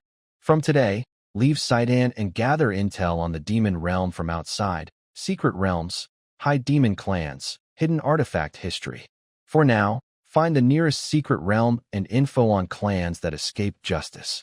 Report every 2 weeks." Kyle nods, "Understood." Adele, pleased, thinks his spy experience makes him quick to follow orders. Kyle suddenly extends his hand. Adele, surprised, reciprocates, thinking, Kyle initiating a handshake? He says, "Looking forward to your results." But Kyle swats his hand away, snapping, "Results my ass. Give me money. I need funds to gather intel." Adele laughs awkwardly, scratching his head. "Oh, right, money. I forgot. I don't have much, what now?" He pulls out a paper. "Mention my name and show this. The Bears clan will help. But don't peek inside." Kyle takes it, nodding. "It's getting late. I'll leave today, submit my withdrawal, and exit Sidon." Adele praises, "Efficient." Kyle ignores him, walking off coldly, muttering, "Living with scum makes me sick." The scene shifts to the next day, in class. Adele sits pensively. Since yesterday, Kyle vanished from Sidon. Rumors of his withdrawal spread fast, and Adele's name came up due to the cafeteria incident. "Even Luna suspects me. Fair enough, I did lose at mid-meal." He continues, "The issue is Instructor Aries. He's onto something but won't touch me. The midterm's in a few days. Changing class leader now would cause chaos." Idea enters, slamming her hand on the desk. "Great to see you all." She continues, 3 days until the midterm. For tests, weapon skills, magic, human analysis, and practical. The practical, on the last day, is an attack on the Human Royal Academy. Her words spark a buzz of shock among the students. Adele remains calm, thinking, "It's finally starting." Adele muses to himself, "Finally here." The main plot of the original story kicks off now. Demons attack the Royal Academy. Humans fight back fiercely, and amid the chaos, countless villains reveal themselves, sparking intense clashes. Unlike the class's anxiety, Fran leaps up, hands on hips, boldly declaring, "I'll take first place in the midterms." Her confident claim draws support. A student cheers, "If it's Fran, anything's possible." Another yells excitedly, "Kill the class leader. Wipe them all out." Fran laughs, "Ha ha ha, kneel before me." Adele grits his teeth, thinking, "Kill? Has the whole class been brainwashed?" 2 students below murmur. One asks nervously, "So the invasion of humans is really happening?" The other snarls, "After all we've been through, we'll make them pay." Adele's thoughts churn. Demons who lost loved ones are burning for revenge. Better than trembling in fear. He frowns. If the novel's plot holds, Class A gets wiped out during midterms. But there's hope. I've altered so many original events already. I bribed Kyle to leak fake intel to the Royal Academy and kept Luna from expulsion. Destroying the Academy is impossible, but I can save the class from annihilation. If I pull it off, I'll be hailed as a model class leader, and Ares' trust will be my reward. Plus, a shot at re-entering Sidon's armory. A smile spreads across his face. Goal: survive and score high. He resolves firmly, go all in, like my life's on the line. Back at the dorm, Renee stands before him, coldly saying, "Long time no see." Adele frowns, replying, "Indeed, lady, feels like months since we last met." He thinks she's pissed. Renee's face darkens, radiating menace. "Because you've been avoiding me?" Under her heavy aura, Adele shrinks, thinking, I dodged her with training excuses. Calling me out before midterms? I get why she's mad, but... His gaze shifts to Diana, sitting cross-legged, staring at him.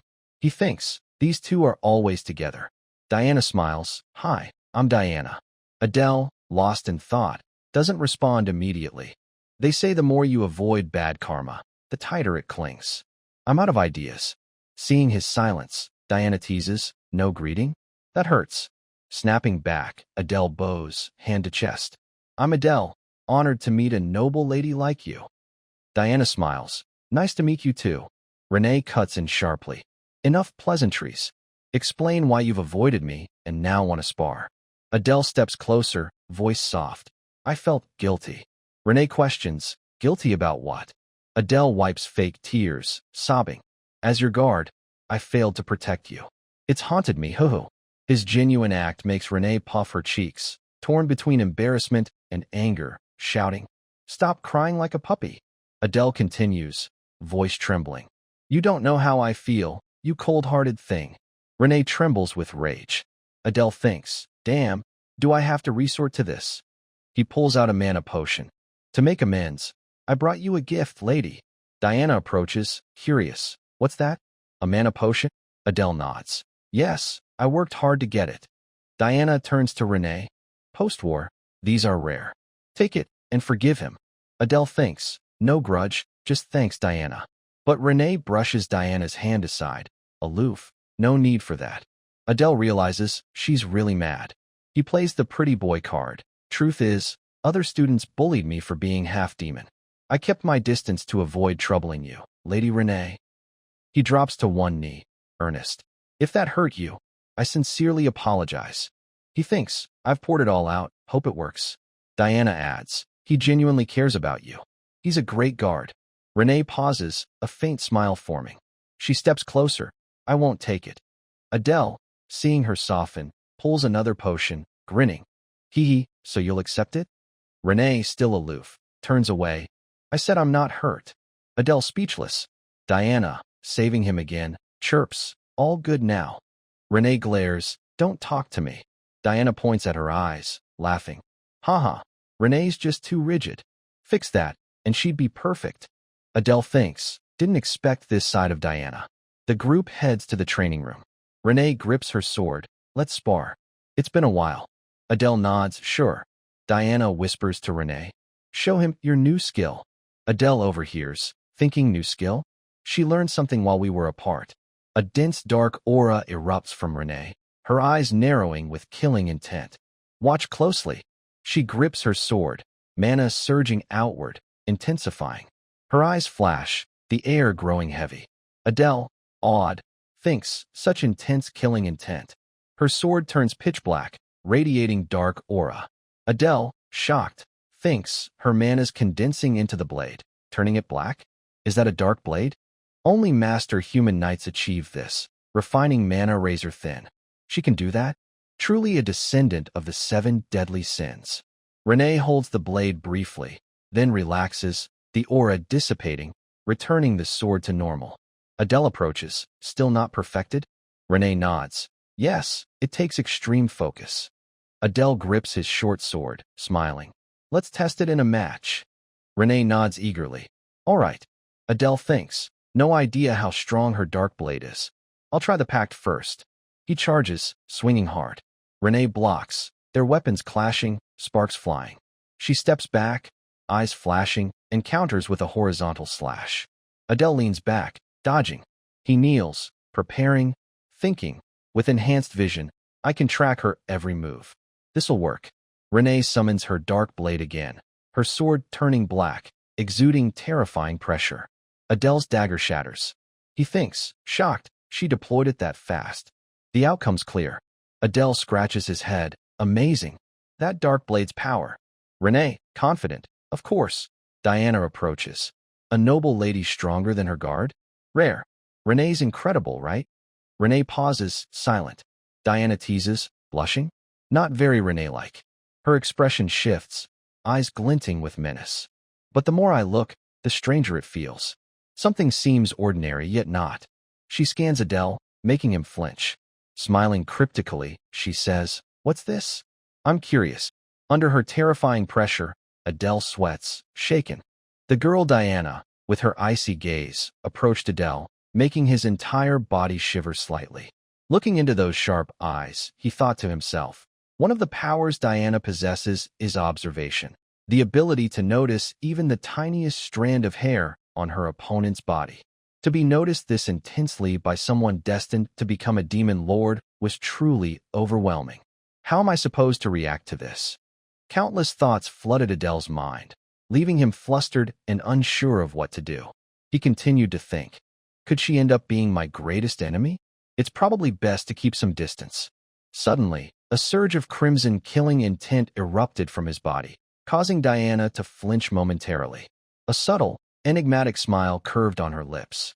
Seeing that confident smile, Adele mused inwardly. Most people would feel fear or wariness when sensing killing intent. But this is the composure of the truly powerful.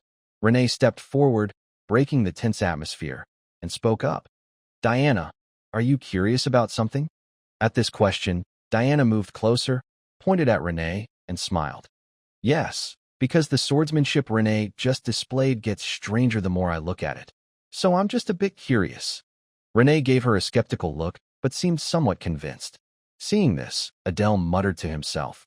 She's so easily fooled. Then he turned to Renee and said, I also want to ask, how do you perform that swordsmanship? Holding the sword in her hand, Renee began to explain confidently. First, you need to grasp the key. It's like pouring all your energy into the sword. Adele nodded eagerly. Oh, I see. He thought to himself. Haha. Only geniuses would think like that. He stepped closer and continued. We still have exams to prepare for, so let's stop the sparring here. Renee nodded in agreement. All right, sounds good. Watching her turn to leave, Adele called out. Renee, how's your preparation for the midterm exams going? She looked back at him, smiling confidently. Perfect. Seeing that self-assured look, Adele smiled as well, thinking to himself. The timing of the first midterm exam and the moment the main characters receive the arrogant I don't align. That means Renee will survive this exam. But there's a high chance that all the Class A students under me will die. As he watched them walk away, he called out, Well then, good luck, my lady. Renee turned back, waving. Yeah, you be careful too. Diana, standing nearby, glanced at Adele with a slight smile and said softly, See you later. Her unexpected words startled him, and he thought to himself, Looks like I'm being watched again. The scene shifts to the next day.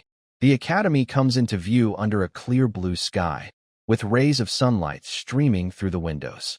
A small bird perched on a ledge, pecking at tiny crumbs of bread. Adele looked at the bird, thinking, The midterm exams start today? Is Aries working me so hard I don't even get to eat? Hurry up and eat, little guy. I've got exams to deal with. His body was nearly exhausted, his face pale as he muttered. And the first subject, human knowledge. Even after studying all night, not a single word stuck in my head. I'm the author, and I still don't understand this subject. How ridiculous. But he reassured himself. Back in my school days, I crammed plenty of times. I can probably scrape by with a few points. Once seated in the classroom, Adele's expression turned blank. He cursed under his breath.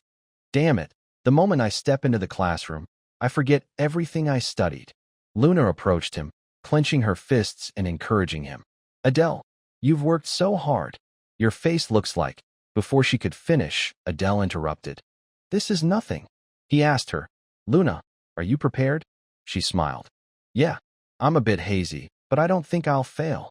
He turned to Fran and asked, What about you? Fran crossed her arms, flashing a confident smile. Why should I bother with those theoretical subjects? As long as I excel in the practical part, I'm good. Hearing this, Adele thought. To increase our chances of survival, even by 1%, we can't afford to take any part lightly. Fran laughed loudly. Ha! Either way, first place is mine. At that moment, a teacher walked in, voice booming. All right, everyone, take your seats, put away your notebooks, and clear your desks. If I catch anyone cheating, you'll be kicked out of the exam room immediately. As soon as the proctor finished speaking, the students below buried their heads in their exams. Adele worked on his test, muttering to himself. Thanks to my focus and enthusiasm, cramming was surprisingly effective. The test is going smoother than expected. But then, a question caught his eye, causing him to pause. Asterisk, what do you think of humanity? This question is not graded. Asterisk, he mumbled. But this isn't multiple choice. It's an essay. And it's not even graded. What do they mean? Asking what I think of humanity. If I'm answering as Adele, whose clan was destroyed by humans, the answer is obvious. But even though I created both humans and nobles, I'm like their father. How am I supposed to answer this correctly? Though slightly annoyed, he knew the answer Sidon wanted. After much thought, he wrote 2 words on the paper: the enemy. 45 minutes later, the proctor announced, "Time's up, submit your papers." The second period will be the weapon skills exam. The scene shifts to the training grounds. Ares stood with his arms crossed, his face dark and stern. He looked at the students, his voice low and grave. "Today, you will engage in combat. Show your true strength. Magic or weapons. Use everything you've got and fight with all your might. No holding back just because you're afraid of fighting. I'll call your names in order, so step forward one by one." Faced with Ares' serious demeanor, Adele thought, that killing intent is intense. He means for us to fight like it's real. Hearing these words, 8 students below trembled in fear, especially Fran. Suddenly, a student was sent flying backward, rolling across the ground and letting out a pained cry. Ares looked at him and said, "Pathetic. Is this all you've got?" Witnessing the scene, Adele thought, he's not holding back at all. No one lasts more than a few seconds. They're all getting crushed. Even with just his bare hands, they can't even touch him. Ares looked down at the group and called out, "Next, Samuel, step up." Hearing his name, Samuel calmly walked forward. As soon as he stepped up, Ares said, "Fight with everything you've got." Samuel nodded. "Yes, sir." With that, a surge of green mana erupted from his body. From within, countless grotesque monsters roared, their cries mingling with Samuel's. Immediately after, he unleashed a barrage of magical attacks, charging straight at Ares. Facing these attacks, Ares gripped his thunder sword tightly, a slight smile on his lips as he snorted. "This time, I'll have to put in some effort. I'll respond seriously." A blazing red mana surged from Ares' body, enveloping his sword and turning it fiery red. Seeing this, Adele shouted in his mind, "His swordsmanship is different from Renee's. Is that red glow from the fire element?" At the center of the fight, Ares swung his sword a few times, instantly slicing through Samuel's attacks. Seeing his attacks so easily neutralized, Samuel gritted his teeth and cursed, "Damn it." He muttered, "He's strong." As expected of instructor Ares, standing firm and unshaken even with that kind of power. But then, he clenched his fists, tilted his head back, and roared. Waves of dark mana surged from his body, enveloping him.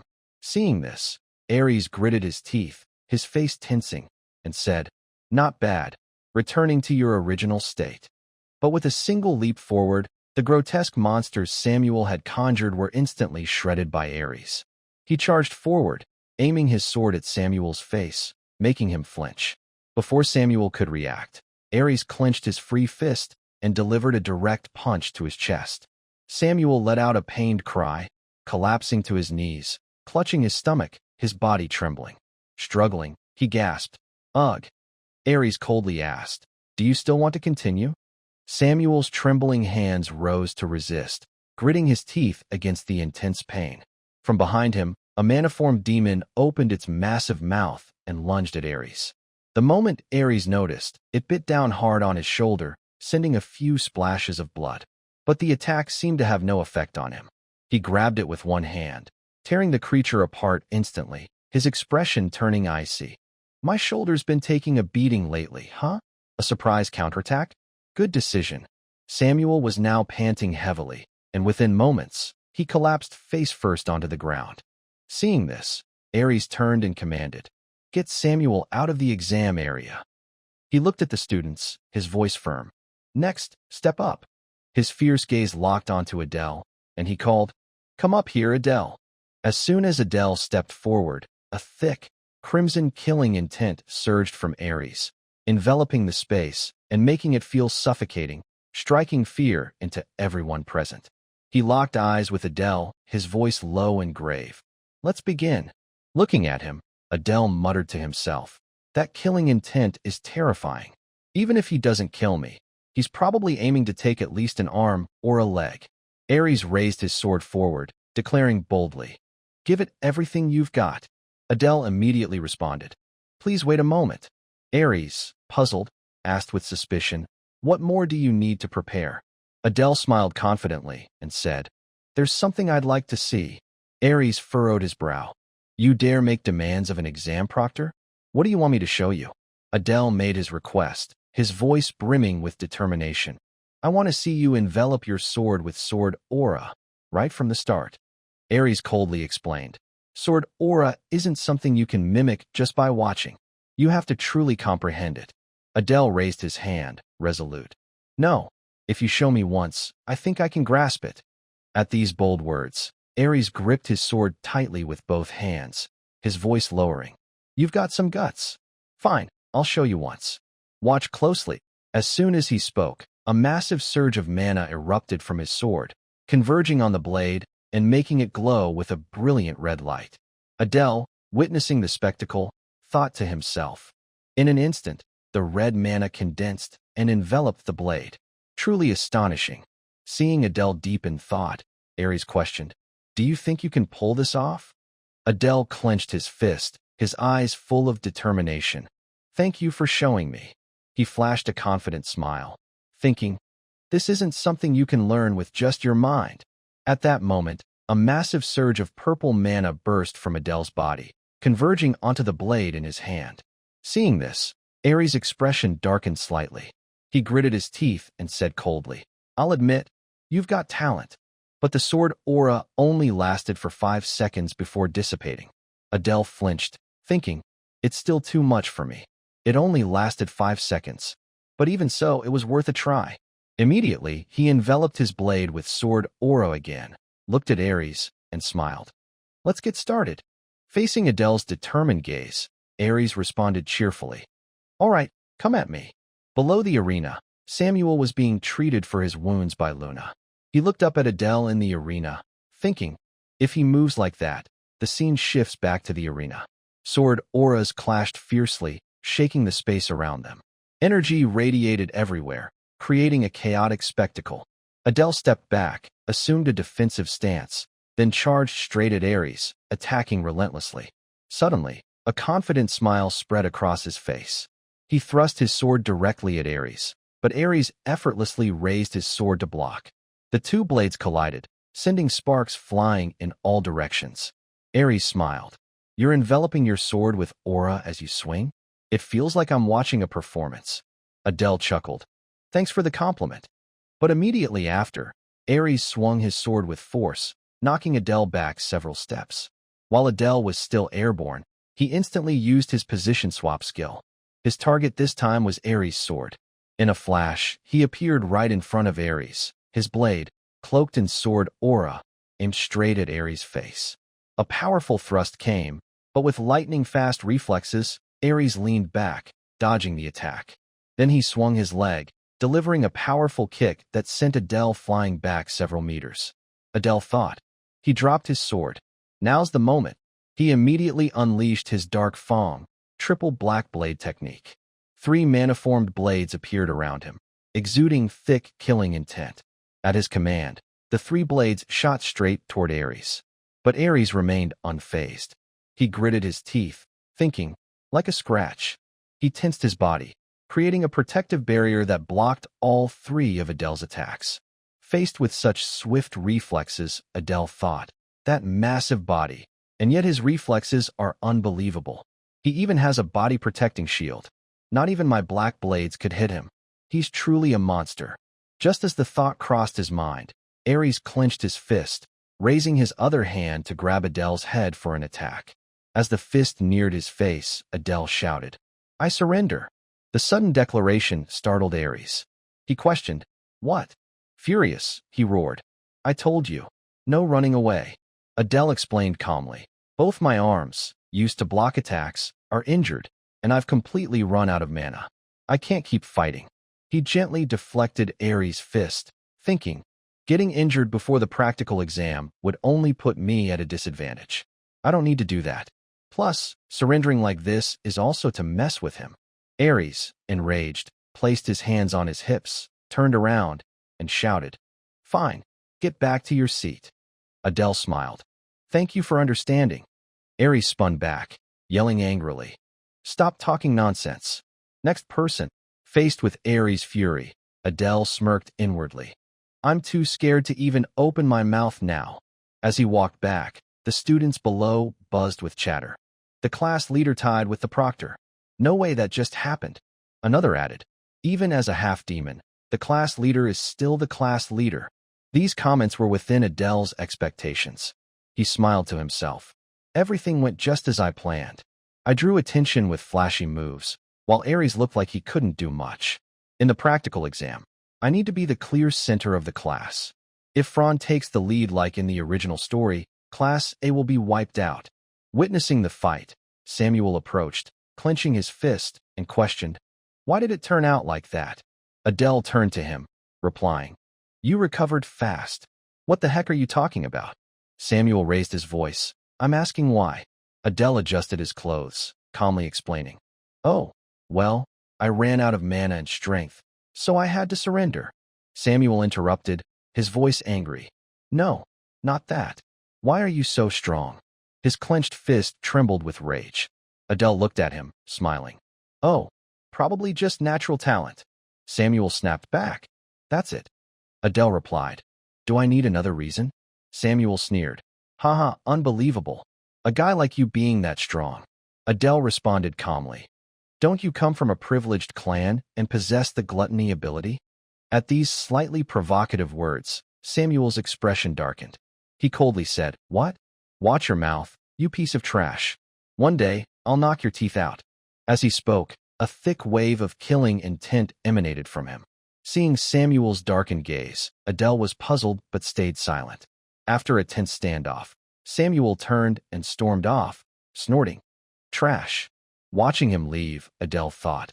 Coming out of nowhere and picking a fight. I'm worried you won't follow orders during the midterm exam. Fran approached, interrupting his thoughts, and asked, What's going on? Why did you act like that? Adele turned to her, replying. Samuel started it. She continued, her tone serious. That's not the point. Sure, Samuel treated you poorly, but I don't understand why you keep picking fights with his clan. Just because I mentioned his clan, you're making a big deal out of it? Compared to him looking down on you for being a half-demon. Hearing this, Fran closed her eyes briefly and sighed. So you really don't know. She explained. Samuel is the head of the Gluttony clan. As Samuel's figure faded into the distance, he muttered to himself, a first-year student, just enrolled, and already the head of a family? Could it be? As if reading his thoughts, Fran spoke up. The explanation is exactly what you're thinking. His entire clan was completely wiped out. Hearing this, Adele let out a soft realization in his mind. So that's how it is. No wonder Samuel reacted that way whenever his family was mentioned. She continued, In the Great War between humans and demons, his entire bloodline was slaughtered by humans. Samuel was the only survivor, which is why he became the family head. Now do you understand why I scolded you? At that moment, Adele thought to himself, I, too, suffered the same fate of having my clan annihilated. But since I've taken over his body, I don't truly feel the rage or sorrow. Samuel, on the other hand, witnessed and experienced that tragic scene firsthand. He had once thought that things like clan extermination or sect destruction were just plot devices in a story. Who would have thought the characters in his novel would feel so vivid and real? Turning to her with a smile, he said, From now on, I'll be more careful. She nodded in response. You'd better. I'm heading out. Watching her retreating figure, he called out, Good luck on the exam. She let out a hearty laugh. Haha, a slave worrying about me? Turning back confidently, she added, This is as easy as eating porridge. Just sit there and watch. As her silhouette disappeared, Adele smiled to himself, thinking, I thought she was all bravado, but she's got a serious side too, huh? But then, noises from afar startled him slightly. Fran, get out here, followed by panicked cries. Get up now. Fran's voice pleaded, Please spare me. Seeing this scene, Adele furrowed his brow, thinking, I should probably prepare for the next exam. The third exam was on stealth techniques and magical theory, his forte, so there was little to worry about. As for magical theory, it was mostly knowledge he already knew, so it wasn't difficult. Right after finishing the exam, the proctor announced, All right, good work, everyone. Rest well before the practical exam begins. As soon as the words were spoken, Adele slumped onto the desk, letting out a soft sigh. Phew. Among all the exams, this one was the easiest. His magic score might even be near perfect. But the real issue was the practical exam afterward. No matter how well he did in the earlier tests, dying during the practical would render everything meaningless. Could he pull it off? Just thinking about the practical made him feel nauseous. Then, from a distance, a figure approached his desk, startling him slightly. It was Fran. Crossing her arms, she asked, "How'd you do on the magic exam?" He replied, "Pretty decent. How about you?" She laughed loudly, retorting, "Haha, guess." Seeing her confident demeanor, Adele thought, so cocky. Magic must be her strong suit, and she probably aced it. If I don't humor her a bit, she'll probably pester me all day. He said aloud. Bet you got a perfect score, huh? Pausing his thoughts, he continued. She clearly bombed the weapon proficiency exam, yet she's still bragging? Hearing this, her expression suddenly shifted. Her face stiffened, and she grabbed his collar, shouting, "What did you just say, you jerk?" Seeing her anger, he quickly backpedaled. Whoa, I just misspoke. I'm too stressed about the practical exam, and said something dumb. She playfully punched his face, yelling, "Go die." From outside, an orange-haired youth entered, calling out, "Hello, Class A." Recognizing him vaguely, Adele thought, "Baltan." As expected, Baltan approached him, asking, "Hey, all good?" Adele responded enthusiastically, "Been a while, Baltan." In his mind, he wondered, why's this guy showing up out of nowhere? Noticing Adele's polite demeanor, Baltan gave an awkward smile, saying, "Huh, you remember me?"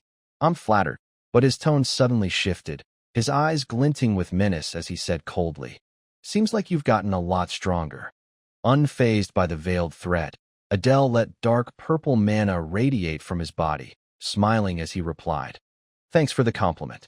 Sensing Adele's firm stance, Baltan sighed and said, "Honestly, I'd love to spar with you sometime. But today, I've got other business." His words caught Adele off guard. Then Fran turned to Baltan, asking, "You're a descendant of envy, right? I remember you from the entrance exam. Haven't seen you since." Looking at her, Baltan replied, "And you're Fran, right?" She grinned, delighted. "Exactly." Pointing toward the door, he said, "I've got something to do. Want to come with?"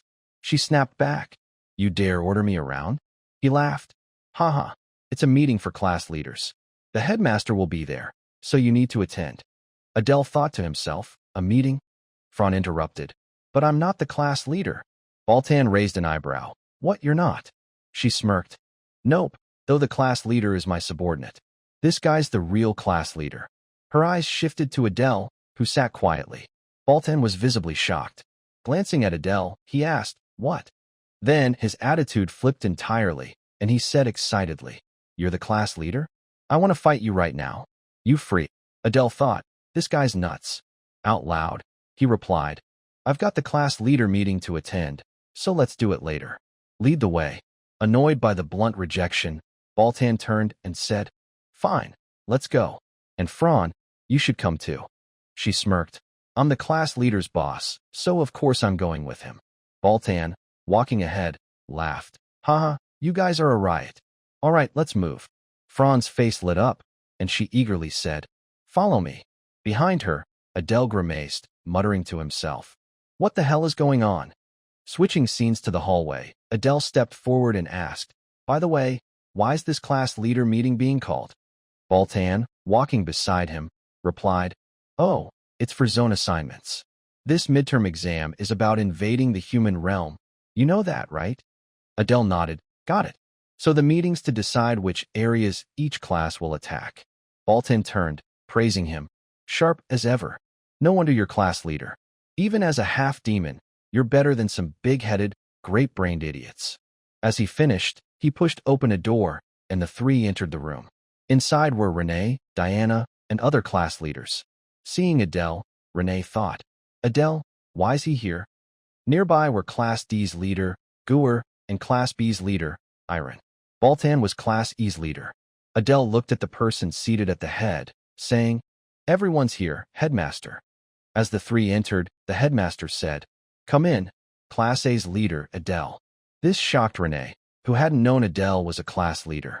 Iron, looking bored, asked, "What? That guy's a class leader?" Guer gave a cold snort, but said nothing. Adele walked in, flashing a bright smile. "Yes, thank you for having me." Diana, equally surprised, teased Renee. "What's with your bodyguard being so impressive?" Renee's face flushed with embarrassment, and she didn't respond. Seeing her reaction, Adele thought, "Guess I never told Renee I'm the class leader. Explaining this later will be tricky." With everyone present, the headmaster said, "Since we're all here, let's begin. Take your seats." But suddenly, Guer stepped forward, glaring at Adele and mocking, "How absurd. A half-demon as a class leader?" His gaze shifted to Fran behind him, continuing, "And that fool back there, once a proud sin, now kicked off the class leader's seat. Sitting in a meeting with this trash?" Even Cerberus passing by would laugh. Iron, still slouched at the table, chimed in, "Haha, not wrong." Fran trembled with anger, but stayed silent. Adele remained calm, though his mind raced. "What's this atmosphere? This isn't a meeting, it's a trap."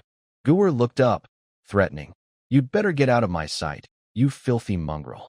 Unfazed, Adele's eyes narrowed, a heavy killing intent flickering as he thought, "Humph, enemies on all sides, huh?"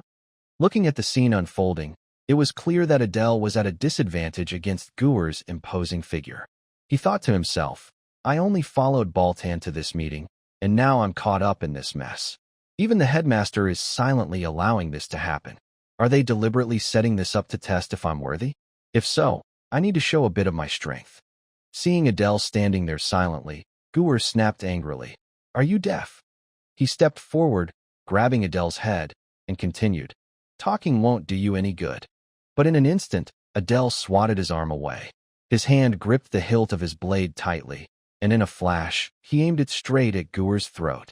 Just as the blade neared, Guer activated physical enhancement, deflecting Adele's strike. At that moment, countless blades conjured by dark magic appeared in the air, poised to rain down. Seeing this, Guer's face flushed with rage, veins bulging as he roared, "You filthy half-demon!" He unleashed a barrage of punches, blocking the incoming blades. Right after defending, Adele didn't give him a moment's respite, charging in close. Guer bellowed, "I'll crush your skull."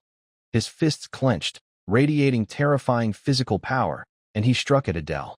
Unfazed, Adele gripped his blade tightly, his body enveloped in dark mist that filled the space. With a single slash, he effortlessly left a gash on Guer's arm, leaving him stunned. Clutching his wounded arm, Guer let out a pained scream.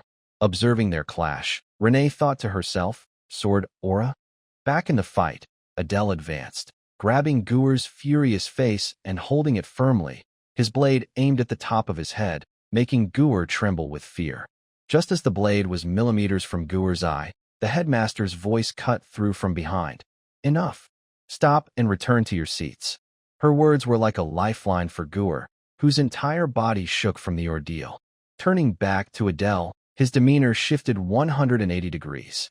Sheathing his blade, he smiled and said, "Satisfied now?" Guer collapsed to the ground, speechless. The headmaster looked at Adele, smiling, and said, "That's enough." Then she ordered, "Adele, sit next to Iron." He nodded, replying, "Yes, ma'am." Guer stared at his injured arm, cursing inwardly. "Damn it." Watching the spectacle from the sidelines, Baltan remarked, "Well, he's stronger than I thought." Fran, grinning excitedly, said, "Haha, that's my slave for you." Renee, lost in thought, mused, "Another skill I didn't know about." Diana turned to her coldly, saying, "Impressive," as expected of Renee's bodyguard. Once everyone settled into their seats, the headmaster spoke, "All right, now that things are settled, let's start the meeting. The sole reason I summoned you here is to assign attack zones for each class leader in the practical exam in the human world." Adele chimed in, "I've heard a bit about it, but I'd like to know exactly how the zones are divided." Immediately, the headmaster summoned a cubic orb in her hand, looking at him and saying, "Seeing it directly is better than just hearing about it." From the orb, a vast map projected into the air. Renee, puzzled, asked, "Is this a map?" The headmaster replied, "Correct, but you all know this isn't an ordinary map, right?" Adele spoke up, It's a map of the human world's continent. The headmaster laughed. Haha, exactly. I was hoping Class A would attack here. But it seems I underestimated their class leader.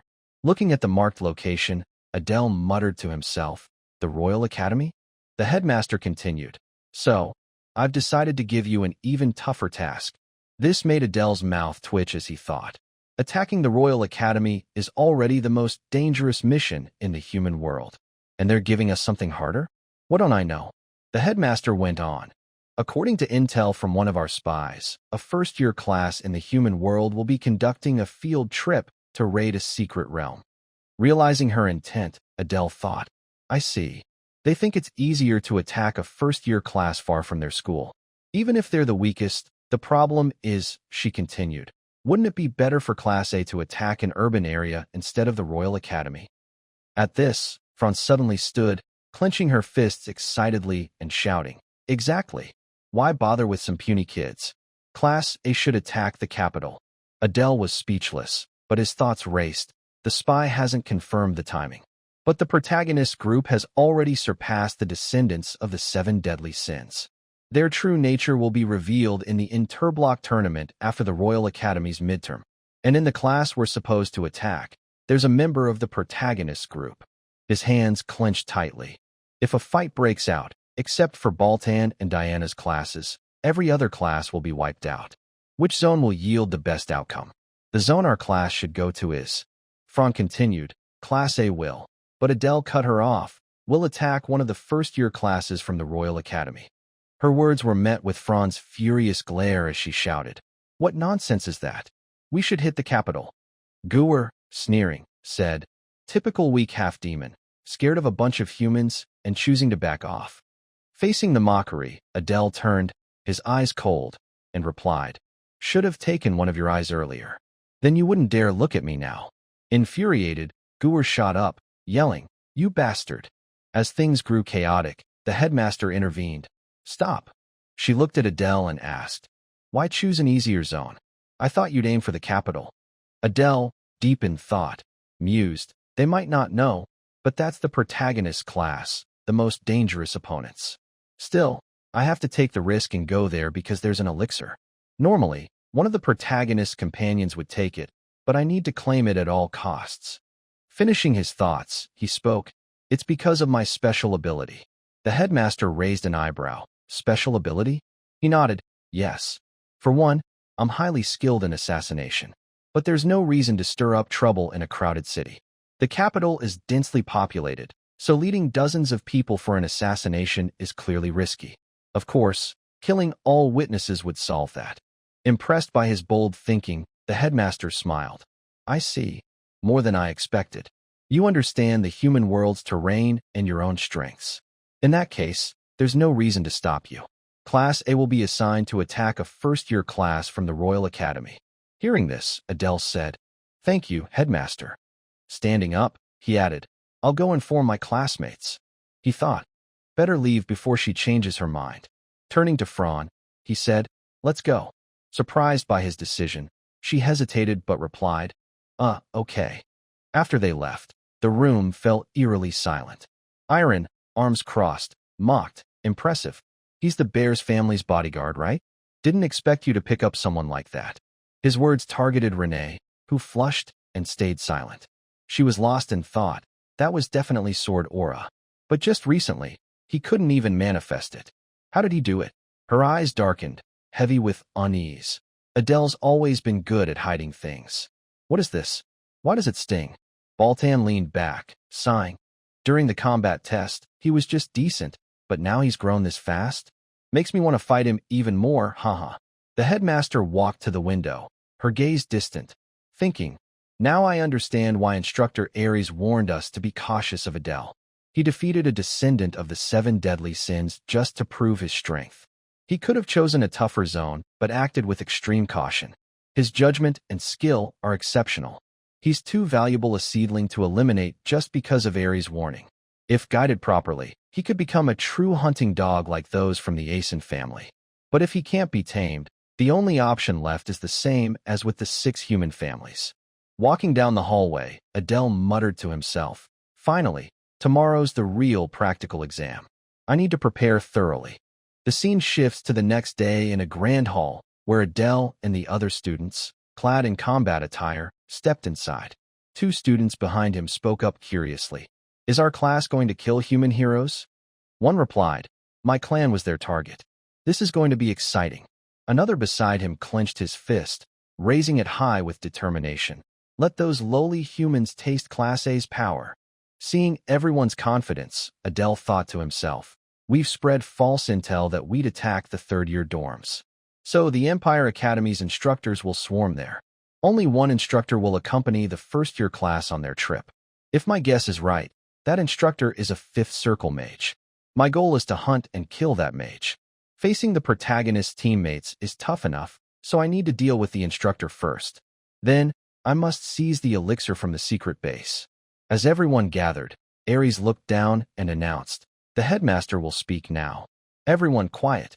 The headmaster stepped forward slowly, gazing at the students below and declaring, students, the battle has officially begun. You will face the commoners who killed your parents, siblings, and friends. In Saitan, no one escapes such pain. You've all witnessed precious bonds shattered, left to cradle your family's corpses and wail. Those cowardly, despicable humans even defiled our dead. But now, it's our turn to hunt them. Her rousing speech ignited the students, who cheered in unison to boost morale. Observing the scene, Adele thought, this is like a frenzy. The headmaster's speech has pushed their morale to its peak. After speaking, the headmaster raised her hand, blessing all the students below. Seeing this, Adele thought, blessing so many at once. The headmaster's a monster. Facing her would be terrifying. She then turned to the instructors, saying, instructors, lead your students. Idea, standing nearby, added, we'll board the train. Please move orderly. The train soon started moving, with all of Class A aboard. The intercom blared, this is the train to the interdimensional station. Passengers, brace for impact. Idea entered, cheerfully saying, we'll arrive in an hour. Rest comfortably until then. While others relaxed, Adele's eyes grew tenser than ever. He thought, interdimensional station? It takes hundreds of holy stones to teleport this many students. But later in the story, more portals appear, connecting to the human world. Eventually, the two worlds merge. Noticing his pensive look, Luna turned and offered a piece of dried meat, saying, Adele, want some? It's dried spirit deer, super tasty. Taking it, he said, thanks, I'll eat it. As he devoured it, she asked, good, right? He nodded, yeah, really good. Then he muttered, time to check my status. A system panel appeared before him. Race, half-demon. Alignment, neutral. Talent, position swap. Traits, intriguing, focused, killing intent. Darkness, mana control, prideful eyes, willpower. Mana, 1381. Looking at his mana, he murmured, my mana's still too weak. Even training every night before bed, this is all I've got. I need that elixir. Maybe it'll boost my willpower. Seeing him deep in thought again, Luna called out, what's got you so focused? Suddenly, an energy enveloped her, startling her as she yelped. What's this? My body. Not only her, but Adele was also wrapped in energy. He muttered, lifting Luna a few centimeters is enough for combat application. Willpower, above all. I can't slack off and must keep evolving. Later, it'll be seen as a supreme ability, like a unique domain, since it lets me control gravity. All right, this check is good. But he remained anxious. Those are the knights of the continent. I might run into someone who tried to kill me. In the story, Pelt reported to his superiors that I fell into a ravine and died. But I didn't fall, and I came to the demon realm, learning of the Asen clan's betrayal. So, Pelt can only assume I died here. Naturally, Headmaster Lucian would think the same through the spy network. But caution never hurts. I'd better find a mask to hide my face. Suddenly, the train shook violently, startling the students. The intercom announced, we're almost there. Minutes later, the train stopped. As they stepped out, a massive mana crystal caught their eyes. Adele approached, exclaiming softly, wow, all mana crystals. Selling one could fund a year of living. Such a waste to use so many for a one-time portal. If we waited, the cost would have been much lower. With everyone gathered, Idea stepped forward, saying, all right, you all know where we are, right? She approached a crate, adding, "Before we depart, everyone take an item." Someone handed Adele a mask. He looked at it, muttering, "A mask? Perfect timing. I was wondering where to find one." Idea put on a mask, explaining, "These are enchanted to reduce recognition, hiding your identity. Those wearing masks can still recognize each other, so don't worry." She looked at Adele, saying, "Class leader, try it on." He nodded, "Yes, ma'am." She then addressed everyone, "All of you, try them on." As Adele and the others donned their masks, his vision improved noticeably, prompting a soft, "My vision's better than usual. I'm starting to like this." Idea approached, asking, "How is it?" "See better." He replied, "Yes, better than I expected." She handed him some stick-like objects, saying, "Haha, take these too." He looked at them, asking, "What are these?" She answered, "Ration bars. One a day, and you won't need meals. I ate tons on the battlefield. Tastes like dirt mixed with insect guts." Her words startled Adele.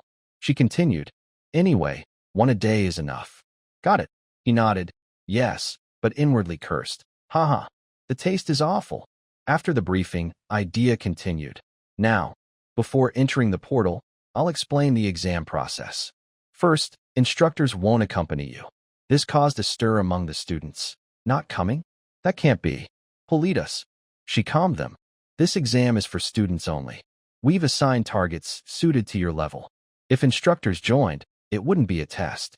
Besides, we need to prepare the portal to bring you back." She added, "From this moment, all instructor authority transfers to the class leader. All students must follow the class leader's orders first."